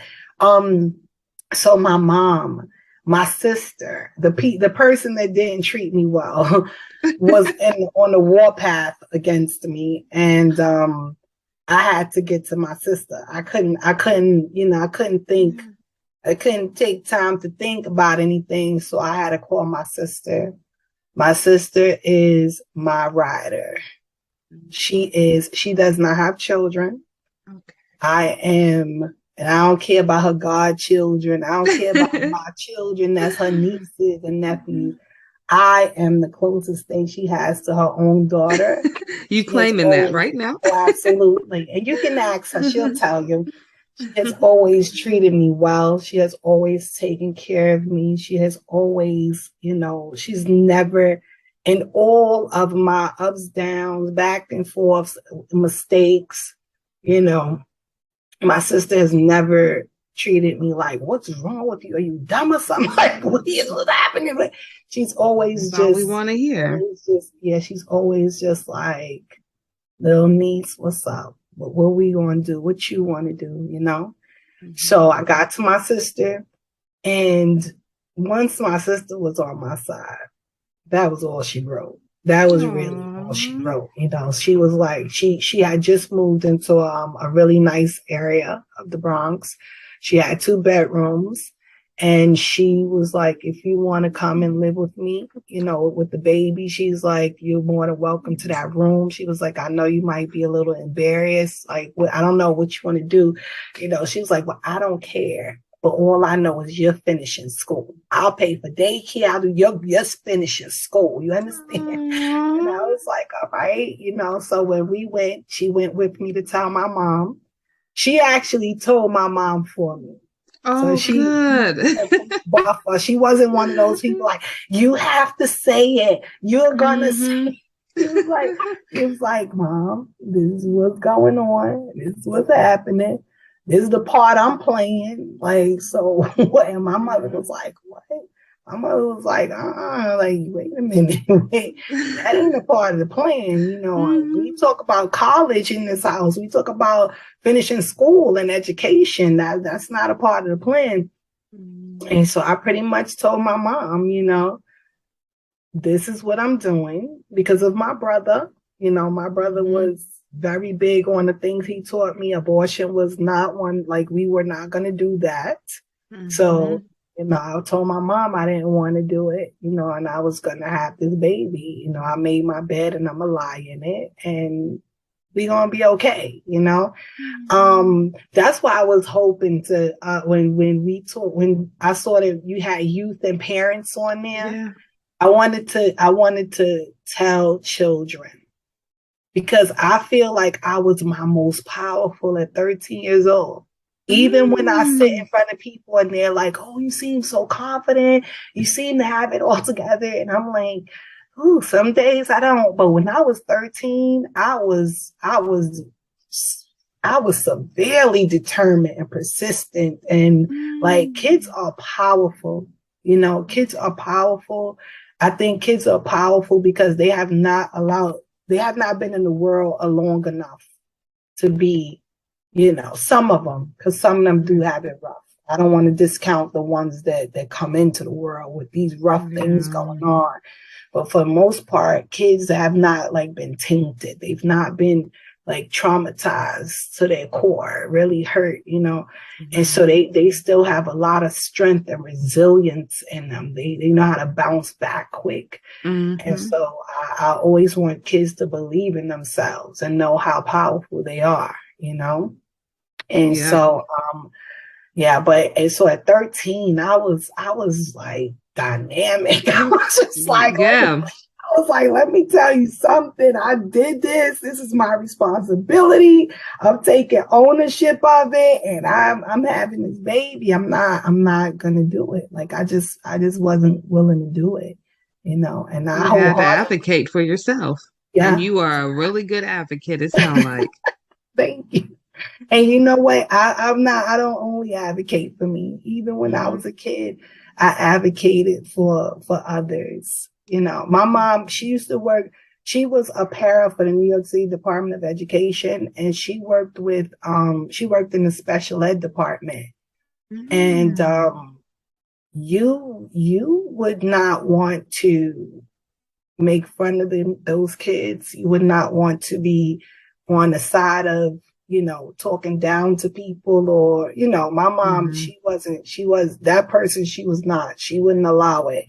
And so if we did it as her kids, we would have something to pay once we got home. So, you know, we grew up looking at other people, you know, as equal to us, you know, not beneath us in no way, education wise, financially, anything of that nature. We had to respect people, you know, whatever station in life they were in.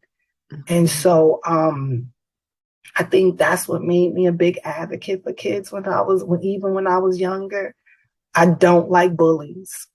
Yeah, I don't like clique mentality. I have a zero tolerance for it. And so I've always been willing to stand up for those that are like less fortunate and things like that.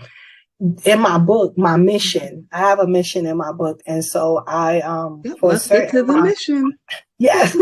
So for a certain amount of books sold, I do fully loaded backpacks for the homeless. I love it. It's like so cute, right?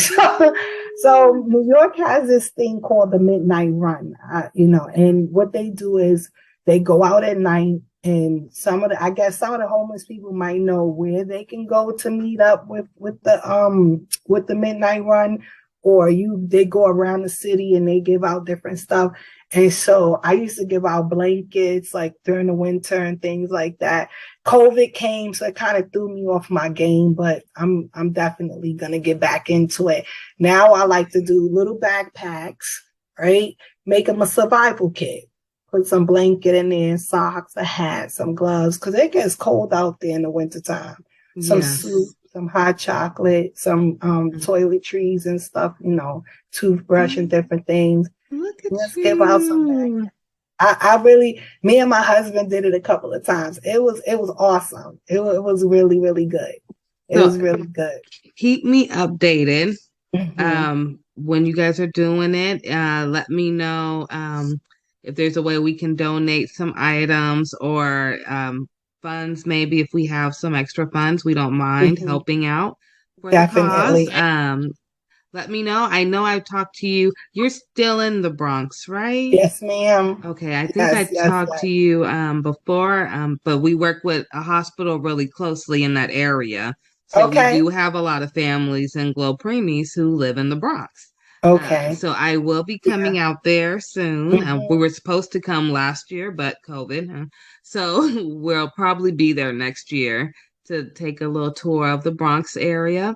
Yeah. But I would love to help meet you face to face. Love to meet you face to face. I would love to meet you too.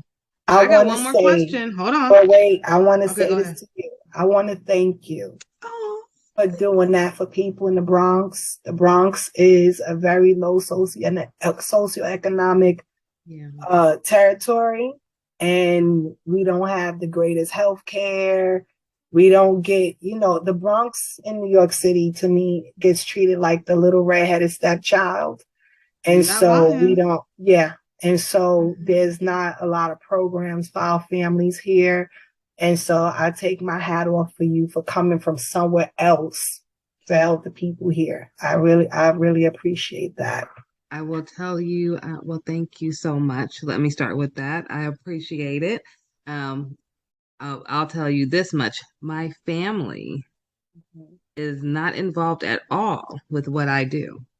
Okay. So if you ask them, hey, what does Ashley do? They'll probably tell you, I don't know. She works from home, I guess. They have no idea what Glo Preemies is. They have no idea what the Alliance is. They have no idea how many policies I have single-handedly helped change. For your area alone, I believe we have already sent maybe 6 breast pumps to new NICU moms, Black NICU moms. We are working on sending more right now as we speak. So that is just one of the little things that we do. So just to let you know that I am very appreciative for you acknowledging anything that I do, but I never do it for clout. That's what they say. I do it more because I was a NICU mom who had no family who came to see me when I was in the NICU with my baby. I'm a mom that never had a baby shower because I had preemies. I'm a mom who's been let go by a doctor because I was too sick. Just too many bad things. So I thank you for sharing your story, particularly the preemie story. But is there a way for those who just heard what you're doing with the mission to be able to help donate to you? Do you guys have like a Cash App set up, or will you get one so that if people see this video and want to help contribute to what you guys are doing without getting the book, or if they want to get the book and still donate, how can we do that? So currently I don't have a Cash App set up for it. We'll work on one. Yes, we will. Yes, we will, ma'am. Listen, you're gonna be right. You don't even know how much you're helping me right now by kind of giving me some tips and instruction. Like, hey, girl, get this together. Oh, good. We're gonna have you popping, okay? Don't worry about it, you guys. So you heard her. She is gonna get a Cash App or something to that caliber, and when she do, I will post it under this video. So keep looking for this video, see if there's any updates. I'm sure I'll have you back when the book comes out. Absolutely. I want to do a giveaway for the holidays. I need that book for the giveaway. Okay.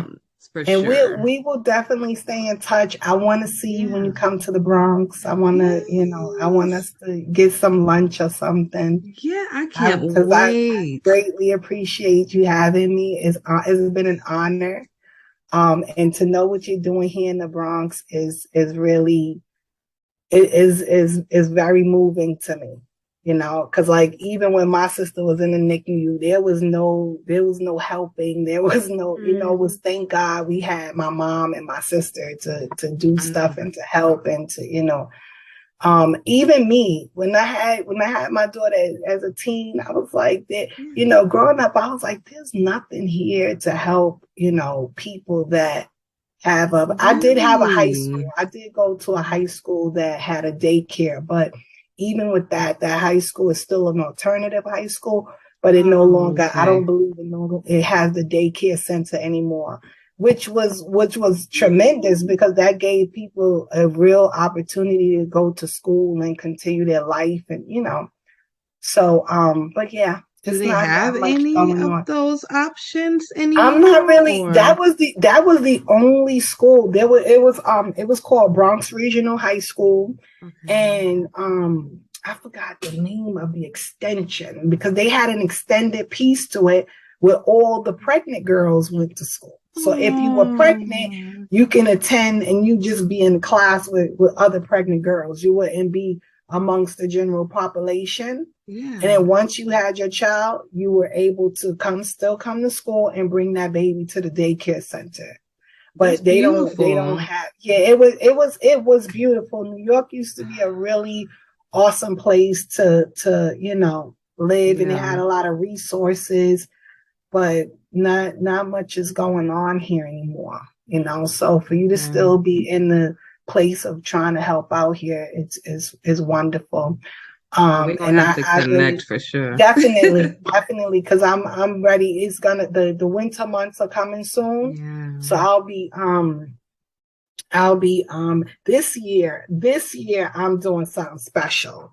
This year, all of the blankets that I buy, probably in the blankets and maybe in the hats, I'm gonna have my daughter sew in patches that says Jesus loves you. Because I want them to know that it comes from him, not from me. Look at you. So, I love that.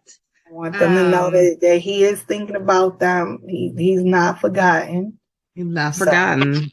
Yeah, because I would not have gotten to this moment without him. Absolutely. I feel the same way. Yeah. I don't. Yep. That's why I said earlier. I believe everything happens in divine timing. God little ones is what GLO stands for. So GLO stands for God's little ones. And I truly believe because, quick backstory, when I first got pregnant with Aiden, my oldest child, it was in 2010. I was going to Xavier in New Orleans and Tulane at the same time. Going to be an OBGYN, wanted to be a doctor. That was my main goal. I wanted to be a baby doctor. And I went to Tulane because I wanted to do public health, because I wanted to work in the World Health Organization. Ended up having Aiden with 2 semesters left. And here we are 12 years later. I have Glo Preemies. It incorporates both of them. So I'm still dealing with babies.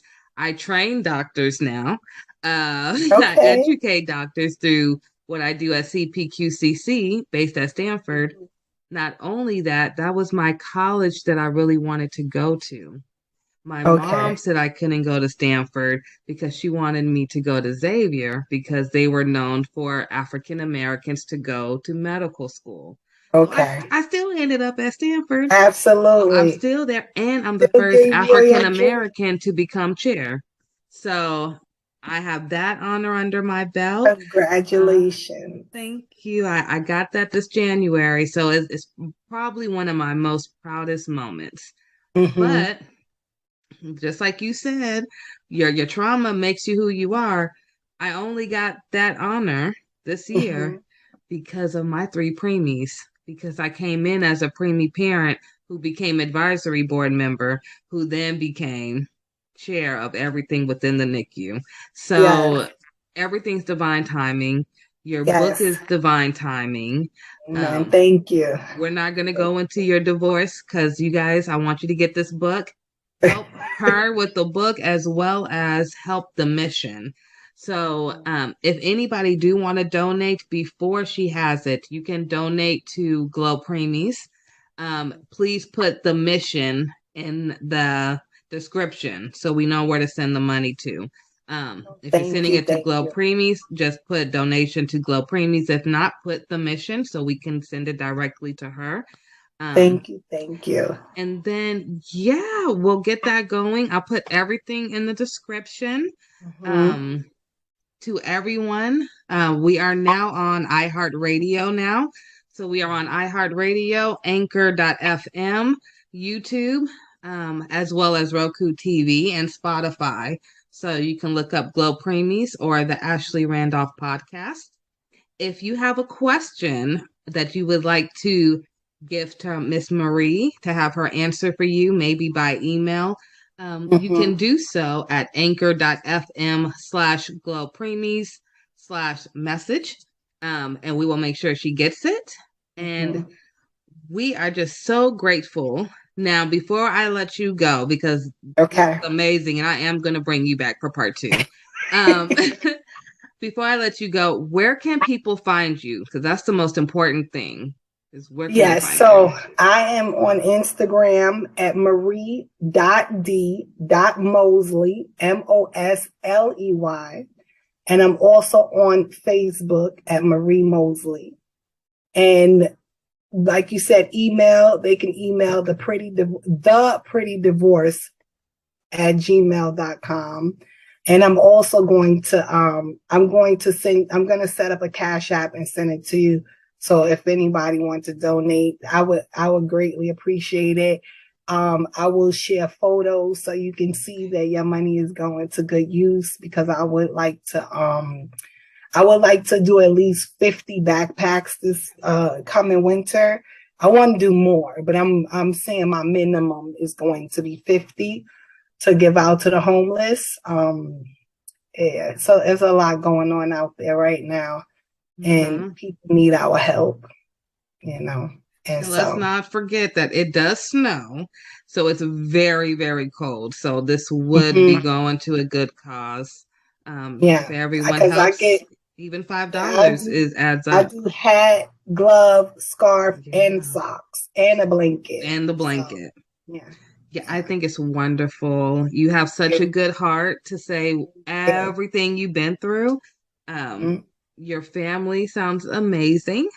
Thank you. So we know that you came from some kind of good background. We may not know them personally, but we know that they're tough, they're strong, and you're the baby. So you're gonna just take everything that you've seen from them. So you have to be a tough cookie. So we are so appreciative of you and thank your you, my work. dear.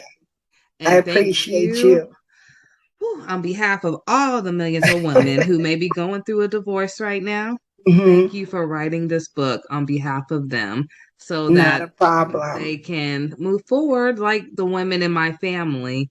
Hopefully I'll never have to go through that. I don't think I will, but you don't want to go through it, but it's those that have been through it, or those that feel like they're stuck, I definitely feel like my book would help them, because I have a little bit in there about us divorcing ourselves, not only from men, but some other toxic behaviors. See what I'm saying? So Yeah. it's, it runs, it's a pretty, I'm proud of it. I'm very proud of it. And I can't wait for everyone to read it. I appreciate you. My husband appreciates you. My 4 babies and my 2 grandsons appreciate you. I could not get off the here without mentioning my kids. They are awesome. They are resilient. They went through this divorce with me. Yeah. They empowered me and I empowered them. And we built amazing bonds with each other behind it. And so, yeah, it's doable. It's okay. I got a question. Yes, ma'am. How comfortable is your husband and kids with being on TV? I don't think my kids will have any problem with it. Let me tell you something. First of all, not for our interview though. My son is Mr. Congeniality. He's so astute, and he's such an awesome young man. My girl, I have one daughter though. She's very much into her faith, and she's very modest. And so she might be like, Mommy, I don't want to be on TV. But the oldest two would get ready for you. Like, here we are. I'm here. Yes. And hubby, like I said, hubby's an alpha. He's very confident. He believes in himself. He would have no problem. We'll show up. We'll definitely talk after this. Yes. We're doing a holiday special for our Roku TV. Okay. And I would love to offer you and your family a little part in it. Okay. And I'll talk to you off of here yes, about ma'am. it. And then, I just want to offer it. We are trying to uplift as many Black voices as possible because when I first got started, there was a lot of people who are at the top right now in the NICU world who told me I would never make it unless I had everyone included. And I said, absolutely not when we have the highest rates. So I know how hard I had to fight, and I'm going to try to make sure that you guys don't have to fight as hard as I did. And I appreciate that. And I want to say this, my book, anybody can read my book. Okay. But I really did have us in mind. Yeah. We go through a unique set of circumstances in almost every situation out here. So I have women that might not have resources. You know, I talk about court and everything in there. Like, you got a lawyer, all of that stuff. The good questions. You know what I'm absolutely. Because we have to speak up for one another. We have to, and I don't shun anybody. Like I said, it's because we all women, we all go through divorce. But when I was going through divorce, I didn't have, $10,000 to get a lawyer to fight for the house and the Rolls Royce. I didn't have all of that. And so I want to talk to people that really do need the assistance, and that need someone to be able to be a voice for them. And so I appreciate you for that, and just know that I am following in those footsteps as well. I'm so happy for you. This time next year, you're going to be like, ooh, girl, I'm on book number 2. It's like, good. When is it coming out? Oh, you already have it out? No, I don't have it out, but it'll be done in the next few weeks. Like I'll be ready to send it off for editing. Ooh, all right. Okay, so when book number 3 coming? So it was. I think the Lord was like, I want you to do 3 this year, but I didn't. I've been going through a lot of because my mom passed away. Okay. And so I've been finally coming up from that, from that she passed thing this year? Stuff. No, she passed in 2020. Girl, it's so much stuff. Let me tell you something. It is so much stuff. And I'm gonna quickly say this. My daughter, the one that I said is modest, this woman, this cult leader, talked her into. No, I'm being honest. I'm not. I'm serious. I'm being very serious. She talked my daughter into leaving home and not speaking to us anymore. No. Yes. In 2018. Yes. And so we were going through that and trying to get her back. And Then my mom passed away. It's been a lot, but you know what? God is still good. He's still on the throne. I stayed in prayer with me and my sister and my family. We started a whole prayer group, and God brought that baby home. She's home. She's doing well. She's happy. She's not, she's not, she has things, but she's not like some people that come out of situations like that. She was there for 2.5 years, and she came home, and she's not anywhere near some of the horror stories that I heard. So I'm grateful. It's been a battle. A journey. It's been a journey, girl. I'll tell you really quickly, too. Oh my goodness. See, I told you we could talk forever. Really quickly, my story kind of matches yours. So my mom died January 4th, 2019 with a CPAP machine on her after she'd been complaining about it for a year. She dies in her sleep. My dad dies February 11th, 2020, the next year. Last year, I find out that there is a lawsuit case against Philip Respironics because they knew for 10 years that their CPAP machine was letting out toxic gas instead of oxygen, which is what my mother was complaining for. I am currently right now trying to settle out of court with Phillips. They don't ever answer. Because I really don't want to go through the whole lawsuit proceedings. Like I'm drained at this point. Yes. Okay. The whole situation, can I please just put it behind me now? Yes. I feel like I still have never grieved. So I'm just here, just like, come on, let's close this so I can move on. But all of that has happened really fast. And then my grandmother, my mom's mom, she had a stroke this year. She had a blood clot in her brain earlier this year. So she's still alive, but she's nowhere to where she used to be. So if you ask me, I feel like since 2019 to today, all the close relatives I had growing up, they're all gone, and they drop like flies really fast. So, close uncles, everything, just girl, we lost, starting with my mom, we lost 9 in 7 months. Starting with mommy in 7 months, we lost 9 back to back. In 1 month, we lost my aunt.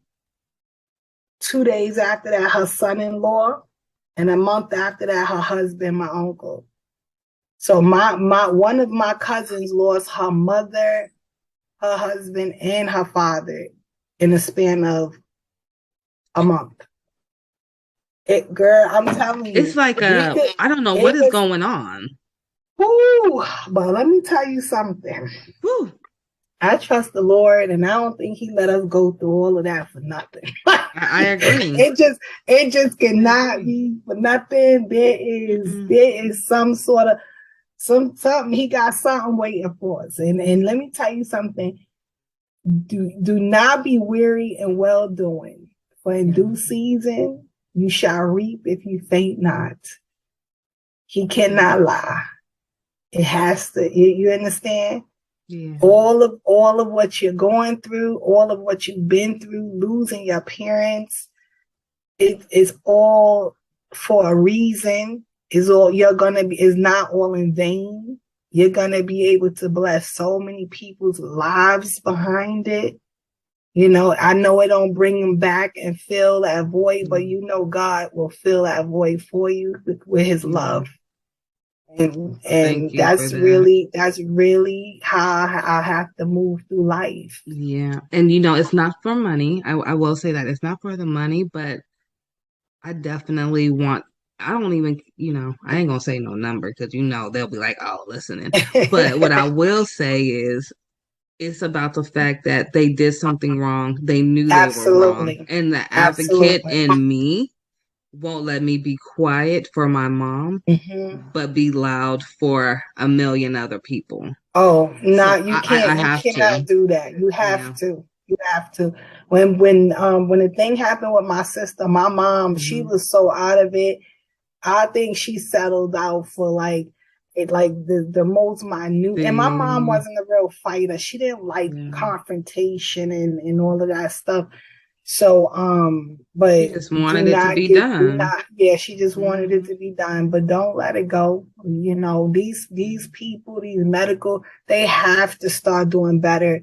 And real quick, and when I was as a counselor, we would go to a lot of different workshops, and I went to one workshop and they were talking about the medical field and how things are disproportionate between Blacks, not only in housing, but also in the medical field. And I had never thought that was even, you know, I really just thought that the medical field, doctors, their oath, I thought they had integrity, right? But it helped me to understand why my mother, who went to the hospital every year for a checkup, for every annual, I could not understand. I said, how can you be telling me in 2005, my mom only has 1 year to live because one of her valves is completely destroyed and the other one needs to be repaired? It is no way possible. My mom keeps up with all of her doctor's appointments, with all of our doctor's appointments. And it was an awesome cardiologist that God used to save my mom's life, basically, because they had given her 1 year to live. And he did this new surgery on her to clear out plaque from her arteries, to make her heart strong enough to survive the surgery. And then what they did to her helped her to live another 15 years. Right? Wow. But I had no idea. And it wasn't until I went to that workshop that I said, that's how mommy's heart was able to get to that condition, going to this doctor, the same lady, year after year after year. And they explained how in the white community, they'll get the cure, while we just get something to you know, help send us home. We get the something to help the symptoms, but we don't actually get what we need at sometimes. And I was really thrown back by that. I was like, doctors are doing like all about insurance. Have people's lives in their hands. But guess what? It's real. It's very real. So you do what you have to do and you hold them accountable. Make them be accountable. Because it's not okay. That's your mother. You know what I mean? It's touch your life and no. She was only 50, just made 50 in 6 months. It was January because our birthday's in June. Absolutely. And I will tell you, you were telling me about your baby and how she was with your mom, and then you just got her home. So that night, my son was actually staying with my mom. And they actually were with my grandmother. And so my grandmother is the one who found my mom. And my son didn't know that she had passed. By the time he woke up, they had already came and took my mom out and everything. Wow. But to this day, I still think that's when everything, like for your backstory, that's when everything for Aiden, he's a top 10% in the state for state testing. But his grades started going down right after that. And he started to get into fights at school. So we had to switch him schools. And it was like I had to almost rewire Aiden. So when you're talking about rewiring your daughter, I'm like, I'm going through that now with Aiden and trying to put him back to where he was before he had all these losses at one time. Because he never lost nobody. And then all of a sudden, it's like boom, boom, boom. And he's like, I can't go to grandma's house no more to babysit. I can't go by grandpa at all. I mean, he sounds like my son. My son was very close to my mother. Very close. See, how's your son doing now? I know it's been about 2 years. She passed away 2 days after I dropped him off at college. No. Yep. 2 days. That Wednesday we took him up, and Friday she was gone. And he was like, Mommy, I'm here. Like, and he was a freshman. He was like, I don't know what to do. Like, I'm here alone. I need to get home. Where I gotta. And I was just like, calm down. I'm gonna get you a plane ticket. You're gonna get an Uber. But you in college now, you know, you gotta talk to the people. You gotta explain to them what happened and tell them you have to go home, because it was still in the in the midst of COVID, and they didn't want you leaving campus. They said they had a bubble. They had a bubble around the state, and once you came in, they didn't want you like going out, coming back. But my son was like, I don't care if I can't be in school, then I was like, no, we're gonna talk to them first, and then we're gonna get you home. But I got like I'm terrified because you're there by yourself. I need you to calm down, and we'll figure it out.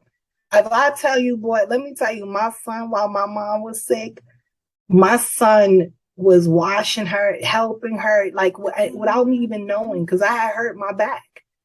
And I was like, what are you doing? You can't be changing, Grandma. He was like, but Mom, your back is messed up. Like, I have to help you. I have to help Grandma, you know.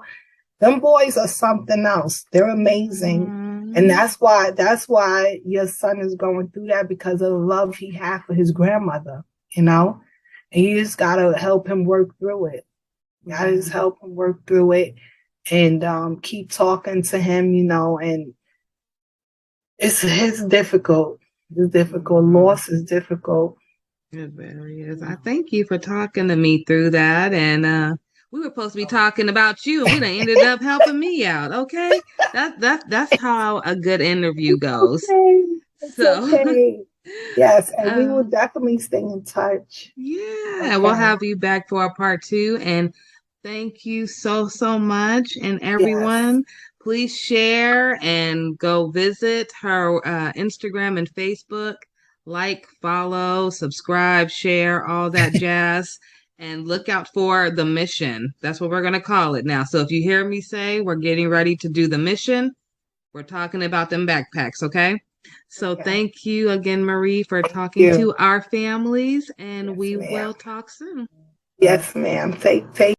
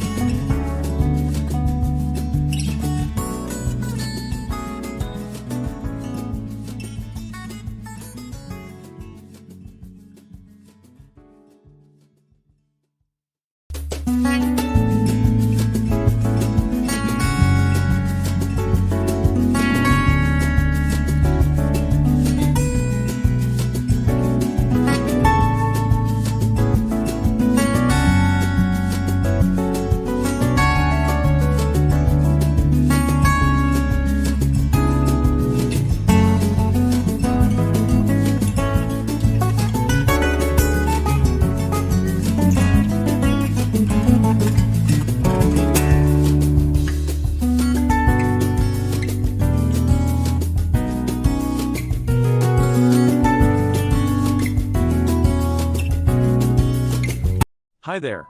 Have you ever wanted to publish your own story but didn't know where to start? In this video, we'll show you a step-by-step guide to self-publishing your own story. Step 1. Write your story. Whether it's a novel, a memoir, or a collection of short stories, make sure your work is completed and polished before moving on to the next step. Step 2. Choose a platform. There are several self-publishing platforms available such as Amazon Kindle Direct Publishing, Barnes and Noble Press, and Kobo Writing Life. Do your research and choose the platform that best fits your needs. Step 3. Format your book. Each platform has its own formatting guidelines, so be sure to read them carefully. You can hire a professional book formatter or use free templates to format your book. Step 4. Design a book cover. A book cover is the first thing that catches a reader's attention. You can design a cover yourself or hire a professional designer. Step 5. Publish your book. Upload your formatted book and book cover to your chosen platform, set your price, and hit publish.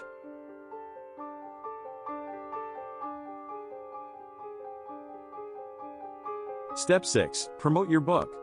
Use social media, book blogs, and book review sites to promote your book to potential readers. And that's it. With these 6 steps, you can self-publish your own story and share it with the world. Thanks for watching this video, and don't forget to subscribe to our channel for more tips on writing, publishing, and marketing your books. Hey everyone, welcome back to our channel. With fall and Halloween just around the corner, we thought it would be fun to share our top 10 movie picks for teens and for some of you younger siblings also to watch during this spooky season. So grab some popcorn, turn off the lights, and let's get started. First up, we have Hocus Pocus. This classic Halloween movie is a must-watch for anyone who loves witches, magic, and a good laugh. It is perfect for a cozy night with friends or family.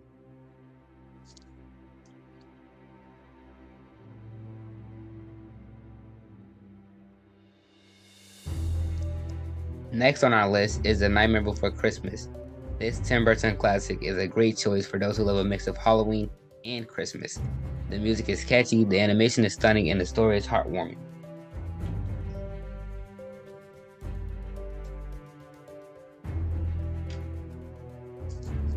For those who love a good scare, Teenage Mutant Ninja Turtles Mutant Mayhem gives the right amount of thrills and excitement throughout the film.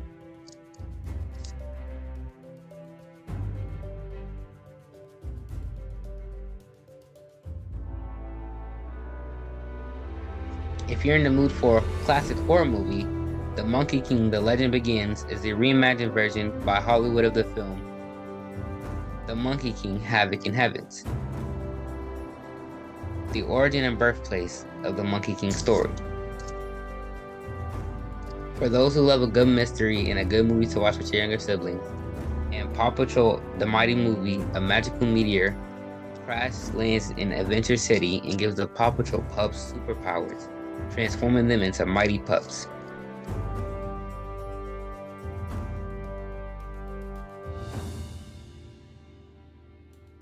If you're in the mood for a comedy, Leo is a great film. A 74-year-old lizard named Leo and his turtle friend decide to escape from the terrarium of a Florida school classroom where they have been living for decades.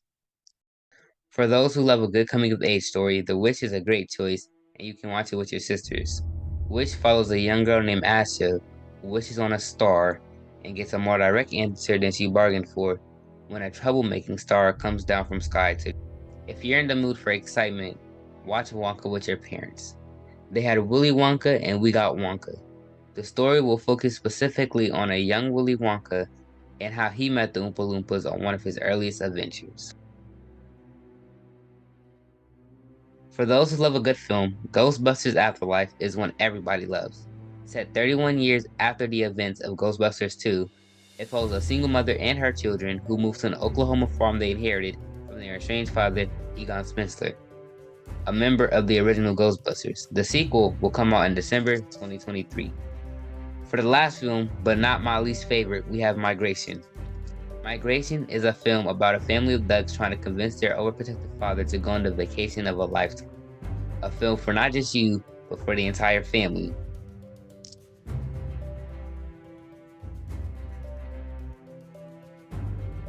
Well, that's all we have for today. Leave a comment of your favorite fall movies and don't forget to like, share, subscribe to Glo Preemies. Until never miss new content and to check us out at glopreemies.org. Thank you. Have a good Halloween.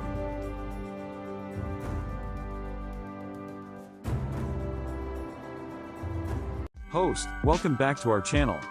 With Christmas just around the corner, it's time to spread some holiday cheer. And what better way to do that than with festive wreaths? Today, we'll show you some amazing DIY ideas to create your very own wreaths. The first step is to gather your materials. You'll need a wreath frame, some evergreen branches, pine cones, holly, ribbons, and anything else you'd like to add for a personalized touch. Start by attaching the evergreen branches to the wreath frame. Use floral wire or hot glue to secure them in place. Now, let's add some pine cones and holly. You can arrange them in clusters or evenly spread them out. Get creative and make each wreath unique. To give your wreath that finishing touch, tie a beautiful bow with a festive ribbon. You can choose traditional colors like red and green, or go for a more modern look with silver or gold. And there you have it, a stunning DIY wreath, ready to spread Christmas cheer. Don't forget, wreaths can be made in different shapes and sizes. Hang them on your front door, over the fireplace, or use them as centerpieces for your Christmas table. Deck the halls, top 3 Christmas wreath designs. Let's get started. Design number 1, the classic wreath. This timeless design features a lush green base adorned with vibrant red bows, golden baubles, and pine cones. It's a traditional choice that never goes out of style and will bring that festive spirit to your front door. Next up, design number 2, the whimsical wreath. This whimsical design takes a playful approach to holiday decor. It's filled with colorful ornaments, sparkling ribbons, and jingle bells. Hanging this wreath will surely bring joy and smiles to all who see it.